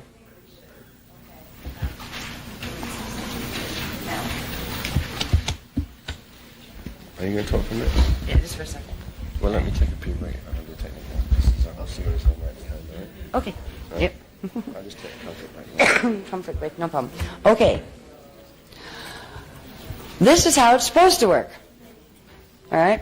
Now, that cord thing you see running up. Remember we mentioned funny little points called the Iyumbi point and the Azure point? Well, here you see the Iyumbi point just below the navel. It's actually the point where a cord of frequency comes out that allows that imprint. It's like an electromagnetic imprint that's made of the trion Miash field energy of what you've got in density 1 that becomes the traveling vehicle. It's connected to the body through that cord. And in fact, that is the cord, and you have several cords that connect you in. They're the cords that at fetal integration allow you to come fully into the baby body, where you can integrate into the new form. So we have the silver cord, and then we have another gold one that we'll see a little later. But if we understand the basic structure of the astral body field and its relationship to the radial body, the radial body becomes very important in understanding the shadow, because it's radial body distortion that creates the shadow. So before we learn shadow and before we go into shadow healing techniques, one of the first techniques that is part of shadow healing, but it's not labeled as that, it's called astral awake, aware, and able. It's the beginning process of releasing the, where I put my thing, it's over there, the D-Lock 3 seal. That begins the process of allowing the D3 mental body to expand into the density 1 Eros field, and first it'll go into the Eros field, then the trion Miash field of the radial body. So it's actually considered, even though it's called astral awake, aware, and able, it is considered the level 1 activation of what's called the Eros flame. We'll talk about the flames in a little bit as we progress. I think after we do this technique, instead of just trying to, you'll probably be all asleep if we take technique 1 through 7 and run you through all of those back to back. You'll just be asleep, probably by about 5. All right? So we'll break up the talk with the techniques that correspond to what we just talked about, which tends to work better. So when Az gets back, he's going to run techniques 1 and 2. And somewhere during the time when Az is running techniques, I need to go talk to Ma'a, because he's going to give us a specialized sequence of how to balance the Veka, like when to do what, right? We've got all this stuff to do. When do we do what, right? He's going to give me a specialized sequence now that these two things are being integrated. So I don't even have that yet. But he said, like Az will run the techniques, and I will go and get the rest of the information to tell you what you do when you get home as far as what the sequence is, so you know. And then, of course, we'll post it on the net when we know what it is. Okay, he's going to be back in a minute. Let's see. I could read this here. All right. You know what? I'm going to read this while he's gone. This is something that fits in with two parts of this. In fact, I just realized that page 41 is repeated, but it doesn't have the same heading on it. Back a little bit further. It says the same information. That was before they let us know that these other things that seem to not be flame activations, that they're actually first parts of the levels of the flame activations. So that wasn't like in Bermuda, we didn't know that yet. So anyway, I'll read this to you, and it pertains to a couple of the exercises. The first one being the astral, awake, aware, and able, where you're beginning to release the seals, the dimensional lock seals. It also pertains to the next series that we'll cover that has to do with the flame bodies, the first of which is the silver sanctum, or the Eros flame. Now, the Eros level of the radio body is this level of polarized D5, D7 frequency. When this stuff unpolarizes, 5, 7, 8, 9, 10, 11, 12, it becomes pale silver liquid light.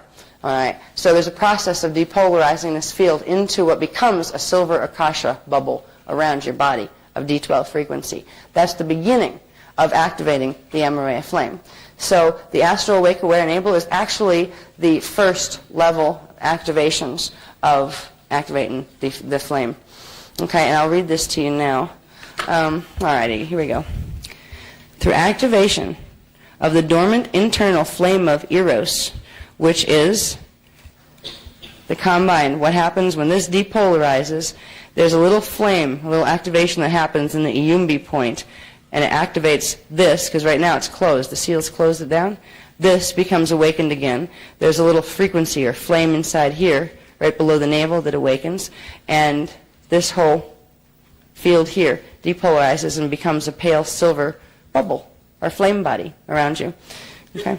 Yeah. All right. When through activation of the dormant internal flame of Eros within the density 1 physical body Templar, dimensional lock seal 3 releases. That's that one. Allowing the D3 mental body to expand into the density 1 radial body, causing the natural pale silver blue Eros celestite crystal to activate within the pale silver blue cord below the navel. Aha, new part of our anatomy. There is what's called an Eros crystal or a celestite crystal. And they call it celestite because it's actually keyed to the element we call celestite. And if anybody doesn't know what that looks like, we brought pieces. We can pass them around, but it's going to take a while. So there is a crystal seal that corresponds to the dimensional locks that's here, and it's actually the seal that opens and closes this and this. So when this Eros flame activates within the celestite crystal, this begins a process of opening the silver cord back up and releasing this seal. So this field here can depolarize to become the pale silver sanctum, which is the Eros flame, and that progressively begins the activation of opening the astral body. So there is a process to astral projection. It's not just wishful thinking. Okay. Now, you know what? I'll start doing this too. I probably should start passing the crystals around. I have 2. During these exercises, we're going to be using, you don't have to use them, but you can if you want to. I just wanted people to be able to see what this stuff looks like in case you don't know what it looks like. So I'm going to pass them around. I'll start them over here, and it's going to take a while for them to get around. But one is celestite, which is this one. Okay? And then this is the nicest piece of what's called azurite that I could find, because the next level of activation has to do with an azurite crystal that's in the azure point that opens up another set of chords that brings more of the expansion. So I'm just going to pass these around. If you can keep them together, like, just pass them together as a two, so we can pick them up at the end. This one was a gift, so I'd really appreciate it if they didn't get lost. All right? Okay? And that gift was wonderful. It was the nicest piece of azurite I've ever seen. All right, could you give them to those guys, and I'll give you this one? Yeah, thank you. Just start it over here and let them just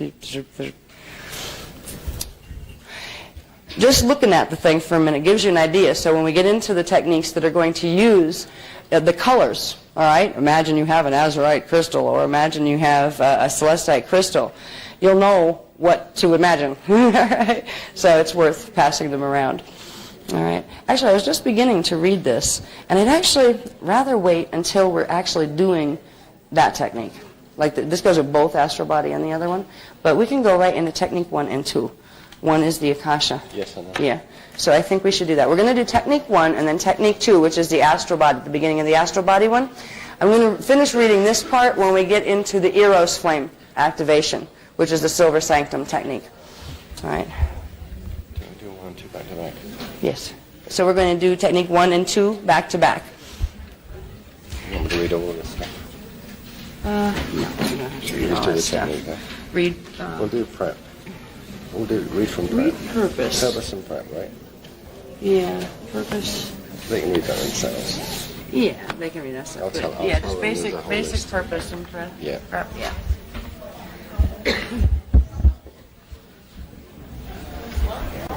Okay. It might help if whoever's doing lights, we could turn the lights down a little for the... Yes. Does anyone know how to drop the lighting in here? Yeah, like these guys, are they part of the camera setup, or? Oh, Danny's busy.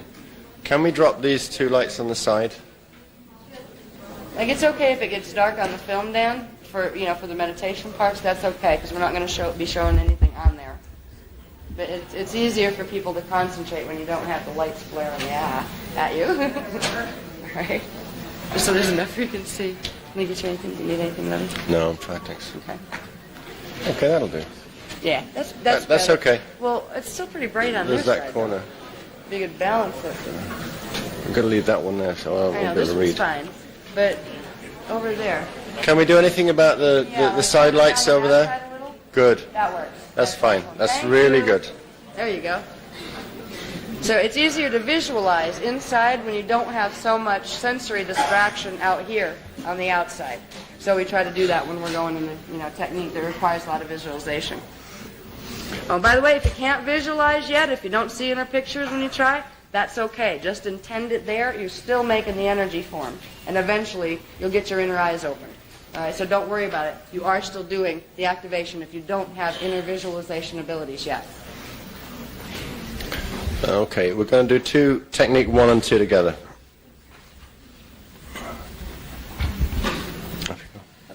Yep. The purpose of the Akasha Quick Seal activation,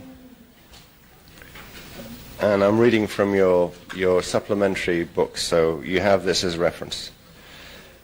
The Akasha Quick Seal activation is a progression from Maharic Seal techniques, through which the accumulating benefits and properties of working with the Maharic Seal are strengthened, amplified, and developed further. Regular use of general Maharic Seal techniques fulfills the following aspects of bio-spiritual development. And the following list I won't read to you, but they're in your book. Consistent use of the Akasha Quick Seal technique strengthens, amplifies, expedites, and reinforces all of these Maharic Seal aspects, as it generates access to frequencies of the Kirashe, primal light and sound field currents of dimensions 13, 14, and 15, through activation of the Akasha Eka Code mathematical program. The Akasha Quick Seal technique is also used to create and strengthen a dedicated line of frequency for development of clear communication between the D12 personal divine blueprint Christos avatar identity, the density 5, personal Rishi identity, and the 3D self. The Akasha sealed dedicated line provides intensified protection and amplified bioenergetic field strength in terms of multidimensional contact, shadow healing, and Akasha Merkaba activation technologies. The Akasha Quick Seal activation technique is also used as a preliminary technique run prior to more advanced technologies of shadow healing, Amareya flame activation, and for contact. You may use Technique 1, the Akasha Quick Seal activation, to begin using the shadow healing, Amareya flame, and contact techniques contained in this Dance for Love supplement. However, if you have not yet worked with the Maharic Seal and Vecca Code induction technologies of the Dance for Life program, preliminary use of the following 3 preparatory steps is a strongly recommended before initiating use of Akasha Quick Seal activation technique. Use of the Akasha Quick Seal activation preparatory steps will facilitate building of sufficient critical mass frequency during use of the Akasha Quick Seal technique. Those who have worked with the Maharic Seal and Vecca Code induction techniques need only to follow preparatory step 3. The temporary Maharic Seal technique, Emerald and Amethyst Awakening, and the Vecca Code induction techniques are all provided within this booklet. Now, because of the effects of the group frequency, we don't have to concern ourselves in the same way with the individual issues. Outside of this group situation, the directions regarding approach to using the Akasha Shield activation apply to all who have not used the Maharic Seal technique for the requisite period of time.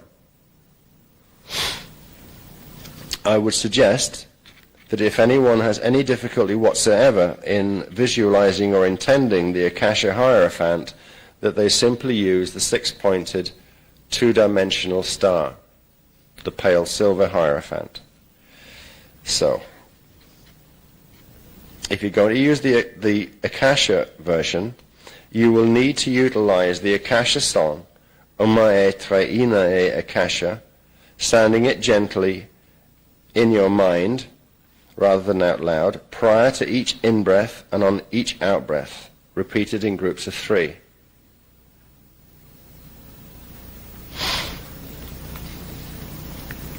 So begin by slowing your breathing rhythm as you imagine or visualize either a 6-dimensional 2-pointed pale silver star or the Akasha Hierophant, and I'll refer in future only to the Akasha Hierophant, but use the 6-pointed star if you're most comfortable with that.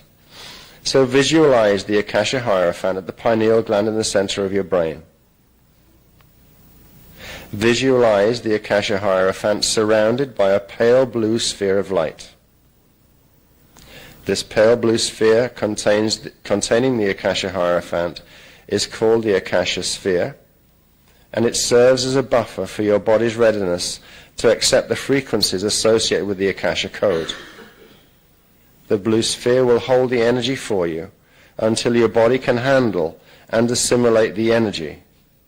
Your body, DNA template and shields will automatically draw the appropriate amount of Akasha Code frequency from the blue sphere as needed.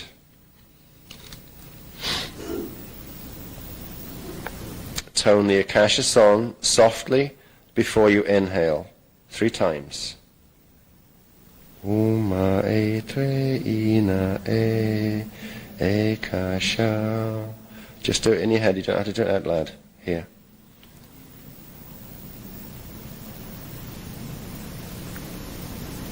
Inhale, using the inhale breath to energetically grab the pale blue Akasha sphere located at the pineal, and on the exhale, use the breath to push the Akasha sphere all the way down to Chakra 13 at Earth's core, as you again tone the Akasha song 3 times.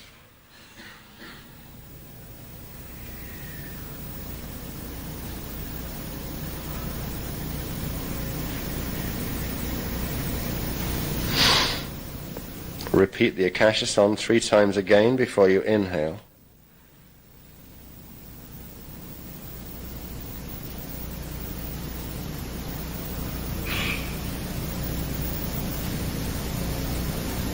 Inhale, using the inhale breath to draw the Akasha sphere up to your personal Maharic shield, 12 inches below your feet. And simply exhale while watching the Akasha sphere become a pale silver blue sphere that expands outward to form a large sphere. Tone the Akasha song 3 times and imagine that your Maharic shield pops out as a pale silver disc about 4 feet in diameter, surrounded by a coating or aura of pale blue light with the Akasha Hierophant symbol at its center.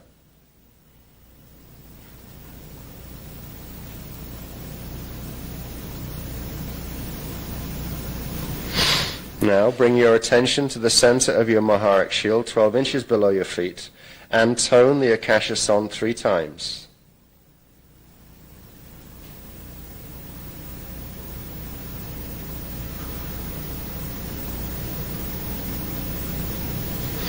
Inhale, using the breath to draw the Akasha Hierophant symbol without the pale blue sphere from the Maharic shield center up into the heart chakra. Exhale, using the breath to expand the frequencies of the Akasha code from the Akasha Hierophant into the heart chakra as you softly tone the Akasha song 3 times.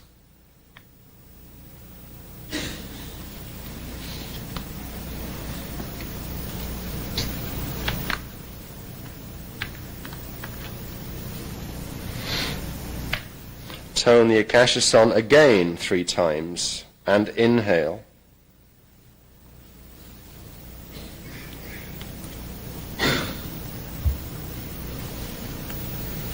Use the inhale breath to grab the Akasha Hierophant symbol at the 4th heart chakra, and exhale, using the breath to push the Akasha Hierophant up into the 14th chakra, 36 inches above the head. Tone the Akasha song again 3 times. And imagine that the Akasha Hierophant is spinning in a clockwise direction in the 14th chakra. In other words, if you're looking up at the 14th chakra, as you must, it's spinning from left to right.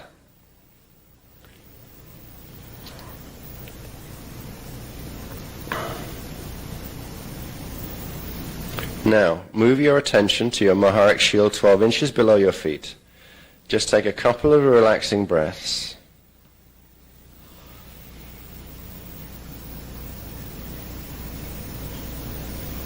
And then inhale deeply, using the breath to pull pale silver and blue energy upward from your Maharic shield all the way to chakra 14, 36 inches above your head.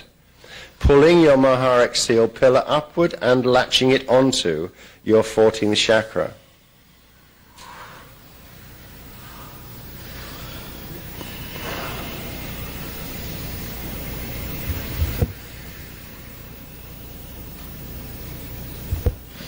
Now envision the 4-inch diameter pale silver cord of Maharic light that would normally come up with the activation of your Maharic shield pillar.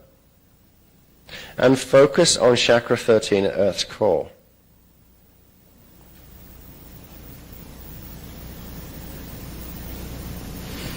Simply inhale now, using the breath to draw the Maharic cord of pale silver energy up into the body, all the way up to the 4th heart chakra, expanding the pale silver energy to form a pale silver Maharic sphere of D12 frequency within the heart chakra. Simply exhale, using the out-breath to send your attention downward to the Earth's core.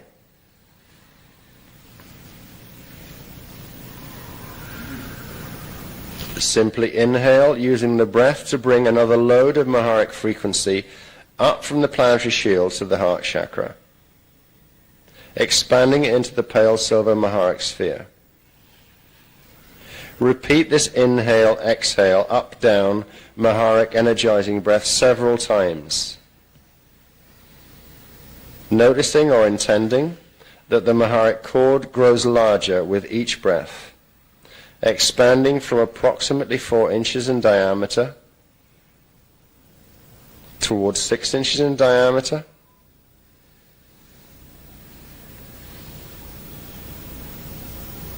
to 7, to 8 inches diameter,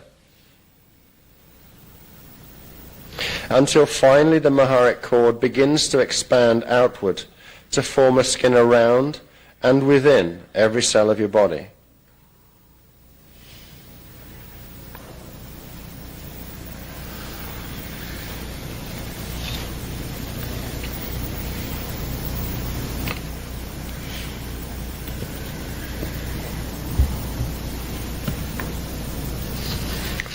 Now move your attention to the heart chakra, in which you have created the pale silver Maharic sphere. Inhale, using the breath to move the Maharic sphere up to meet the Akasha Hierophant at the 14th chakra, 36 inches above your head. As you do that, sense a sheath of Akasha code, charged pale silver Maharic frequency, encasing your D1 etheric body, radiating from within the body to about 1 inch above the skin. If you like, draw the breath once more. Move the sphere up to the Akasha Hierophant at the 14th chakra, 36 inches above your head, and sense the sheath expanding out to about 1 inch above the skin.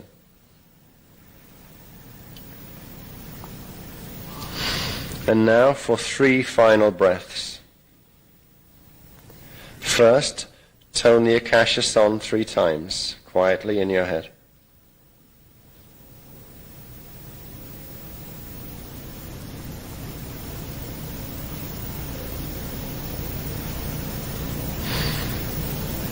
Inhale and exhale, using the breath to expand the Maharic sheath, crystal skin, further outward around your body and into your auric field, repeating the Akasha tones 3 times more as the Maharic sheath begins to assume the teardrop shape of the Akasha.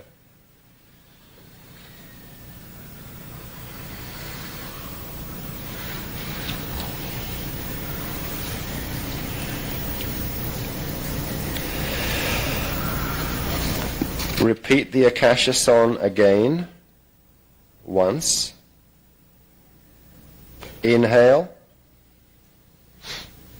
Exhale, and as you repeat the tone again, see or feel the pale silver Akasha teardrop expand fully outward into your auric field. Its top point anchored in the 14th chakra, 36 inches above your head. Its bottom embracing chakra 13 earth core below your feet.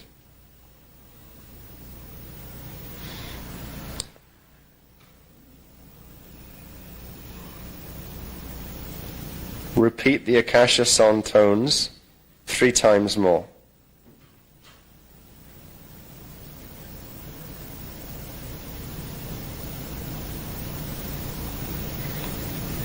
Inhale, and on the final exhale, expand the pale silver Akasha crystal skin Maharic sheath out into the universe as far as you can, turning the Akasha song for the final time.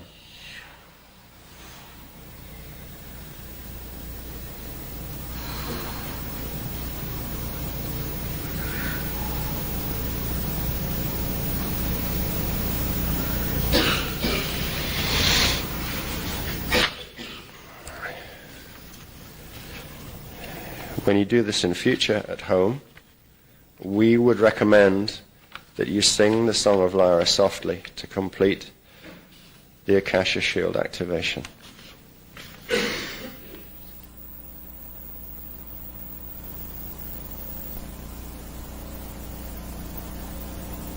Number 3 seal, between the D3 mental body and the density 1 radio body eros field, which you've just been talking about, bringing the D1 atomic etheric body out of density 1 biological phase lock. This technique must always be preceded by the Akasha quick seal activation. And you may choose to use a piece of celestite crystal in the corresponding steps of this technique to amplify the frequencies generated. So, just breathe easy for a moment and try and reduce the breathing rate to about 1/2 of what you'd call your normal speed.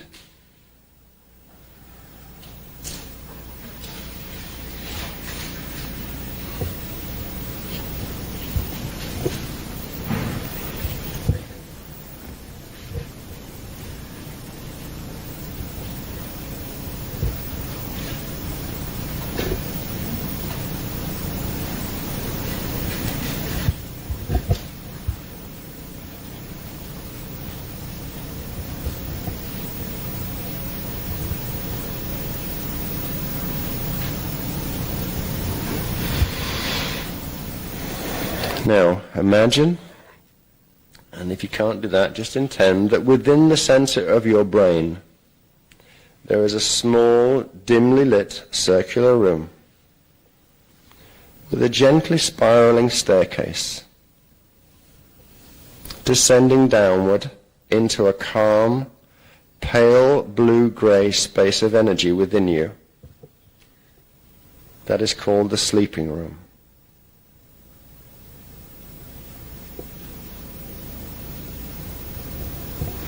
Do your best to place the focus of your mental attention in the small circular room at the top of this staircase. It is dimly lit in this space at the present time, so you will need to feel the sensation of being within the circular room until your inner eyes adjust to the dim light. So you must try to feel the sensations around your physical body as if you were in a small circular room. So try to feel, what temperature is the air as it touches your skin? Is it cool? Is it warm? Is it cold? Is it hot? Is it comfortable?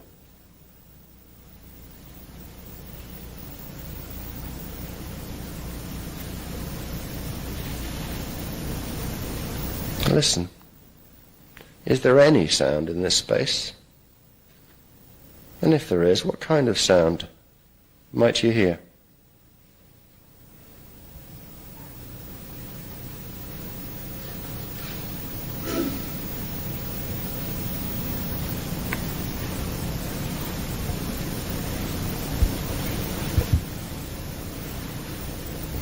And can you see anything in this dimly lit space?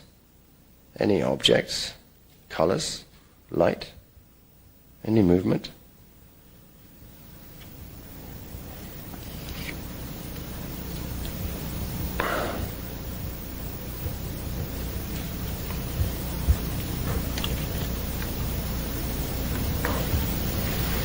You are imagining that the circular room is physically real, and that your body, your physical body, really is standing within it. In a sense, with your physical and mental bodies, where the entrance to the spiral staircase is positioned. And that means anywhere within your inner mind frame of reference. You are physically in this room. If the spiral staircase were to magically open up now, emerging from your physical body and into the room you are now physically sitting in, just sense, feel the area of your physical body from which the staircase would emerge. This area is your own natural departure point. Take a moment or two to find it. Is it to your left or right? Is it directly in front or in back of you? Is it above or below the navel? Is it above or below your head or feet? Everyone has a personal departure point. It is the area in the body template from which the mental body consciousness naturally expands to enter states of projection.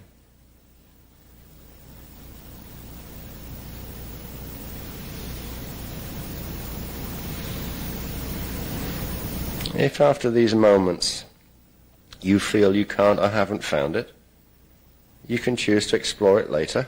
But for now, simply imagine where you would like it to be and put it there.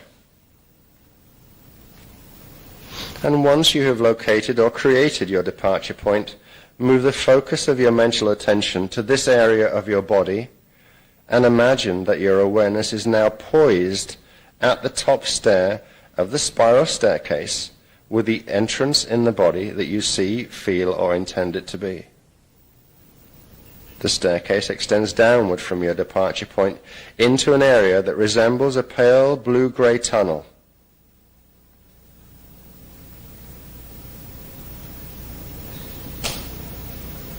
Sense the location of a handrail on the staircase and imagine yourself reaching out to grasp it with the appropriate hand, the hand you use usually. With your physical palm resting in your lap, sense the feeling of the handrail within the palm of your physical hand, and allow your physical hand to grasp the invisible handrail with your hand, with your chosen hand, while it rests loosely on your lap, modeling the actual grasping gesture. Relax, and with your inner vision, express it with your hand. Relax, allow your hand to move, the hand you would normally use. Please grasp the handrail.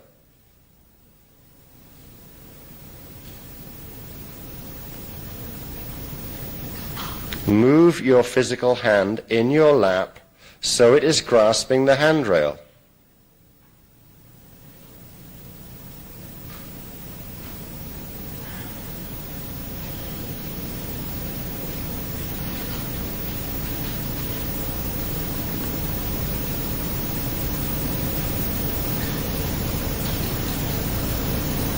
The handrail is your guide as you prepare to descend the spiral staircase to the sleeping room below. Now, using the imagined sensation expressed through the positioning of your physical hand, holding the handrail in your palm, imagine now that your mental awareness begins to slowly walk down the dimly lit stairway. Count each of the steps you take as you slowly descend. Slowly. 1, 2, 3, 4, 5. Continue in your mind, counting.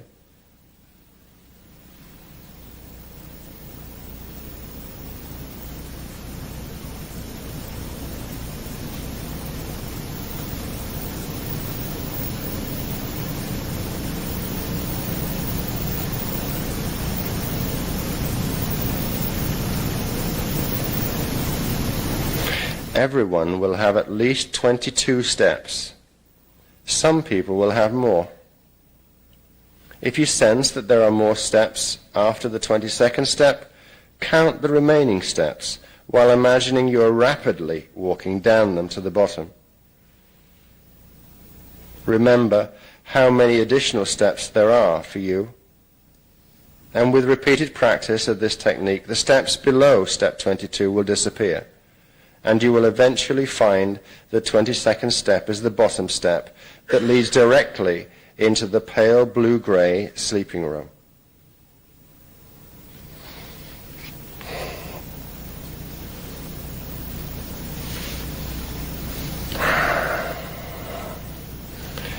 Now, imagine that you are standing on the 22nd, the bottom step, and release the handrail while allowing your hand to relax in your lap. Release the handrail, allow your hands to relax in your lap. You may still experience very little sensory data as you enter the pale blue-gray sleeping room. Nevertheless, imagine that you are stepping from the 22nd step to the granite floor of the sleeping room, while imagining the sleeping room as a circular granite cave that is dimly lit with a very pale, diffused blue light.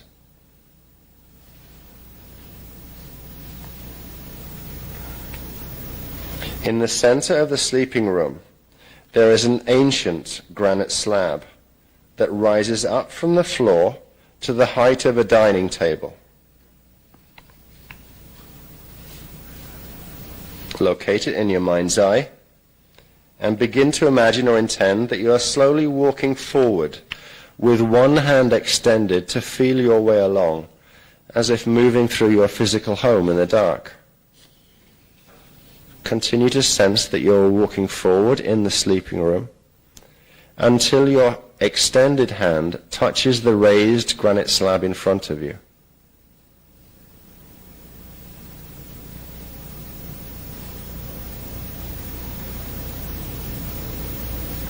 When you reach the granite slab, imagine that you're reaching forward to retrieve something that sits upon the top surface of the slab. Imagine now that your fingers are feeling all along the top surface of the slab, searching to locate the small object which is awaiting your retrieval. The object you're looking for is a very pale silver blue celestite crystal. It's spherical in form, about the size of an orange, with an unpolished, rough-hewn texture. This crystal is the door key to your density 1 etheric body. Now imagine picking up this orange-sized, circular, unpolished, rough-hewn celestite crystal in your right hand, and model the gesture of picking up the celestite crystal with your physical right hand as it rests in your lap. Use your physical right hand to grasp the orange-sized celestite crystal. Move your physical hand. Hold the crystal in your physical hand. Move your hand now to grasp the crystal.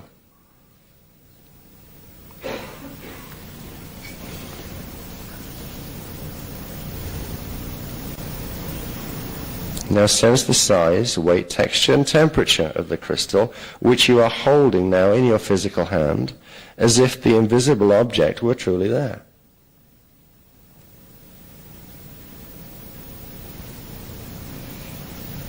Inhale pale silver Maharic current up from Earth's core, up into your body, through your central vertical current, up to the heart chakra, and then exhale the current from the heart chakra down your right arm, into your palm, and into the celestite crystal. Do this 3 more times. Each time inhaling Maharic frequency, exhaling Maharic frequency, energizing and activating the celestite crystal which you are holding in your physical palm. At the end of the last exhale, imagine that the crystal is now glowing and pulsating with an aura of pale silver light. You may see this pale silver blue aura around the crystal in your inner vision, and may sense the weight of the crystal in your palm growing slightly less heavy. You may also sense nothing, but even so, the celestite crystal is now activated.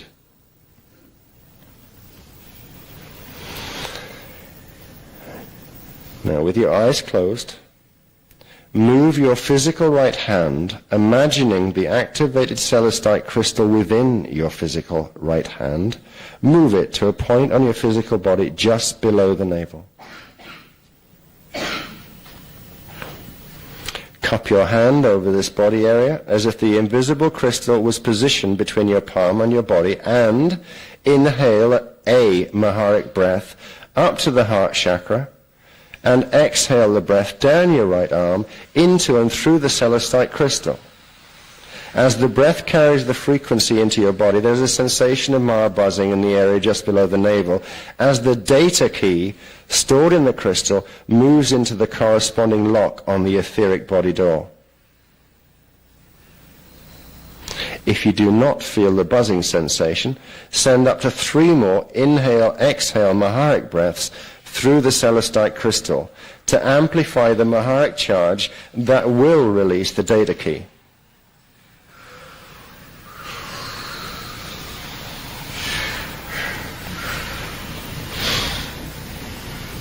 After 3 further Maharic breaths, sufficient frequency will be generated, even if you do not yet feel the buzzing sensation. As the data key releases, imagine that your body absorbs the entire celestite crystal, removing it from your palm and transferring the crystal into the etheric lock below the navel. Now allow your right hand to rest gently in your lap, and shift your mental focus to the area of the body where the crystal has entered. Imagine now that you can sense the weight and gentle buzzing of the celestite crystal within your physical body below the navel. The crystal now rotates slowly and pulses in a gentle rhythm, and on every pulsation releasing a pale silver-blue celestite wave field of frequency rays that contain the natural activation code mathematical program for your personal etheric body. We'll spend a moment or two as you try to become aware of each gentle pulse of the subtle celestite or sea wave, as the field emanates from just below the navel and spreads outward in all directions through every atom in your body, giving your D1 etheric body field its ancient wake-up call. Just relax and breathe slowly for a few moments to get in touch with the presence of the pulsing celestite waves. The waves are there even if you cannot yet sense their presence. And your D1 atomic etheric body does sense them and responds accordingly.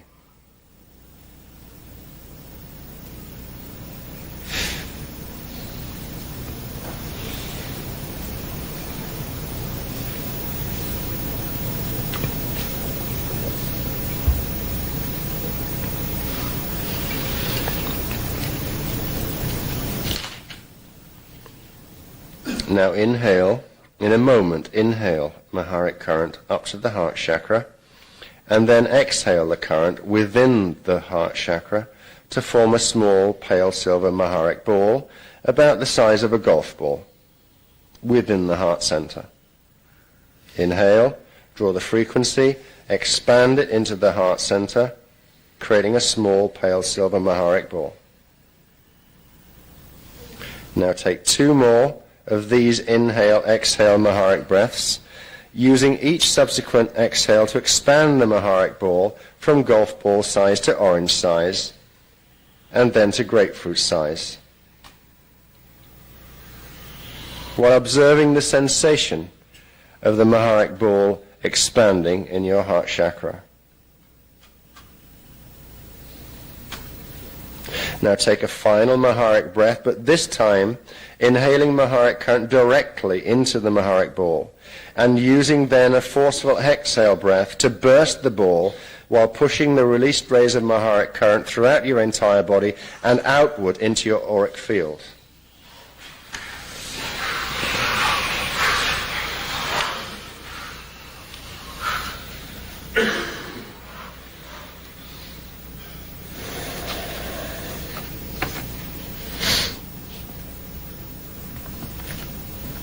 Now move your attention down to the point below the navel where the celestite crystal entered the body. This body point is called the Iumbi. Slowly inhale Maharic current upward from Earth's core to the Iumbi only, by keeping the chest, diaphragm and lungs as stationary as possible and allowing the slow inhale breath to expand your abdomen and belly instead of expanding the lungs and upper portion of the body. So take a slow inhale breath of Maharic current upward from the Earth's core just to the Iumbi, the point below the navel where the crystal entered the body.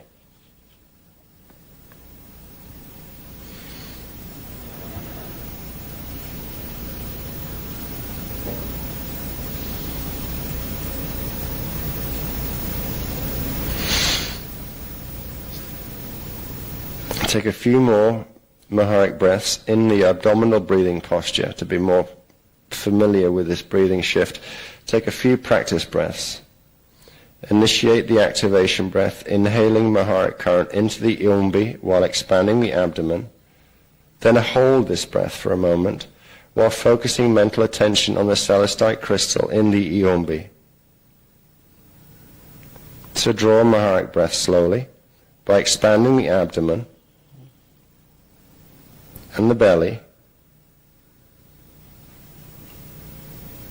Hold the breath for a moment while focusing your attention on the celestite crystal in the Iumbi. Now allow yourself to exhale slowly, using the breath to push more Maharic current down from the heart chakra to the Iumbi.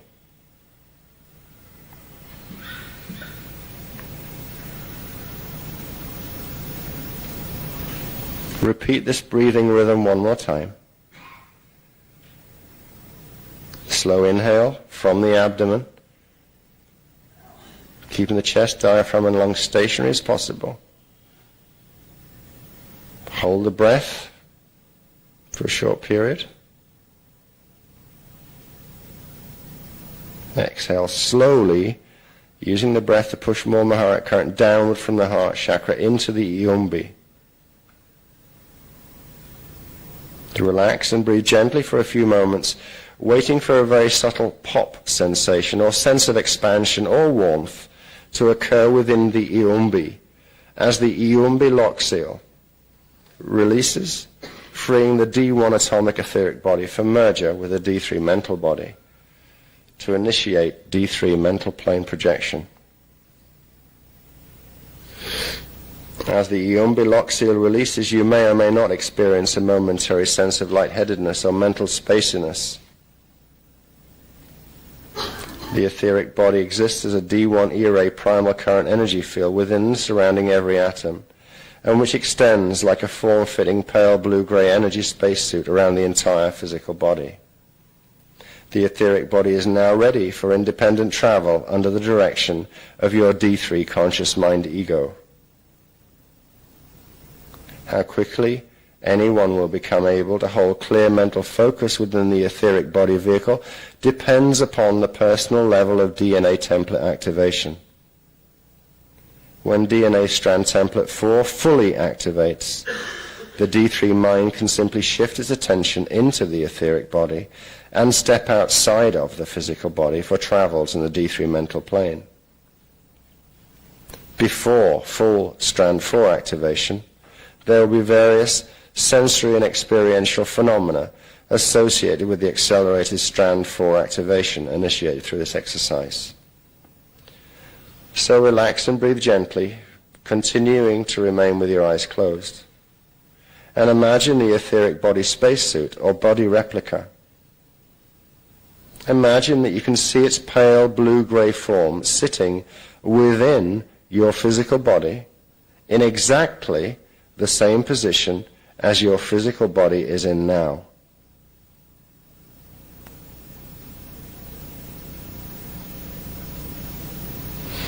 Imagine now that you can fully direct the etheric body and move the left etheric arm upward from your lap to a position over your head, as if you are raising your etheric hand.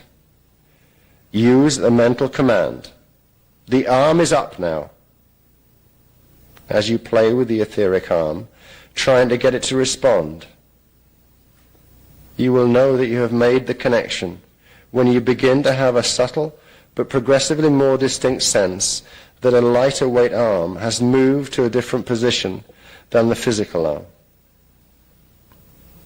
Regardless of whether or not you can feel the etheric arm, next give the mental command, body release now right, while imagining that you and your etheric body are slowly standing up and moving out to the right, and we emphasize not to the left. Moving out to the right side of the physical body. Imagine that you, in your pale blue-gray spacesuit, are now moving to a different position in the room.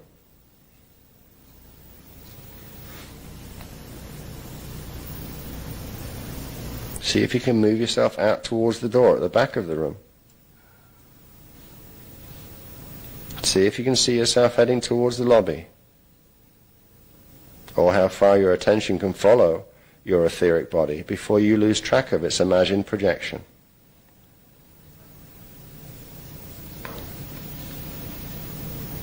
You can play with this idea for a minute or two.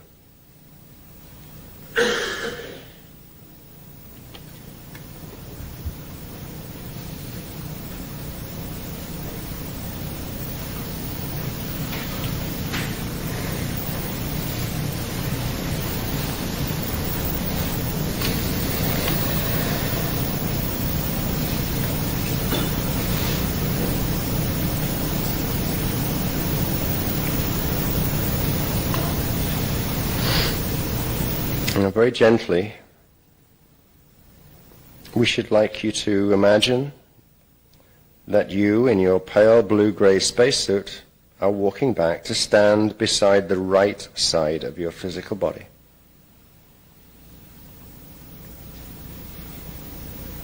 Unlike the physical body in its present condition, the etheric body has more flexibility of form than that currently available on a physical level.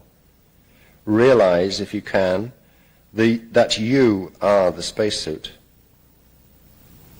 It is the form that your consciousness carries in communion with the etheric body, just as your physical body is a form of your consciousness carried when you're in biological D3 focus.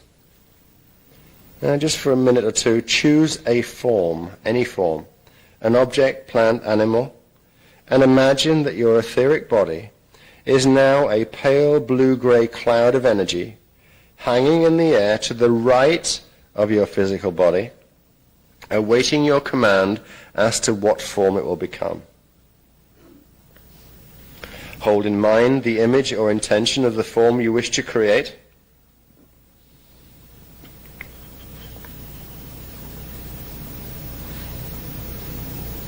Then visualize or imagine that your etheric body has complied and turned itself into the form as the pale blue-gray form now hangs in the air at the right side of your body. We'll spend a few more moments trying to feel the sensation of being this form and of moving as this form across the room, out the door, any direction that takes your fancy. With practice, etheric body perception will progressively turn on, and this exercise will take on a very real experiential quality of etheric body D3 mental plane projection. We suggest you spend a moment or two exploring this idea before gently bringing yourself back into full, focused, and safe attention in this room.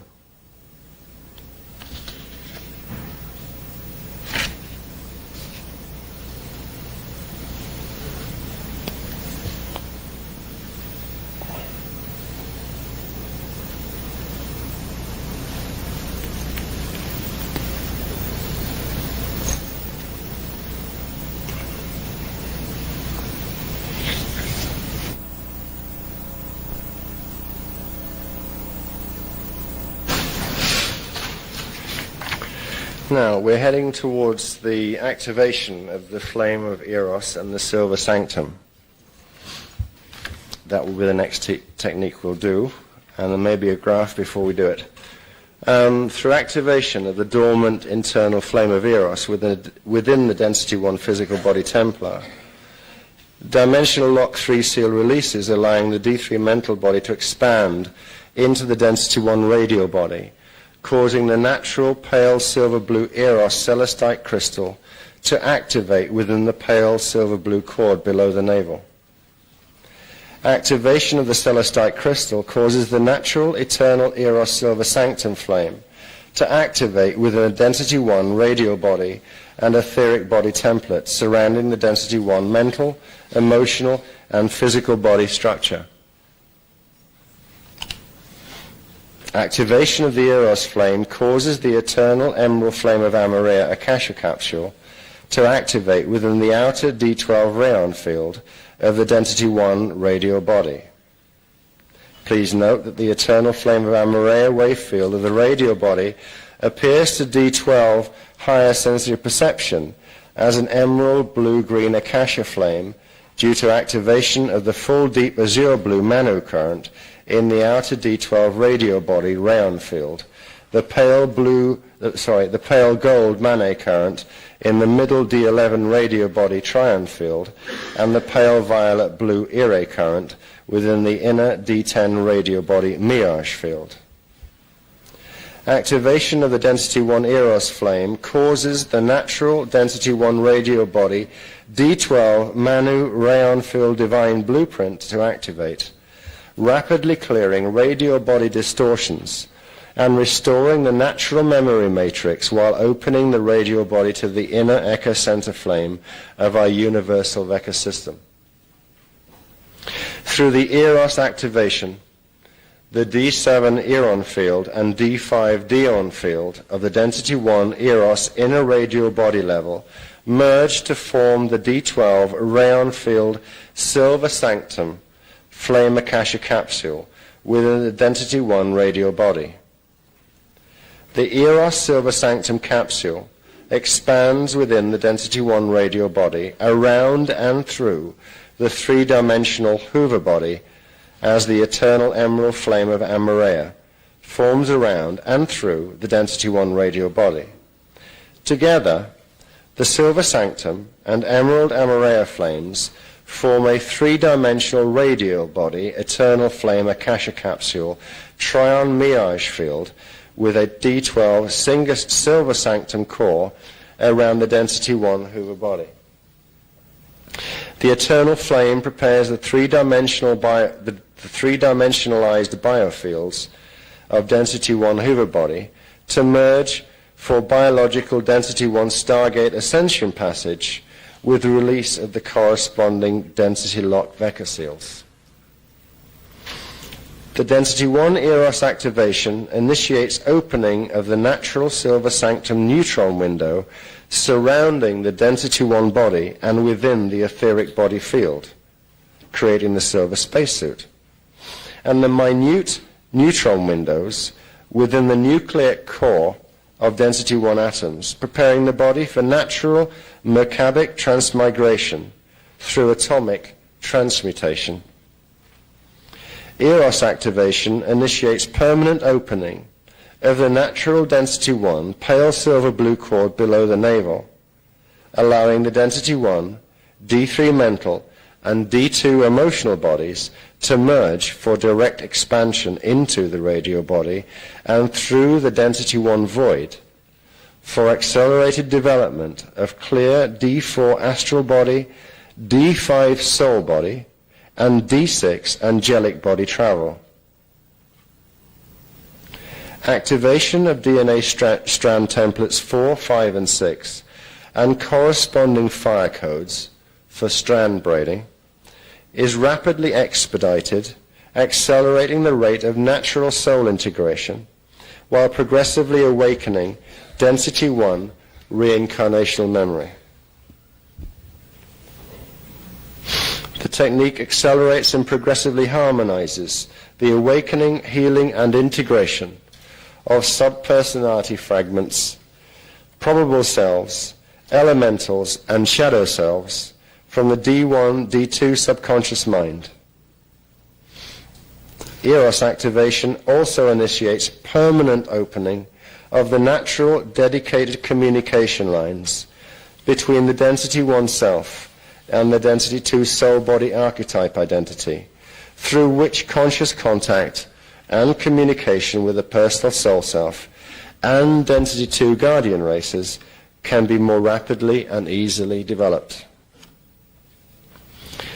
Before density lock Vecca seal release, the density 1 Eros activation progressively clears and transmutes the unnatural Metatronic fourth black heart of Anubis, warden of the underworld Epsilon gates.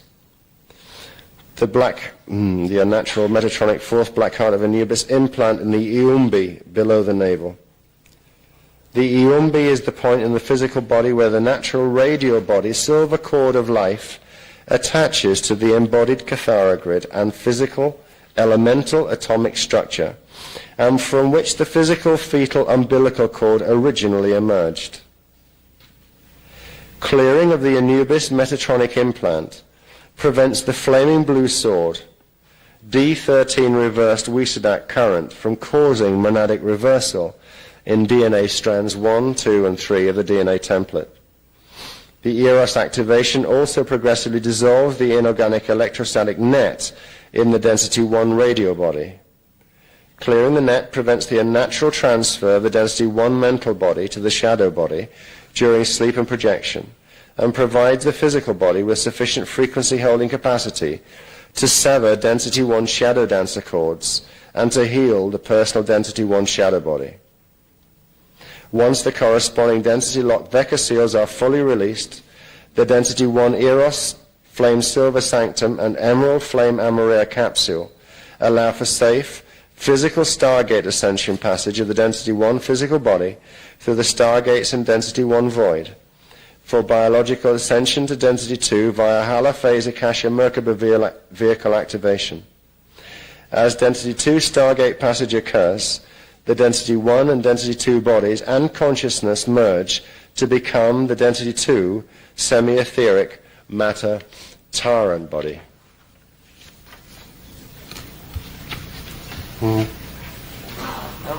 Your turn.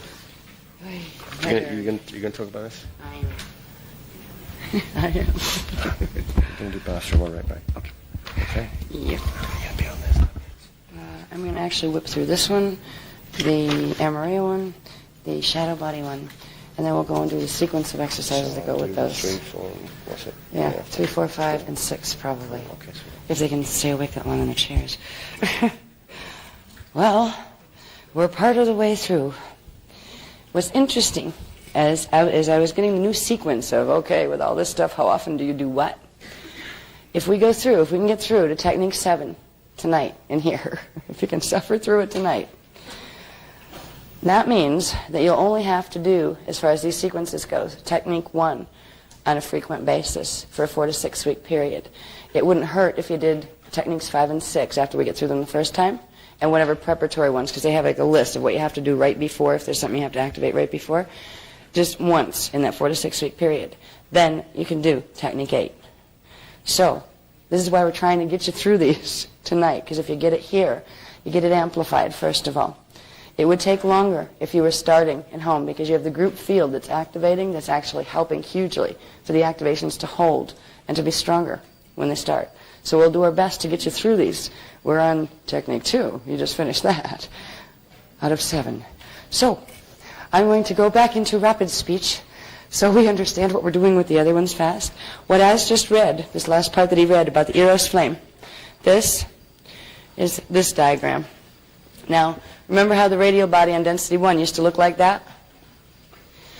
When you fully activate the Eros flame, this changes. This polarized field of D7 and D5 frequency depolarizes, and the Eros field opens to itself and into the body. The seal releases, so the mental body can begin expanding into the D4 plane so it can see the mental plane is solid. But this is the change. This is the beginning of the building of the flame body, where it turns into an akasha shape around you instead of what would really be like an egg-shaped sphere. The auric field begins to change shape from the inside out, and eventually this works up to 4 levels of density. So the first step is getting that Eros level depolarized to form the silver sanctum. That's what we just did level 1 with Technique 2. Now that that's done, you don't technically have to do it again. You can energize it again if you feel like you might need to, but you don't really have to. So these are like techniques, once you get them done, you don't really have to repeat them. You know, as long as you're working with like Technique 1 to keep stuff activated, it's like getting easier. So this is what 3, it will finish this process. Your fields will begin the process of, as far as like when that pops into activation, but you will have the beginning. It's almost like it builds up. If you're looking at the auric field, it builds up like a ghost image. After you leave here, you will have the ghost image of this fully formed, and it will begin to fill out frequency from there, and everybody's rate will be different until it becomes literally, it would look like a glowing akasha bubble around you in your field. And this gets interesting because as your high sight turns on, we'll be able to start seeing people and seeing what they're walking around in.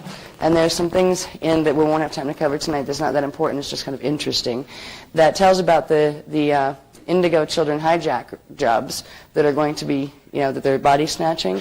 The ones called the magentas, they have a major like crimson flame. It's called the crimson crest in their field. So when we start to be able to see fields, or even get a feeling that we're seeing them, and you get the magenta flame, you're going to be able to spot one of their avatars, one of the Nephilim avatars that have body snatched and embodied. So we'll be able to begin to tell a little bit more about what we're dealing with people around us.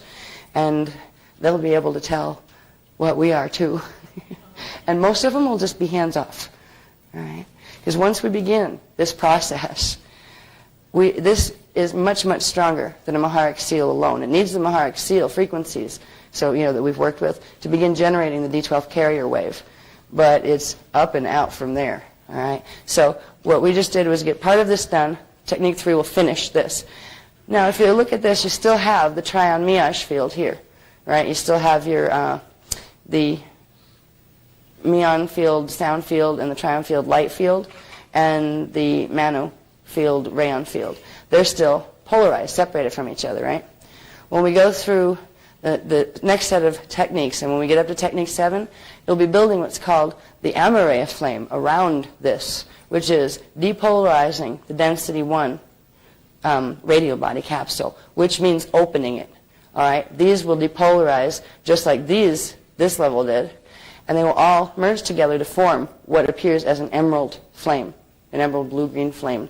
And what that does is open this space for this radio body to begin merger with this one. Now, these activations would take place on every level, where this one, the silver sanctum, would need to activate in the amareya flame. When we get to technique 8, it's the 4 density level activation of all of these. And that is the most that is the override program as far as something's up, get them out of here, or get them prepared to do something big. So these are the most powerful activations that we have seen on this planet in a long time. So I just wanted you to see what we're doing. Now see, that's the little flame, the Eros flame. It was activated there. It activates in there. This seal releases. It literally activates, again, that original birthing tunnel that you begin to bring part of yourself into fetal integration with.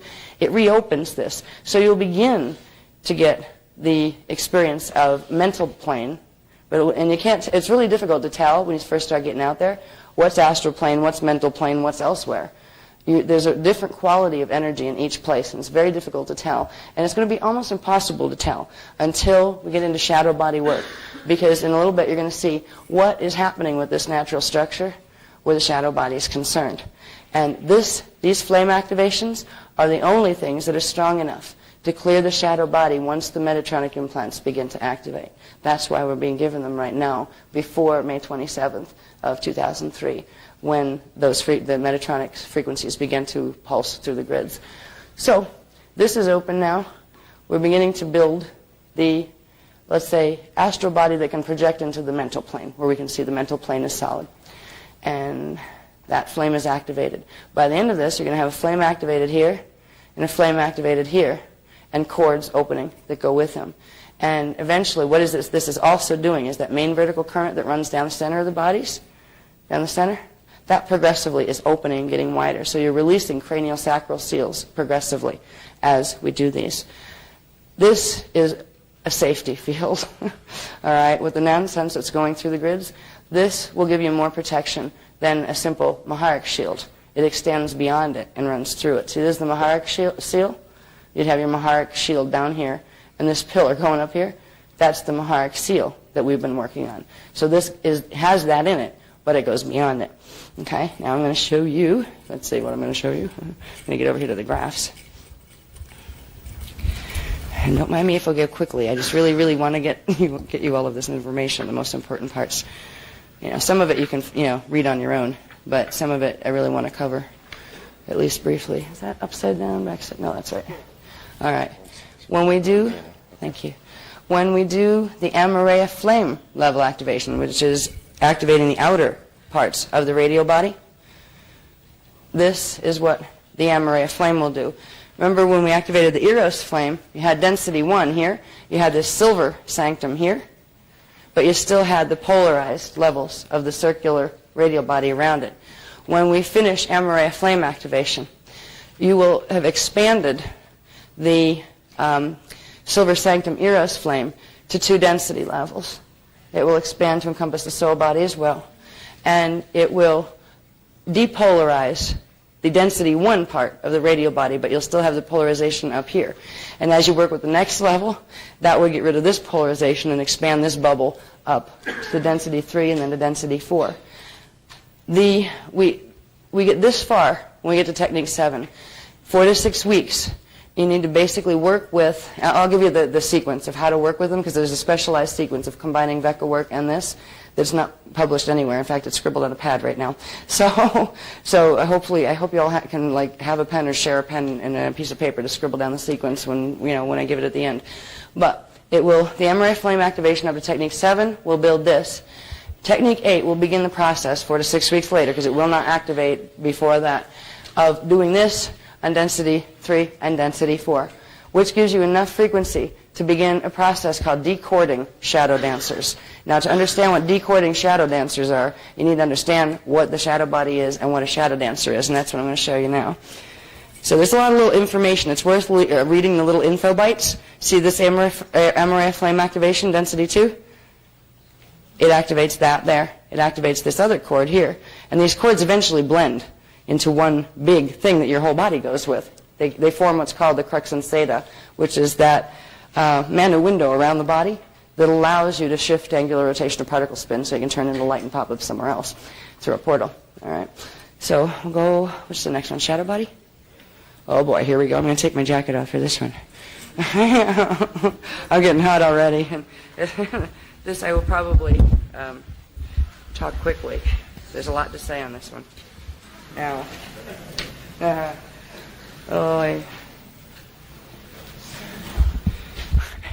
just look at this mess.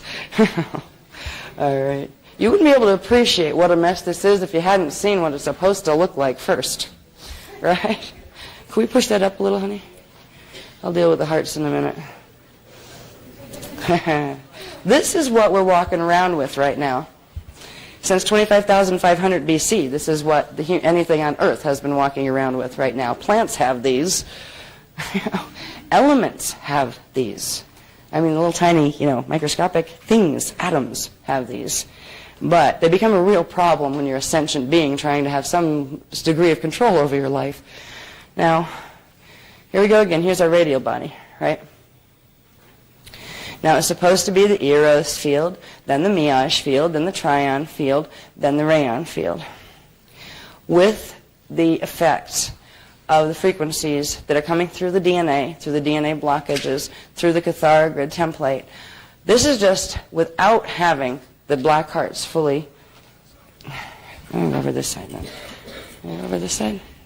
The light's bothering me. I can't stand where you want me to. Okay. Am I right there? All right. All right. This side is giving you still like the basic. We're supposed to be eros, meage field, trion field, rayon field. Over here is what's actually happening in our fields now. 2/3 of our radial bodies have an absolutely bizarre configuration. They have here in the mental body area and in where the eros is supposed to be flowing, there's actually a D8 reversed static ectron field. Yeah, that's basically D8 electrons that don't belong there. They change the relationship between electromagnetic polarity all through these. Because you basically have, if you want a current to run together, you go electrical, magnetic, electrical, magnetic, electrical, magnetic. If you want it to repel, you go magnetic, magnetic, or electrical, electrical. And it creates a push-away field. Where if you do it, EM, EM, it creates a linking field where you can run a current. It has reversed the polarity relationships. So certain parts of the field push away from each other when they're supposed to open to each other. It also creates, now, with our trion field on the outside, that would be a transmitting body. The inside would be pulling energy out this way and transmitting. So we actually feed our universe, not like we feed it, not feed off it. When that's reversed, what we have 2/3 of our radial body doing is we have the trion field running on the inside. We have the meage field running on the outside. The meage field is a drawing field. It sucks energy. All right? It sucks it in, and then it circulates it in an unnatural configuration through the implants. Now, the implants, the 4 black heart implants, aren't fully activated yet. They're beginning to be activated.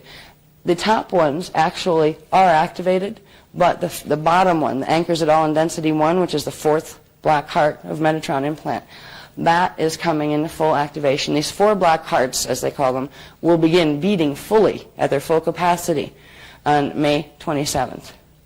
So this is why we've got to neutralize that process before that happens, or we're all going to get Metatronicked. And then we'll all fall down a nice black hole and not even care. We won't even realize we did, because all the consciousness we're trying to integrate and develop right now will go like the wind, and we won't remember, because it'll begin to wipe our memory banks again. This is what they started the process of. This is part of how they wiped our memory banks in the first place, where our radio bodies were literally stripped of part of their natural programming. So we really, literally woke up one day. Actually, we were awake when it happened. 1 minute, we knew who we were. 3 hours later, we hadn't a clue, and we didn't know what happened. And we had to try to figure out who we were after that. And then we had buddies from the sky, from the black hole skies, come and tell us who we were and give us new languages and all sorts of stuff. Oy. But this is what the mess is we're carrying in our field. We have these implants in our bodies. Now that natural cord that's supposed to come up here, that thing that if you open the seal here, the dimensional lock 3 seal, they're supposed to open the EUMB and you can begin to do your astral travel stuff. They've taken that cord and reversed it. 2/3 of it is reversed. And they've split it. They've polarized it. Where part of it goes into, just like an astral body would be, an imprint of this field here, creates an imprint, and then the other part of it gets stuck. The part that's not reversed, that 1/3 part that's not reversed, it gets stuck in the D3 mental space. It can't project anywhere. It's just stuck and hangs there. What's interesting is this, if a body goes through Bardo with this apparatus functioning, Bardo being the death transition, with this stuff functioning, these are what become ghosts. Because the consciousness can't transfer into its natural body structure, astral body structure, to make the transition up to the next density level. They've been hijacking dead people here for ages now. So when we have ghosts running around, ghosts aren't natural phenomena. They wouldn't be here if it wasn't for the fact that we're being ripped apart at the seams, and a part of us gets stuck here. When the body dies, we don't know where else to go, because part of us gets taken over into the phantom matrix. Now that's the matrix, the black hole system that's in between us and the Weesadex. So we fall there first. There's a whole bunch of those waiting in phantom for this time period, because there's a big rescue mission going on.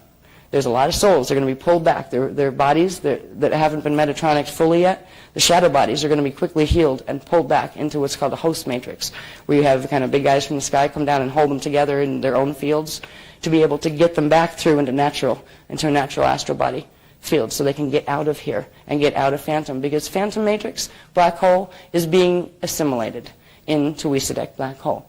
That can't be prevented at this point. The most thing that can be prevented is some of the things that have enough of their own template left in there, enough light that they're not, like, let's say they're medium dark shadows and they're not really, really dark shadows yet. They can be, some of them, pulled out in host matrix, which means stuck to something that's willing to take it on, that will take it up to a higher level and pull it out before the matrix closes. Because this separation is going to be permanent.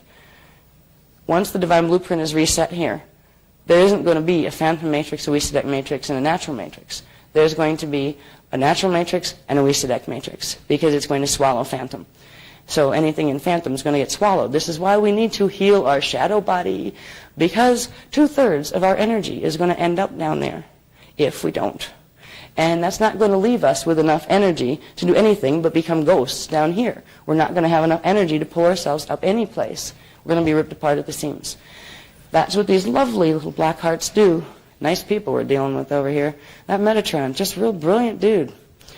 I mean, sometimes I just want to go scream when I see how so many people worship that word as if it were the name of God. That and Jehovah. If they knew who these people were and what they did, they wouldn't be worshiping them. So this is the 2/3 of our energy that's in reverse, right? It's actually positioned. It forms a replica of us that's actually with us. And it's connected to us through the black hearts. When these fully activate, it fully activates. It allows this to integrate fully into the body here. And it allows something else to happen. Now see, this is going on 4 densities. These implants go up to D11.5. So this isn't just our problem down here. It's not just an incarnate problem. This is literally universal karma that we're dealing with here, universal race karma. It goes, the soul body has the problem, the oversoul body has the problem, and everything with the D12 level of the avatar body has the problem. It's a big problem. But it's not that hard to fix. It's the flame body activations that will override that frequency. And fortunately, it's not fully activated yet. We still have a bit of time that we can use to get this done so they can't do this and finish this job What's going to happen, though, is on May 27th, that final implant that wasn't activated, that's actually modulating how much activation the others have, that one's going to be triggered into full activation, and they're all going to activate at full capacity, which means they're going to run D13 reverse current through our bodies at a major level, which is going to progressively reverse each density level of our template, if we allow it to happen. Not a pretty picture. Okay, there's one there that shows the dancer attachments. Where's that one? I think that's that one. Yeah, it's that one. Is there a reason that the shadow is bigger than... Yeah, it has 2/3 of our energy, and we have 1/3. Because 2/3 of the template is already in reversal. 2/3 of the Merkaba is spinning in reverse. Like right now, our shadow's bigger than we are. But a shadow isn't an evil thing. It's a tortured thing. There's all sorts of fragmented ideas and impulses, and it's terrified because it's being used the way it's being used. Now, here's what we just looked at over here. The shadow bodies. Here's our little stuck ghost self. There's the part of ourself that goes with this body that can't project anywhere because it gets stuck in the mental plane because of all these electrostatic fields that don't belong there.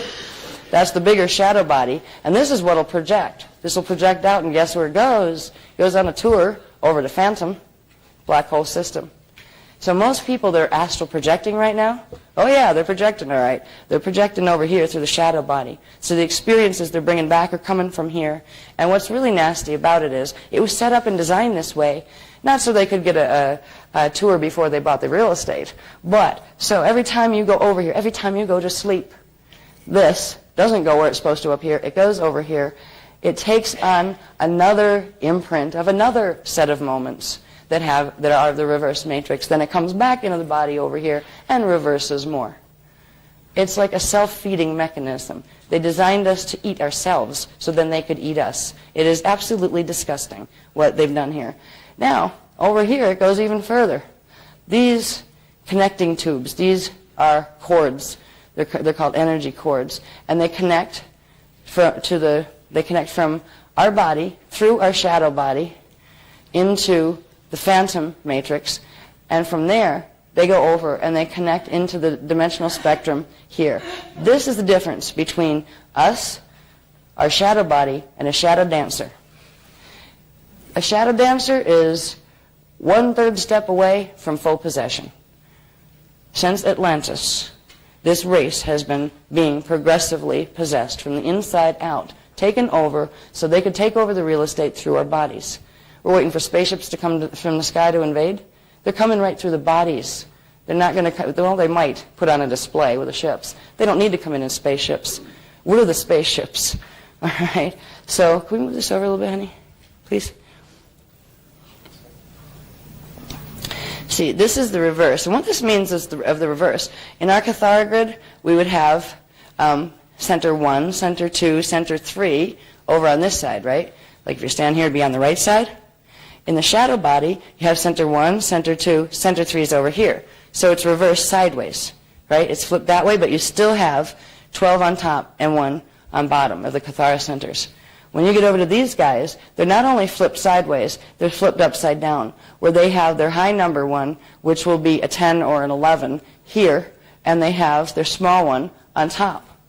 They've created an anomaly of creation. And this is the Cathara grid that their bodies, as well as their system, is built on. Now, what the exercises that we have tonight do is they build the Eros and the Amareya flames. They create those activations. And once you run them, you really don't need to run them too many times. You can do a backup, like run through them one more time if you want to.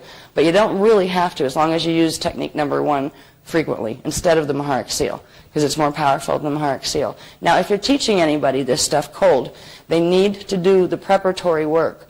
They're not getting the frequency transmissions that you are in this room, because we are transmitting as we go. There's a huge amount of support, field support you have.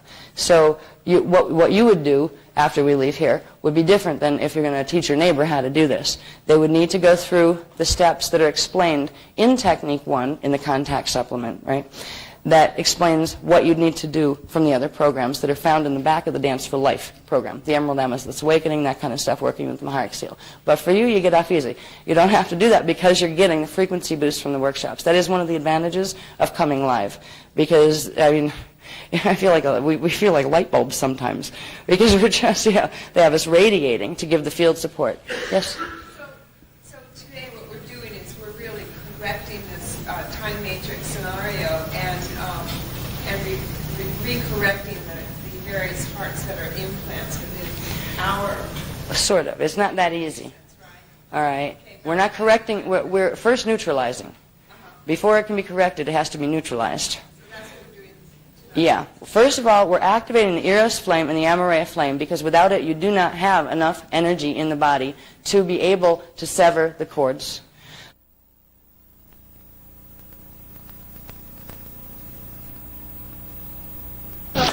And in order to be able to, if we have to get fully off planet at any point in this, we have to pull all of our 1,728 cells and their shadows together into our body, and to be able to transmute this body out of here. But it's not really as hard as it sounds. Simple techniques like flame body activation and building the Merkaba and working with the Vekas. That really, when you look at the scope of the problem and you look at the tools of solution, you can like take a sigh of relief, because the problem's big, huge, massive, and we could go for like we could take 10 years explaining every aspect of this.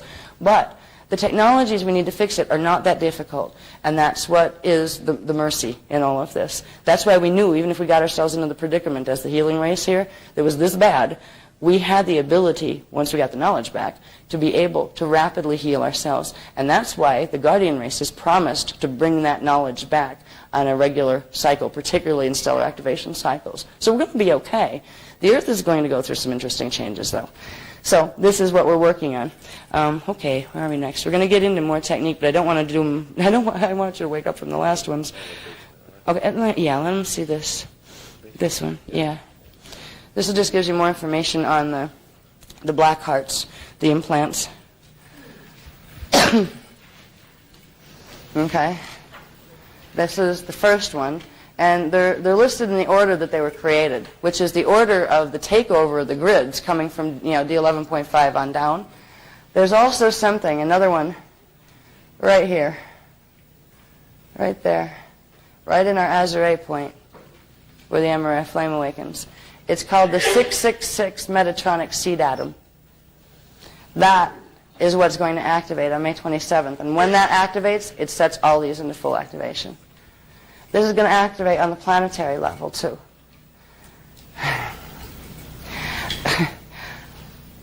We have the implants as they manifest, the 4 implants as they manifest here. And right in there in our precious little Azure point is where that Metatronic mess, the 666 seed atom, would activate. And that literally is where the crossbar of the blue sword comes in. So when that activates, if you're not doing anything to stop these activations, it activates just like it did in the universal Stargate system, where I told you the gate lineup, the 666 gate lineup, creates a horizontal crossbar of the D13 reverse current, and then it shoots a vertical. And we would literally bear the sign of the beast. Guess what that is? It's not just a black cube. It's the sign of the cross. The 666, sign of the beast, those who wear it on their foreheads. Did you ever see people coming from some of the masses with the ashes and the cross marked on their foreheads? You see how badly we've been lied to and tricked here? The sign of the cross is the sign of the flaming blue sword of reverse D13 current that is meant to fully Metatronic our body and suck us into black hole oblivion. And what happens if we get sucked in there? The people that get sucked in there, first of all, they're not going to realize, because part of their radial bodies are going to be ripped apart, which means their physical bodies are going to be dead, but they're going to be vaporized. They're not going to have memory of that. Once the bodies are vaporized, the templates are shattered and then reassembled in a Metatronic bond with other pieces of things from the shadow, from the Wisadek matrix. So people aren't even going to be the same people when they wake up on the other side, because the consciousness of their template was totally reorganized and integrated and assimilated into the template of a shadow dancer. they are being swallowed. And their identity won't even be the same anymore. So there is a mercy in it, because they won't know that it happened. The sad part is, the ones who do manage to preserve the natural race strain that was called the human race, they will remember. We're the ones. They'll have the suffering, actually. We'll be suffering for them because of the love that could have been there. All right? So there is a mercy for the people that are beyond being able to be helped at this point, and there are a lot of them. There are a lot of people here that have a huge karmic imprint coming up from the other times when they willingly accepted fire sword initiations because they thought that would be a way to get more power, so they didn't have to listen to guardian races, so they could force their way into positions with the stargates. They were warned that when they make those decisions, there will be a time when the cosmic wheels balance themselves again. There will be a time of reckoning. But they're too busy having a good time. Those people are a lot of the people that attend some of those workshops of other people that like to verbally beat up on me. They are being activated in those workshops. Those Metatronic implants are getting a jump start in those workshops. They even have chambers, some of them, that you sit in. In fact, last time I was in Sedona, there was a little shop that had some lovely pictures of Ascended Masters all over their walls for sale. And in the back room, they had a zap chamber where you could go in and sit, and the frequencies would run through you, and it would amplify them. They're doing this as if it's a spiritual service. So, the people, I keep wondering what this is going to look like by the end of it all, where how many people are going to be left standing? What is this going to look like? Because the planetary radial bodies are separating. The part of it that can be brought back, there was a part, in fact, what we were doing before Plan B, full emergency status, we were correcting the grids by running D12 frequency through them. So we could hopefully heal a lot of the Metatronic mess and the reversals in the shadow, trying to pull some of Earth's template back from Shadowland. When they activated the beast mechanism set in the codes that begin that process that you can't undo once it's done, the grid's phase locked, which means you couldn't pull any more out for healing. So whatever phase lock going down is going to go down. That means the planetary radial body is going to split in two. What this looks like physically, I don't know yet. They haven't even told me. We know the energy mechanics. But this is what's going to happen. The people on the planet, too. There's some people who will be able to, once they work with the flame bodies, they'll have enough divine blueprint running where they're not going to have that split because they've already integrated. You can still pull your shadow body in. But that's not going to be an option after the Metatronic frequency starts running in the heart implants. So that's why we're giving it now, to get rid of them before May. Okay, yes. Is that the gift you were talking about, or is there another gift that's coming on in 2017? Or is that for later? Oh, we'll talk about, right at the end, we'll talk about the curse that's coming and the gift that's coming too. All right? So anyway, this is the structure. This is what they look like in the Cathara grid. That's how they go in the body. They manifest in the auric field as well. You know how when you start to get sensitive to your auric field and you just can find these little implants hanging in there and stuff? There's lots of other ones too. You have Jehovian seal implants which run on axiotonal 7 and they're in part of the Gaian body. They're like out here. We're an implanted mess right now and we have an electrostatic field that's keeping us phase locked into that. So the solution is what's most important, and the solution is running the techniques. The techniques we're doing tonight, except for the first one, which you do need to do frequently, and I think that's a daily one, but it's a quick one. It's a stronger Maharic seal is what it is. The others, you could play with them some more, but you're getting the activation here, so you don't have to. You'll strengthen it if you do them some more, but that's the main one. So if you do that, and they're giving us a program to work with the Vekas until they give us the expedited Veka program that's coming with Dance for Freedom. They're going to teach us how to use probably triple Vekas. I don't know what they're going to do, but it's a way to take probably about 12 steps of Veka activation and stick them all together in one. But in the meantime, they've given me a sequence on what to do with the Vekas. You do that just 1 day a week of Veka work that includes a salutation. So I'll explain that to you at the end. And you can choose to do like 1 day of working with some of these 1 through 7 if you want to, but on a daily basis run one instead of the Maharic seal. That's pretty easy. All right, compared to some of the stuff we've been having to do with the round tables and stuff, that's pretty easy. When you do that for 4 to 6 weeks consistently, then you can go into Technique 8. Once you go into Technique 8, you don't have to do any of those, or the Maharic Seal. So you'd have 1 day of Eka and Technique 8, and you can take Technique 8 into 13 and 14 when you feel like using Technique 8 to take on the dancers and begin cutting the chords.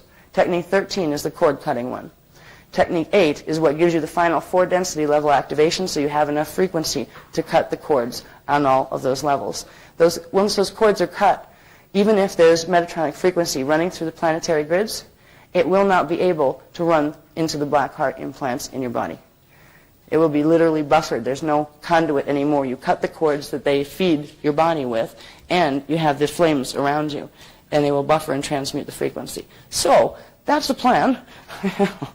Now, are you guys ready for a series of, like, as long as it's not like a 5-minute break that turns into a half-hour minute, yeah, because we'll be here until 4 o'clock in the morning. All right, a bathroom break would probably be a good idea, because if you're going to go through techniques 3, 4, 5, and 6 before we talk again, maybe even 7, these are going to take a bit of time because we're running them, stringing them together. Do you have an idea of how long 3, 4, 5, 6, and possibly 7 on the end of it will take? I'll give you a break before 7 because I think that's a longer one. About 45 minutes.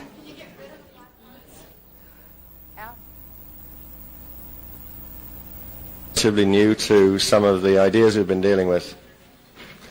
It concerns, I think the best way of saying it is our loved ones, our spouses and our children. There are different ways of talking about the ARC project, and I know that Ashana has mentioned at least once that one of the aspects of the ARC project, which exists in a more immediate and personal framework, is becoming a walking portal. Practicing the techniques that we're talking about during the course of this weekend will, for those people who persist and work with this material diligently, produce the effect of being a vehicle for other life forms, not just our spouses and our children, but our pet animals, plants, members of the mineral kingdom, and so on. Hopefully a part of our house. An element of the ARC project and Bridge Zone is for us to reach a point where we can actually be a host for the templates of other forms of life. Now, the difficult thing is this, that we have spouses, we have children, we have friends, and we have pets. Most of us are not yet able to identify just exactly who occupies the vehicle that we're discussing. And a challenge to our spiritual maturity is to consider that something or someone that we think emotionally is very close to us may very well be a vehicle for a being that doesn't have a chance in whatnot of making the transition. Now, I can't dress that up in any other way but to say to you that there is a given reality about this circumstance in which there are people that you know and love who at higher levels are being controlled and influenced by something that is too strong for your own personal development to offer any assistance or advantage to. So we're dealing with a spectrum of potential, and that concerns your own personal development and your maturity, your willingness, inclination, and ability to offer yourselves in true service as a means by which that those forms of life that may transition are able to, through your own commitment, love, and maturity. Those that may not, may not. And you have to accept that some cannot, regardless. There will be many circumstances and conditions that we'll all face.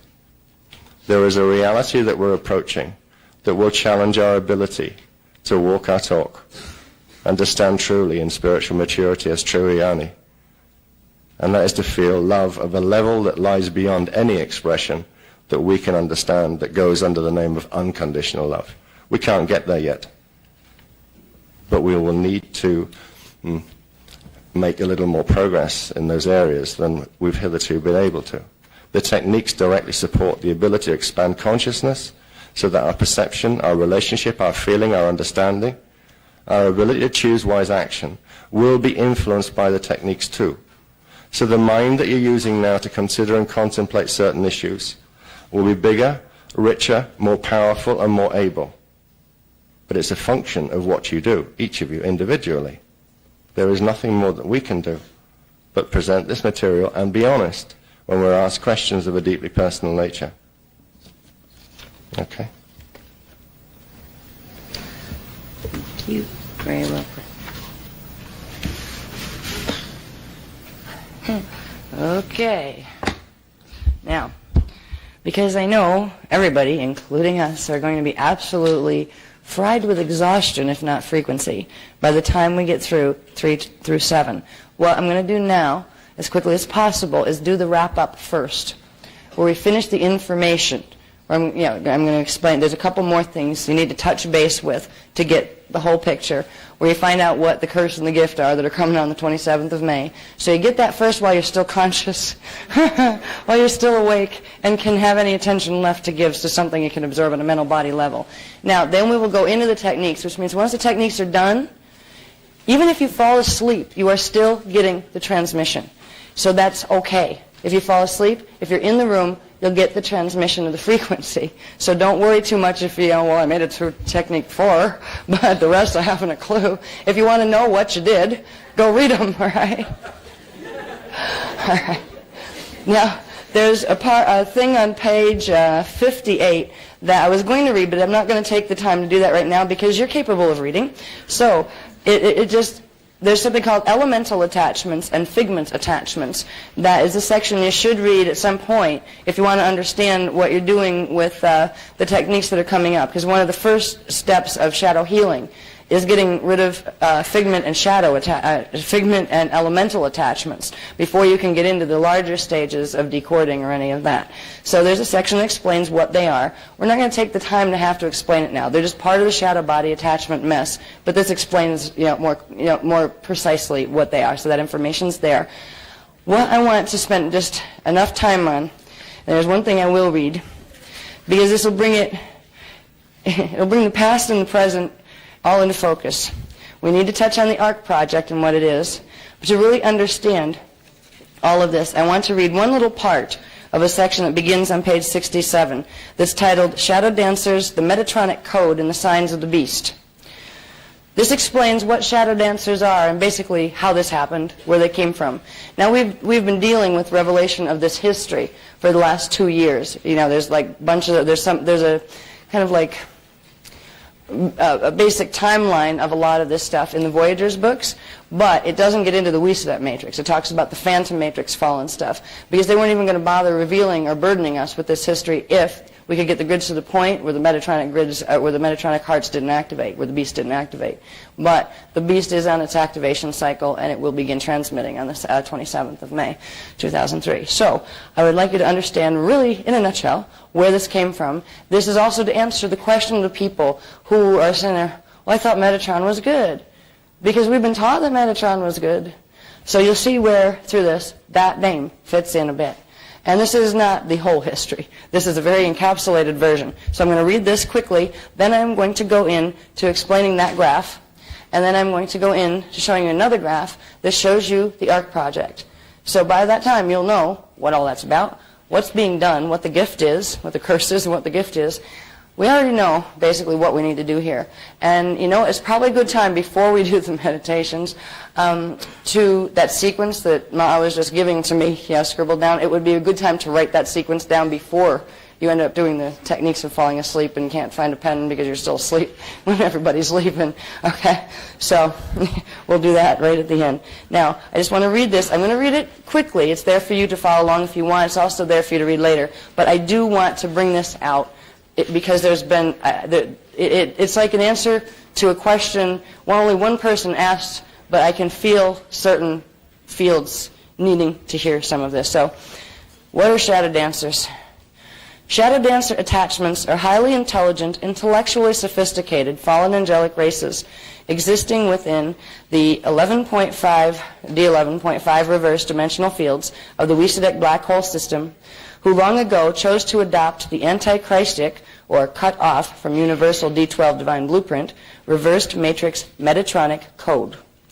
Shadow dancer races were created 150 billion years ago When their universal Vecca system from a different Akasha A spectra, and we saw where that one was in the maps, fell into antichristic imploding black hole status following their race's hybridization with a group of fallen races from our phantom matrix black hole.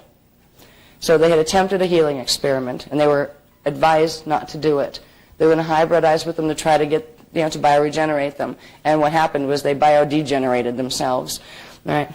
The Wisadek races originally agreed to host matrix and assist in the reverse mutation of certain race strains from our universal Vecca that had fallen to phantom matrix black hole status during the Lyran Elohim Wars of 250 billion years ago. The hybridization healing experiments failed, serving instead to amplify the original phantom matrix race genetic mutations among their own race lines. Due to the advanced DNA template mutations and consciousness distortions they had created for themselves through employing tactics of shield template combining that the Giannis Masters races had strongly advised them against, the Wisadek races fell into severe polarity consciousness and began fighting within their universal Vecca. The Wisadek races refused to take responsibility for the free will actions they chose in misapplying natural creation physics and adopted an attitude of vengeful blaming of the races from our time matrix for their decline. They cited the cause of their de-evolution as being the host matrix they originally offered to our fallen phantom matrix races. In an attempt to assist the Wisadek races to redirect their evolution, the Brahmarama, Seraphai, and Elohai races of our time matrix agreed to their demands of removing certain phantom matrix race strains from their time matrix. Once they'd gone over to try to bioregenerate them and they got even worse, we agreed to take them out, take them back out of there, take them out, and relocating them back to our phantom matrix from which they originally fell. Remaining phantom race strains, their original mutation now amplified, were returned to our phantom matrix under quarantine. They were offered an advanced re-evolution program through which they could rapidly re-evolve out of phantom matrix through a Brahmarama Elohim host matrix, as they posed a threat to the continued re-evolution of the fallen races that had remained in the phantom matrix all along. A polarization refraction lens called the Eye of Metatron was installed 150 billion years ago at the 11.5 Universal Stargate 12 Lyra Era Matena between phantom and our living time matrix. The lens served to channel a portion of our universal Vecca life force currents from our universal Vecca D15 primal light field, which is the violet light field, into the quarantined portion of the phantom system and created a quarantined path of ascension via host matrix for the returning races. The host matrix project was entrusted to an Elohim collective called Metatron of the Giovanni entity collective, the original family line from which the quarantined races had fallen. When the Eye of Metatron was installed, mutated hybrid rebel races of the Wisadek matrix misused the Stargate Templar system powers of their universal Vecca in an attempt to break into Phantom Matrix to gain control of the lens. The attempted raid failed, destroying their divine blueprint, Universal Stargate 12, and plunging their matrix into imploding black hole status. The Metatron Collective failed in numerous attempts of re-evolving the quarantined phantom races, losing more of its consciousness fields to the phantom matrix. The Metatron Collective itself finally fell to phantom. Now this is what happened. This is the wonderful God that all those books are telling you to, reach out for, invoke the names in your DNA, call out the names. This is the trickery, this is the lie. And at this point, I used to feel bad because I don't like to pick on anybody else's work. But at this point, somebody's got to say it. Through the Metatron's misuse of the Eye of Metatron lens, the quarantine in Phantom Matrix was broken, and Phantom Matrix digressed into progressive hybridization, mutation, and escalating war between the Phantom races. During the Gaian-Orion Phantom Matrix Wars 570 million years ago, the Metatron Collective made deals with the warring Wisadek races from the Wisadek black hole system and allowed the Wisadeks to use the Metatron lens to create a wormhole called the Path of Arimathea between the Wisadek and Phantom Matrices. The Wisadek-Metatron alliance used the lens to progressively create the Beast machine, and Beast actually stands for blank slate technology, because it completely destroys the radial body where the whole memory matrix is shattered, and then they use what's left to create a false one. The Beast technology, through which the antichristic Metatronic code for artificially sustained energy vampiring life It is a mathematical program that is an energy vampiring system that cannot hold natural creation currents and has to feed off other things. Just like we have mathematical codes that allow for a perpetual life system where the energy can come down, then it can go back up and down and up, so it's a perpetual motion universal system. Their mathematical coding doesn't allow for that to happen. It simply allows them to suck energy off other living things. Okay? A permanent, irreversible template mutation was born via forced shields bonding between the universal shields of phantom matrix, our time matrix, and the Weiss-Sedek black hole. When the beast was used to create interface with our system, our universal Vecca shadow world was born. The D11.5 reversed matrix dark avatar collectives of the Weiss-Sedek black hole, who carry the permanent and irreparable mutation of the Metatronic code, became our shadow dancer attachments. The shadow dancers use the sophisticated external antichristic Templar technologies of the beast and the shadow to progressively drain life force energies and hijack living consciousness from our universal Vecca system. With the birth of the beast and the shadow dancers came the simultaneous unnatural birth of the shadow body, elemental attachments, and figment attachments. All right, so there's more on this. It gets into attachments and the crimson crests, how you can spot magentas and all that stuff. But I wanted to at least touch on how this happened, what Metatron has to do with this. So, we don't tell anybody what to believe. We share what we know, and you can take it or leave it. But at least you're making the choice consciously. At least you know. And at least you can't say, well, nobody told me, So I wanted you to understand that. Now, I'm going to go up here. Bless you. This diagram. It's, if we had the facilities to do color graphics and had the time to deal with that stuff, it would be a lot easier to read these. This is something that you can basically structurally see. It's familiar, right? We have our universal stargate system, the galactic gate system, the ECA, inner ECA system here, our primal light fields there. It's that one again. And that's our solar system plane. Well, this fuzzy-looking thing here, if you look at these gates here, 6, 6, 6. All right, this is where that jumble of gates comes, because you have the one axis coming through this way. That one's I think that's the phantom one. No, that's the Weiss-Sedek one, this way. And then the phantom one, coming through this way. So the gates line up at the 666 point. That's the point where the mess bonds through our system. That is the point where the artificial bonding of the 666 Metatronic seed atom is planted.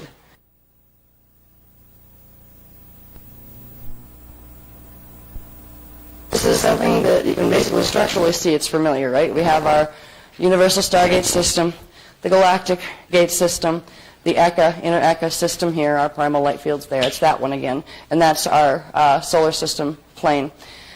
Well, this fuzzy-looking thing here, if you look at these gates here, 6, 6, 6. All right, this is where that jumble of gates comes, because you have the one axis coming through this way. That one's I think that's the phantom one. No, that's the Weiss-Sedek one, this way. And then the phantom one, coming through this way. So the gates line up at the 666 point. That's the point where the mess bonds through our system. That is the point where the artificial bonding of the 666 Metatronic seed atom is planted in that point. And that's what holds the 666s together, artificially forces them together and forces them open to each other. And that's where you get the horizontal current and then the vertical current of the flaming blue sword of Archangel Michael D13 reverse current, which again is made of forcing D7 reverse current from the Weiss-Sedek matrix into bonding with D6 reverse current from the phantom matrix. All right, and all they want to do is re-energize it by bonding it to the frequencies in our matrix. It will make it stronger. Now there's a whole other, if they got this far, there's another thing they want to do on top of it. There's a whole part that has to do with something called the Eye of Brahman that's even higher than that. It's up like in D12. That was another attempt to, it was a lens that was put in. And it was I believe Brahman, I forget the dates now, I think Brahman was put in the 250 billion years ago when the Elohim War was. So what they're trying to do is take over this part and then work their way up. So this is the curse that is coming to our system. It will begin, it's already beginning to activate in the universal stargates. But when it gets to Earth, see, it's going to activate here, then it's going to do the same thing here, and it'll come through on their 6th position. These are the positions where the gamma ray of flame activates as well. That crossbar position between, it's activating in 6. The crossbar position is like right there between 6 and 7. So gamma ray of flames activate in through here. Now, on any cathara grid.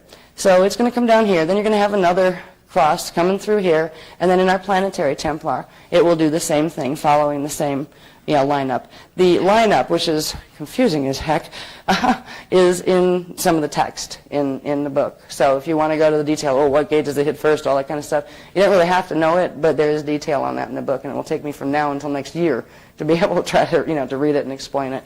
So if you want to know more of the detail on how the gates interface and what current hits where and that kind of stuff, you can read that.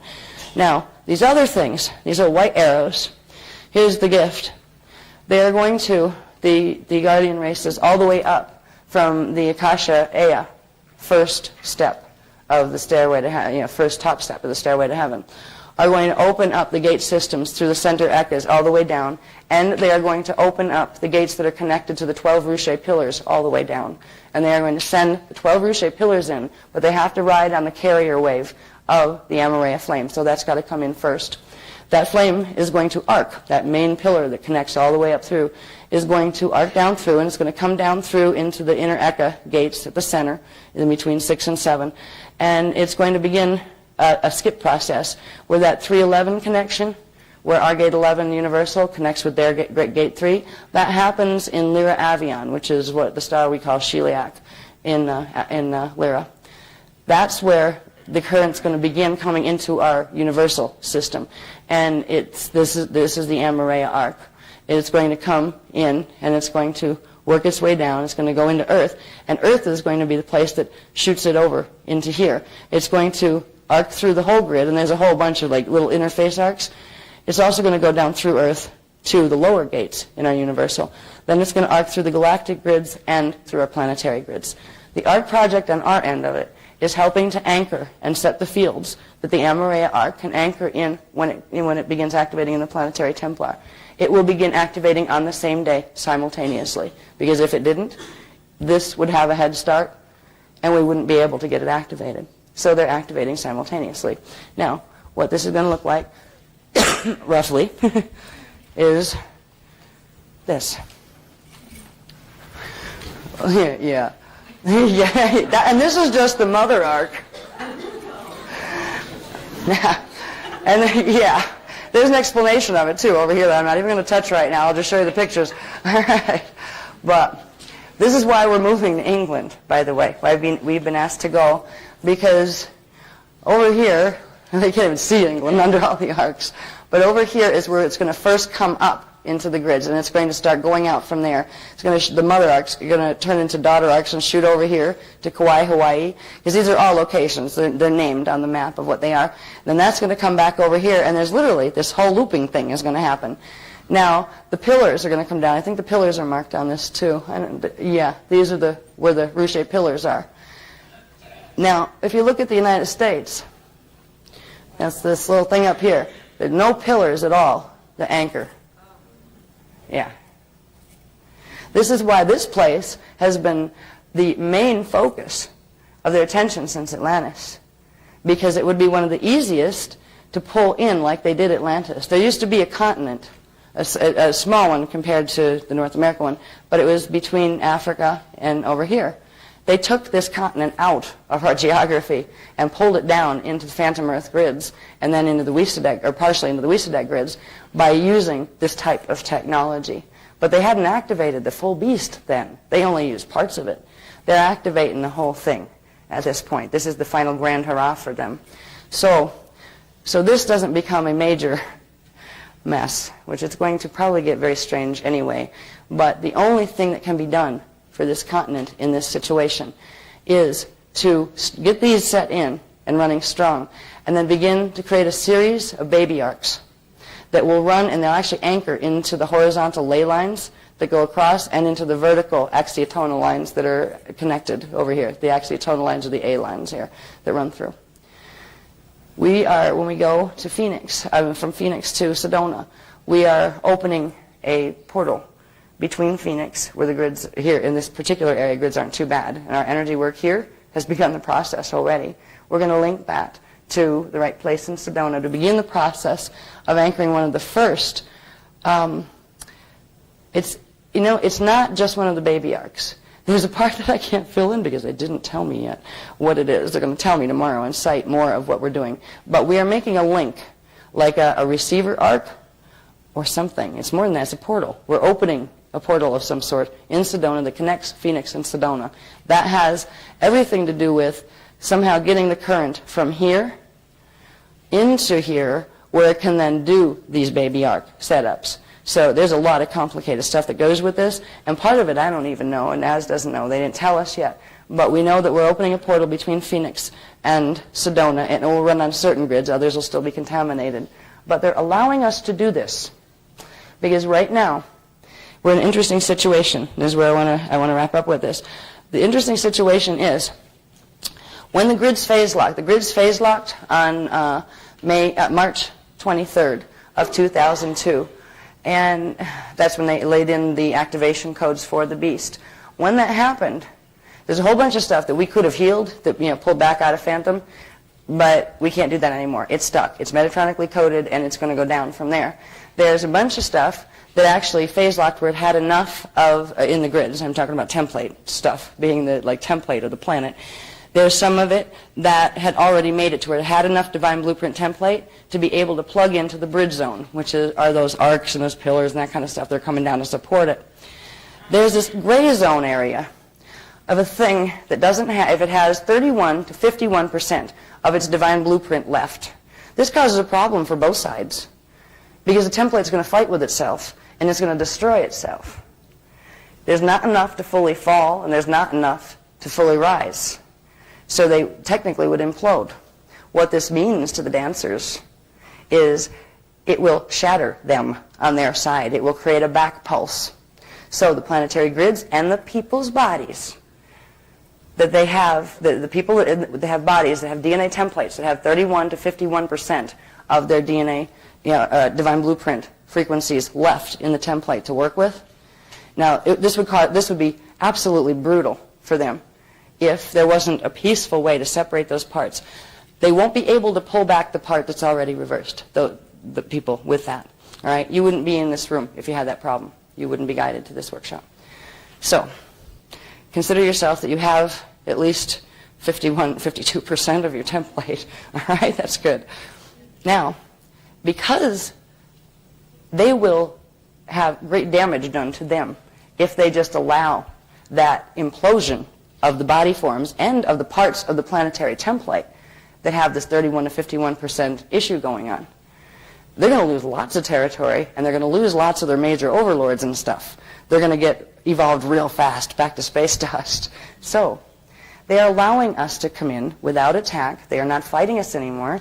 They are asking us to come in because running these frequencies will cause a gentle separation in the templates, and it will help. I mean, the 51%, you actually might be able to bring it down to bring it down a bit, where some of those actually, you might be able to catch them just in time where they can make a bridge zone link. What it will do for the planetary grids and for the people that are stuck in that 31 to 51% zone is it will create a separation, a natural, easy separation, so it doesn't destroy their bodies very rapidly when the Metatron stuff starts to activate.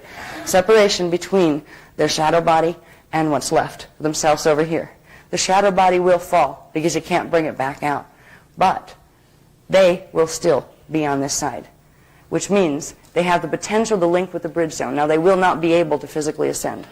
It will be a biological impossibility at that point. They don't have enough template to generate what's required. However, what they can do is bond to the bridge zone, which there's really like up or down now. There's no middle zone like there had been in the earlier potentialities. They will be able to bond with the elemental kingdom here in the earth that's going to, the part of the earth that's going to rise. And when their natural time for biological death comes, They will be able to host literally into the bridge zone time cycles with the planetary grids themselves, which means they'll be able to incarnate into the bridge zone time cycles in their new body. Now, this is the most merciful thing that can be done for the people that are stuck in that predicament, and it's exactly what the Weesadeks want us to do too, because they get at least a shadow, and the big thing they get is they don't blow up. Huh. Okay? Now, if we were mean, we'd just say, no, we won't do it. Go ahead. We're going to let you blow yourself up. We're not going to do that. We're loving beings. We're here in service. So after all of the billions of years of fighting that have been going on, and with us always stuck in the middle, we finally agree on one thing. It's time to run these frequencies. So the indigos and the humans that were working the real Christos realignment mission, doing this work, they've been under attack ever since, particularly since September of 2000, when the war edict was issued. That's going to ease back a little. Now, if they want your body because you're a very valuable indigo or something, they'll still mess with you, but if you start working with this stuff, it's not worth the mess, because they can't break through these frequencies. So if you're actually working with the technologies, and they're not, unfortunately, they're not too hard, you'll be all right. Now, they're not going to be, when we used to go into places, and I swear we need like a sentry posted just to watch our backs, because they would hit us with psychotronics. They'd do whatever they could to mess with us, to do field attachment to people, all sorts of stuff. They'll still try to body snatch if they see an opportunity, but they're not going to do mass assault on us to try to stop us from running grid work, because right now they want us to run grid work. They need us too. So this means we can at least breathe a little easier. We're not under the gun like we were when Plan A was in operation, where they were both of the competing sides of the Weesadek groups, both were after us because we were going around healing grids, which means neither of them could connect with them anymore. We were running the D12. So it's actually a little easier on us this way with the Plan B thing. So that's the ARC project. This is what we're involved with. The solutions are the techniques. I will give you now, before we go into space, into outer space, inner space, into inner space, I will give you the sequence that was given to me. So if you can find a pen and a piece of anything, it's not real long. So it's just basically with the techniques you have in these two books, what do you do when? All right. Oh, I got a major backache. Yeah, I'm going to sit down to do this because I'm getting a back kink. Ow.